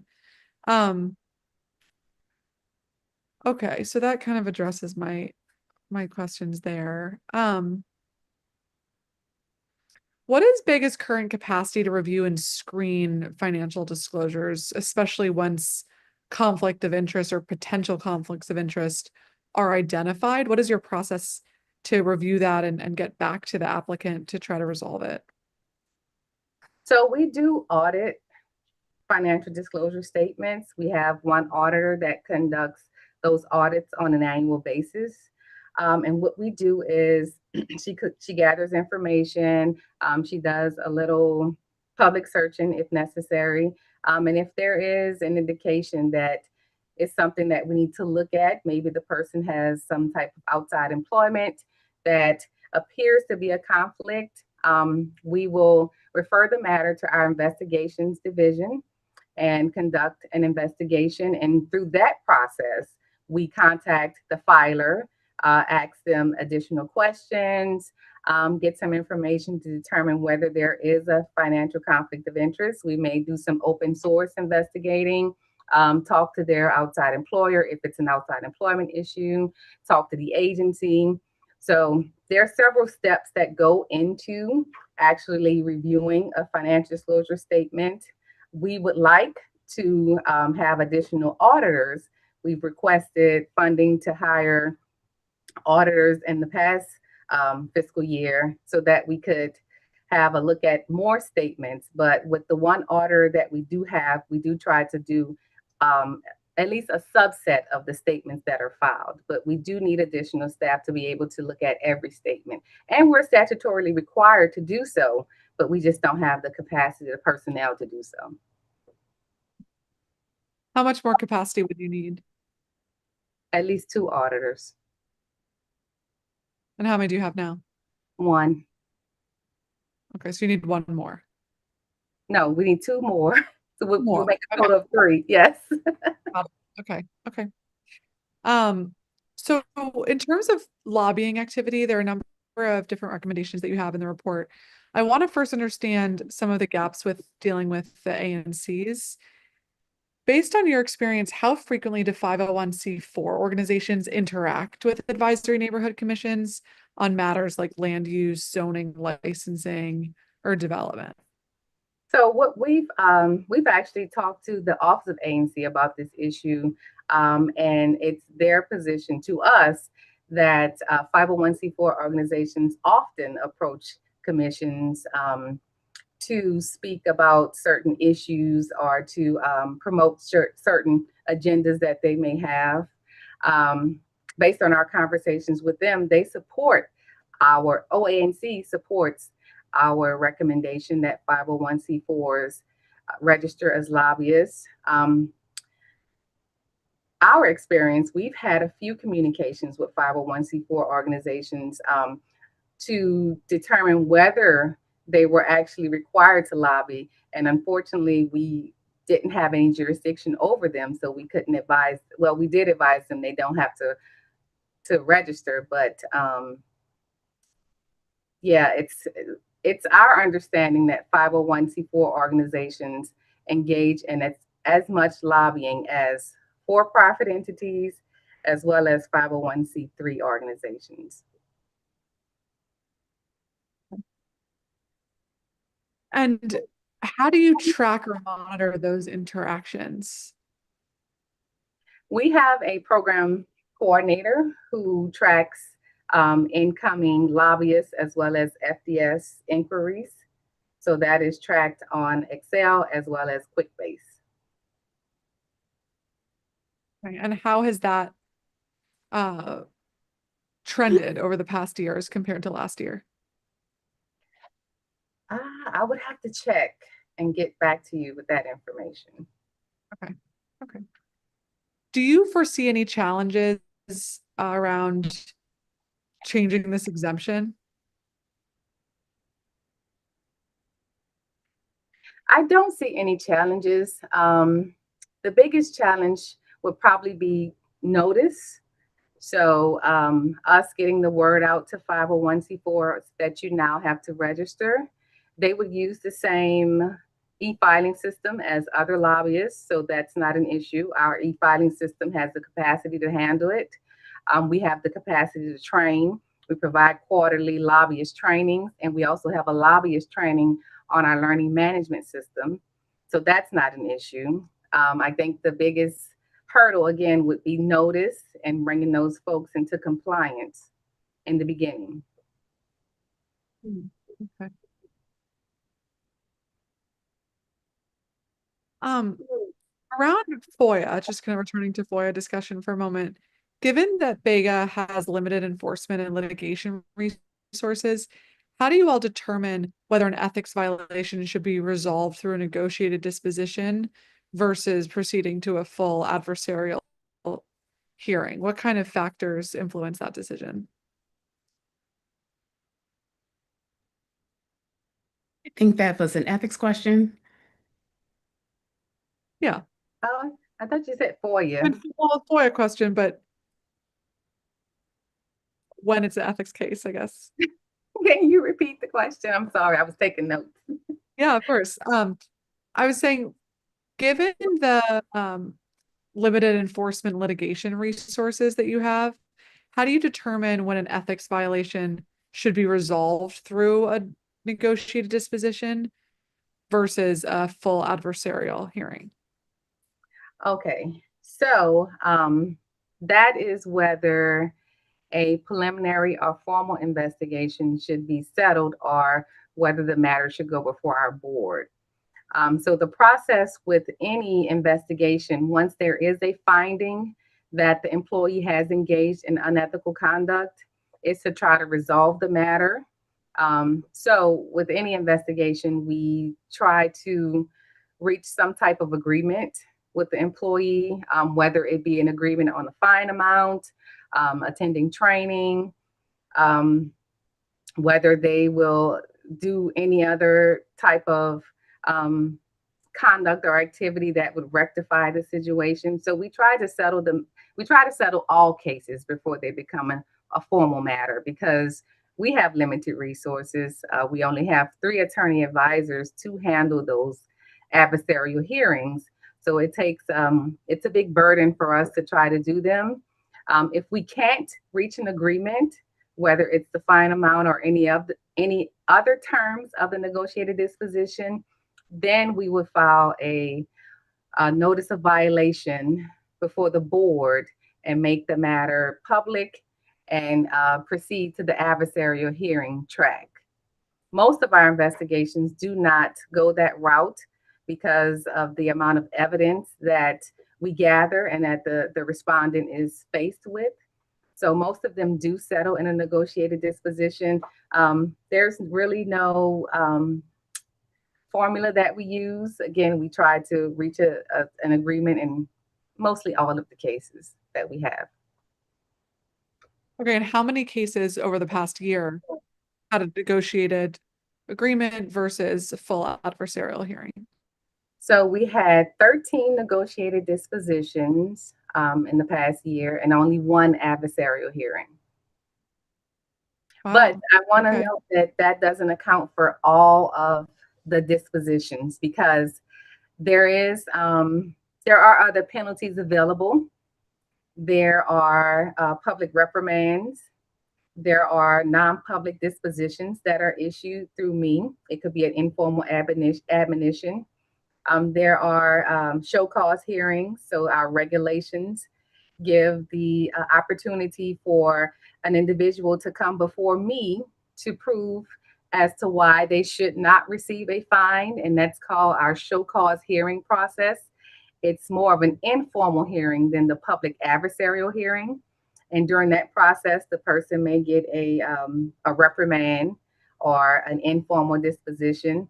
So it's just the negotiated dispositions account for those cases where a fine has been issued. It doesn't account for informal dispositions or reprimands or those that go before the board. Okay, and how many informal dispositions have there been then, where a fine is not associated, but there was a review and a case process? I believe this past year there were 2 in which I issued public reprimands. Those orders are posted on our website. So we like to keep everything transparent, even though it's an informal process, the order is still available for the public to see. Okay. Well, thank you. And thank you all very much. I think this is a good year to reconsider the great recommendations from your report and see if we can make some progress on those this year. So I really appreciate taking some time today to go through some of those in the context of what we've seen this year and how we can continue pushing our government and all those who serve it in various capacities to be more transparent and avoid any conflicts of interest. So appreciate all of your work on that. That concludes my questions for you all today. As always, I want to give you all opportunity if anyone wants to highlight something or mention something that we didn't get a chance to discuss or offer any closing thoughts. I just wanted to highlight the answer I just gave. There were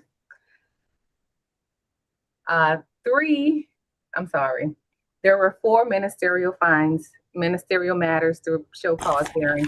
3 were public reprimand and 1 was a civil penalty. So I just wanted to correct that on the record. And I just have one thing that I would like to add on the ANCs.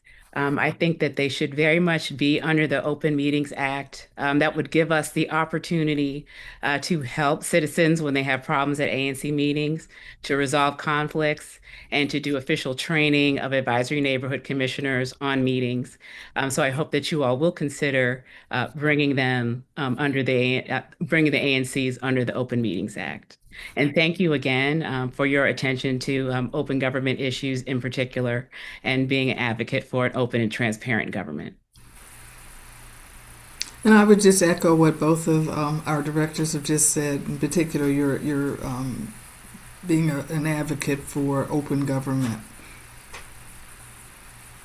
Well, thank you all very much, and thank you to the entire Bega team who works hard every single day to ensure that we have a truly open and transparent and good government, which is what the people of Washington, D.C. deserve. And so we are so grateful for all of your work on their behalf and on our behalf every day. I want to remind everybody that you have until Wednesday, February 11th, if you'd like to submit any written testimony to be included in the record. It will close of business on Wednesday, February 11th. And with that, the time is 3:50 p.m. on Wednesday, January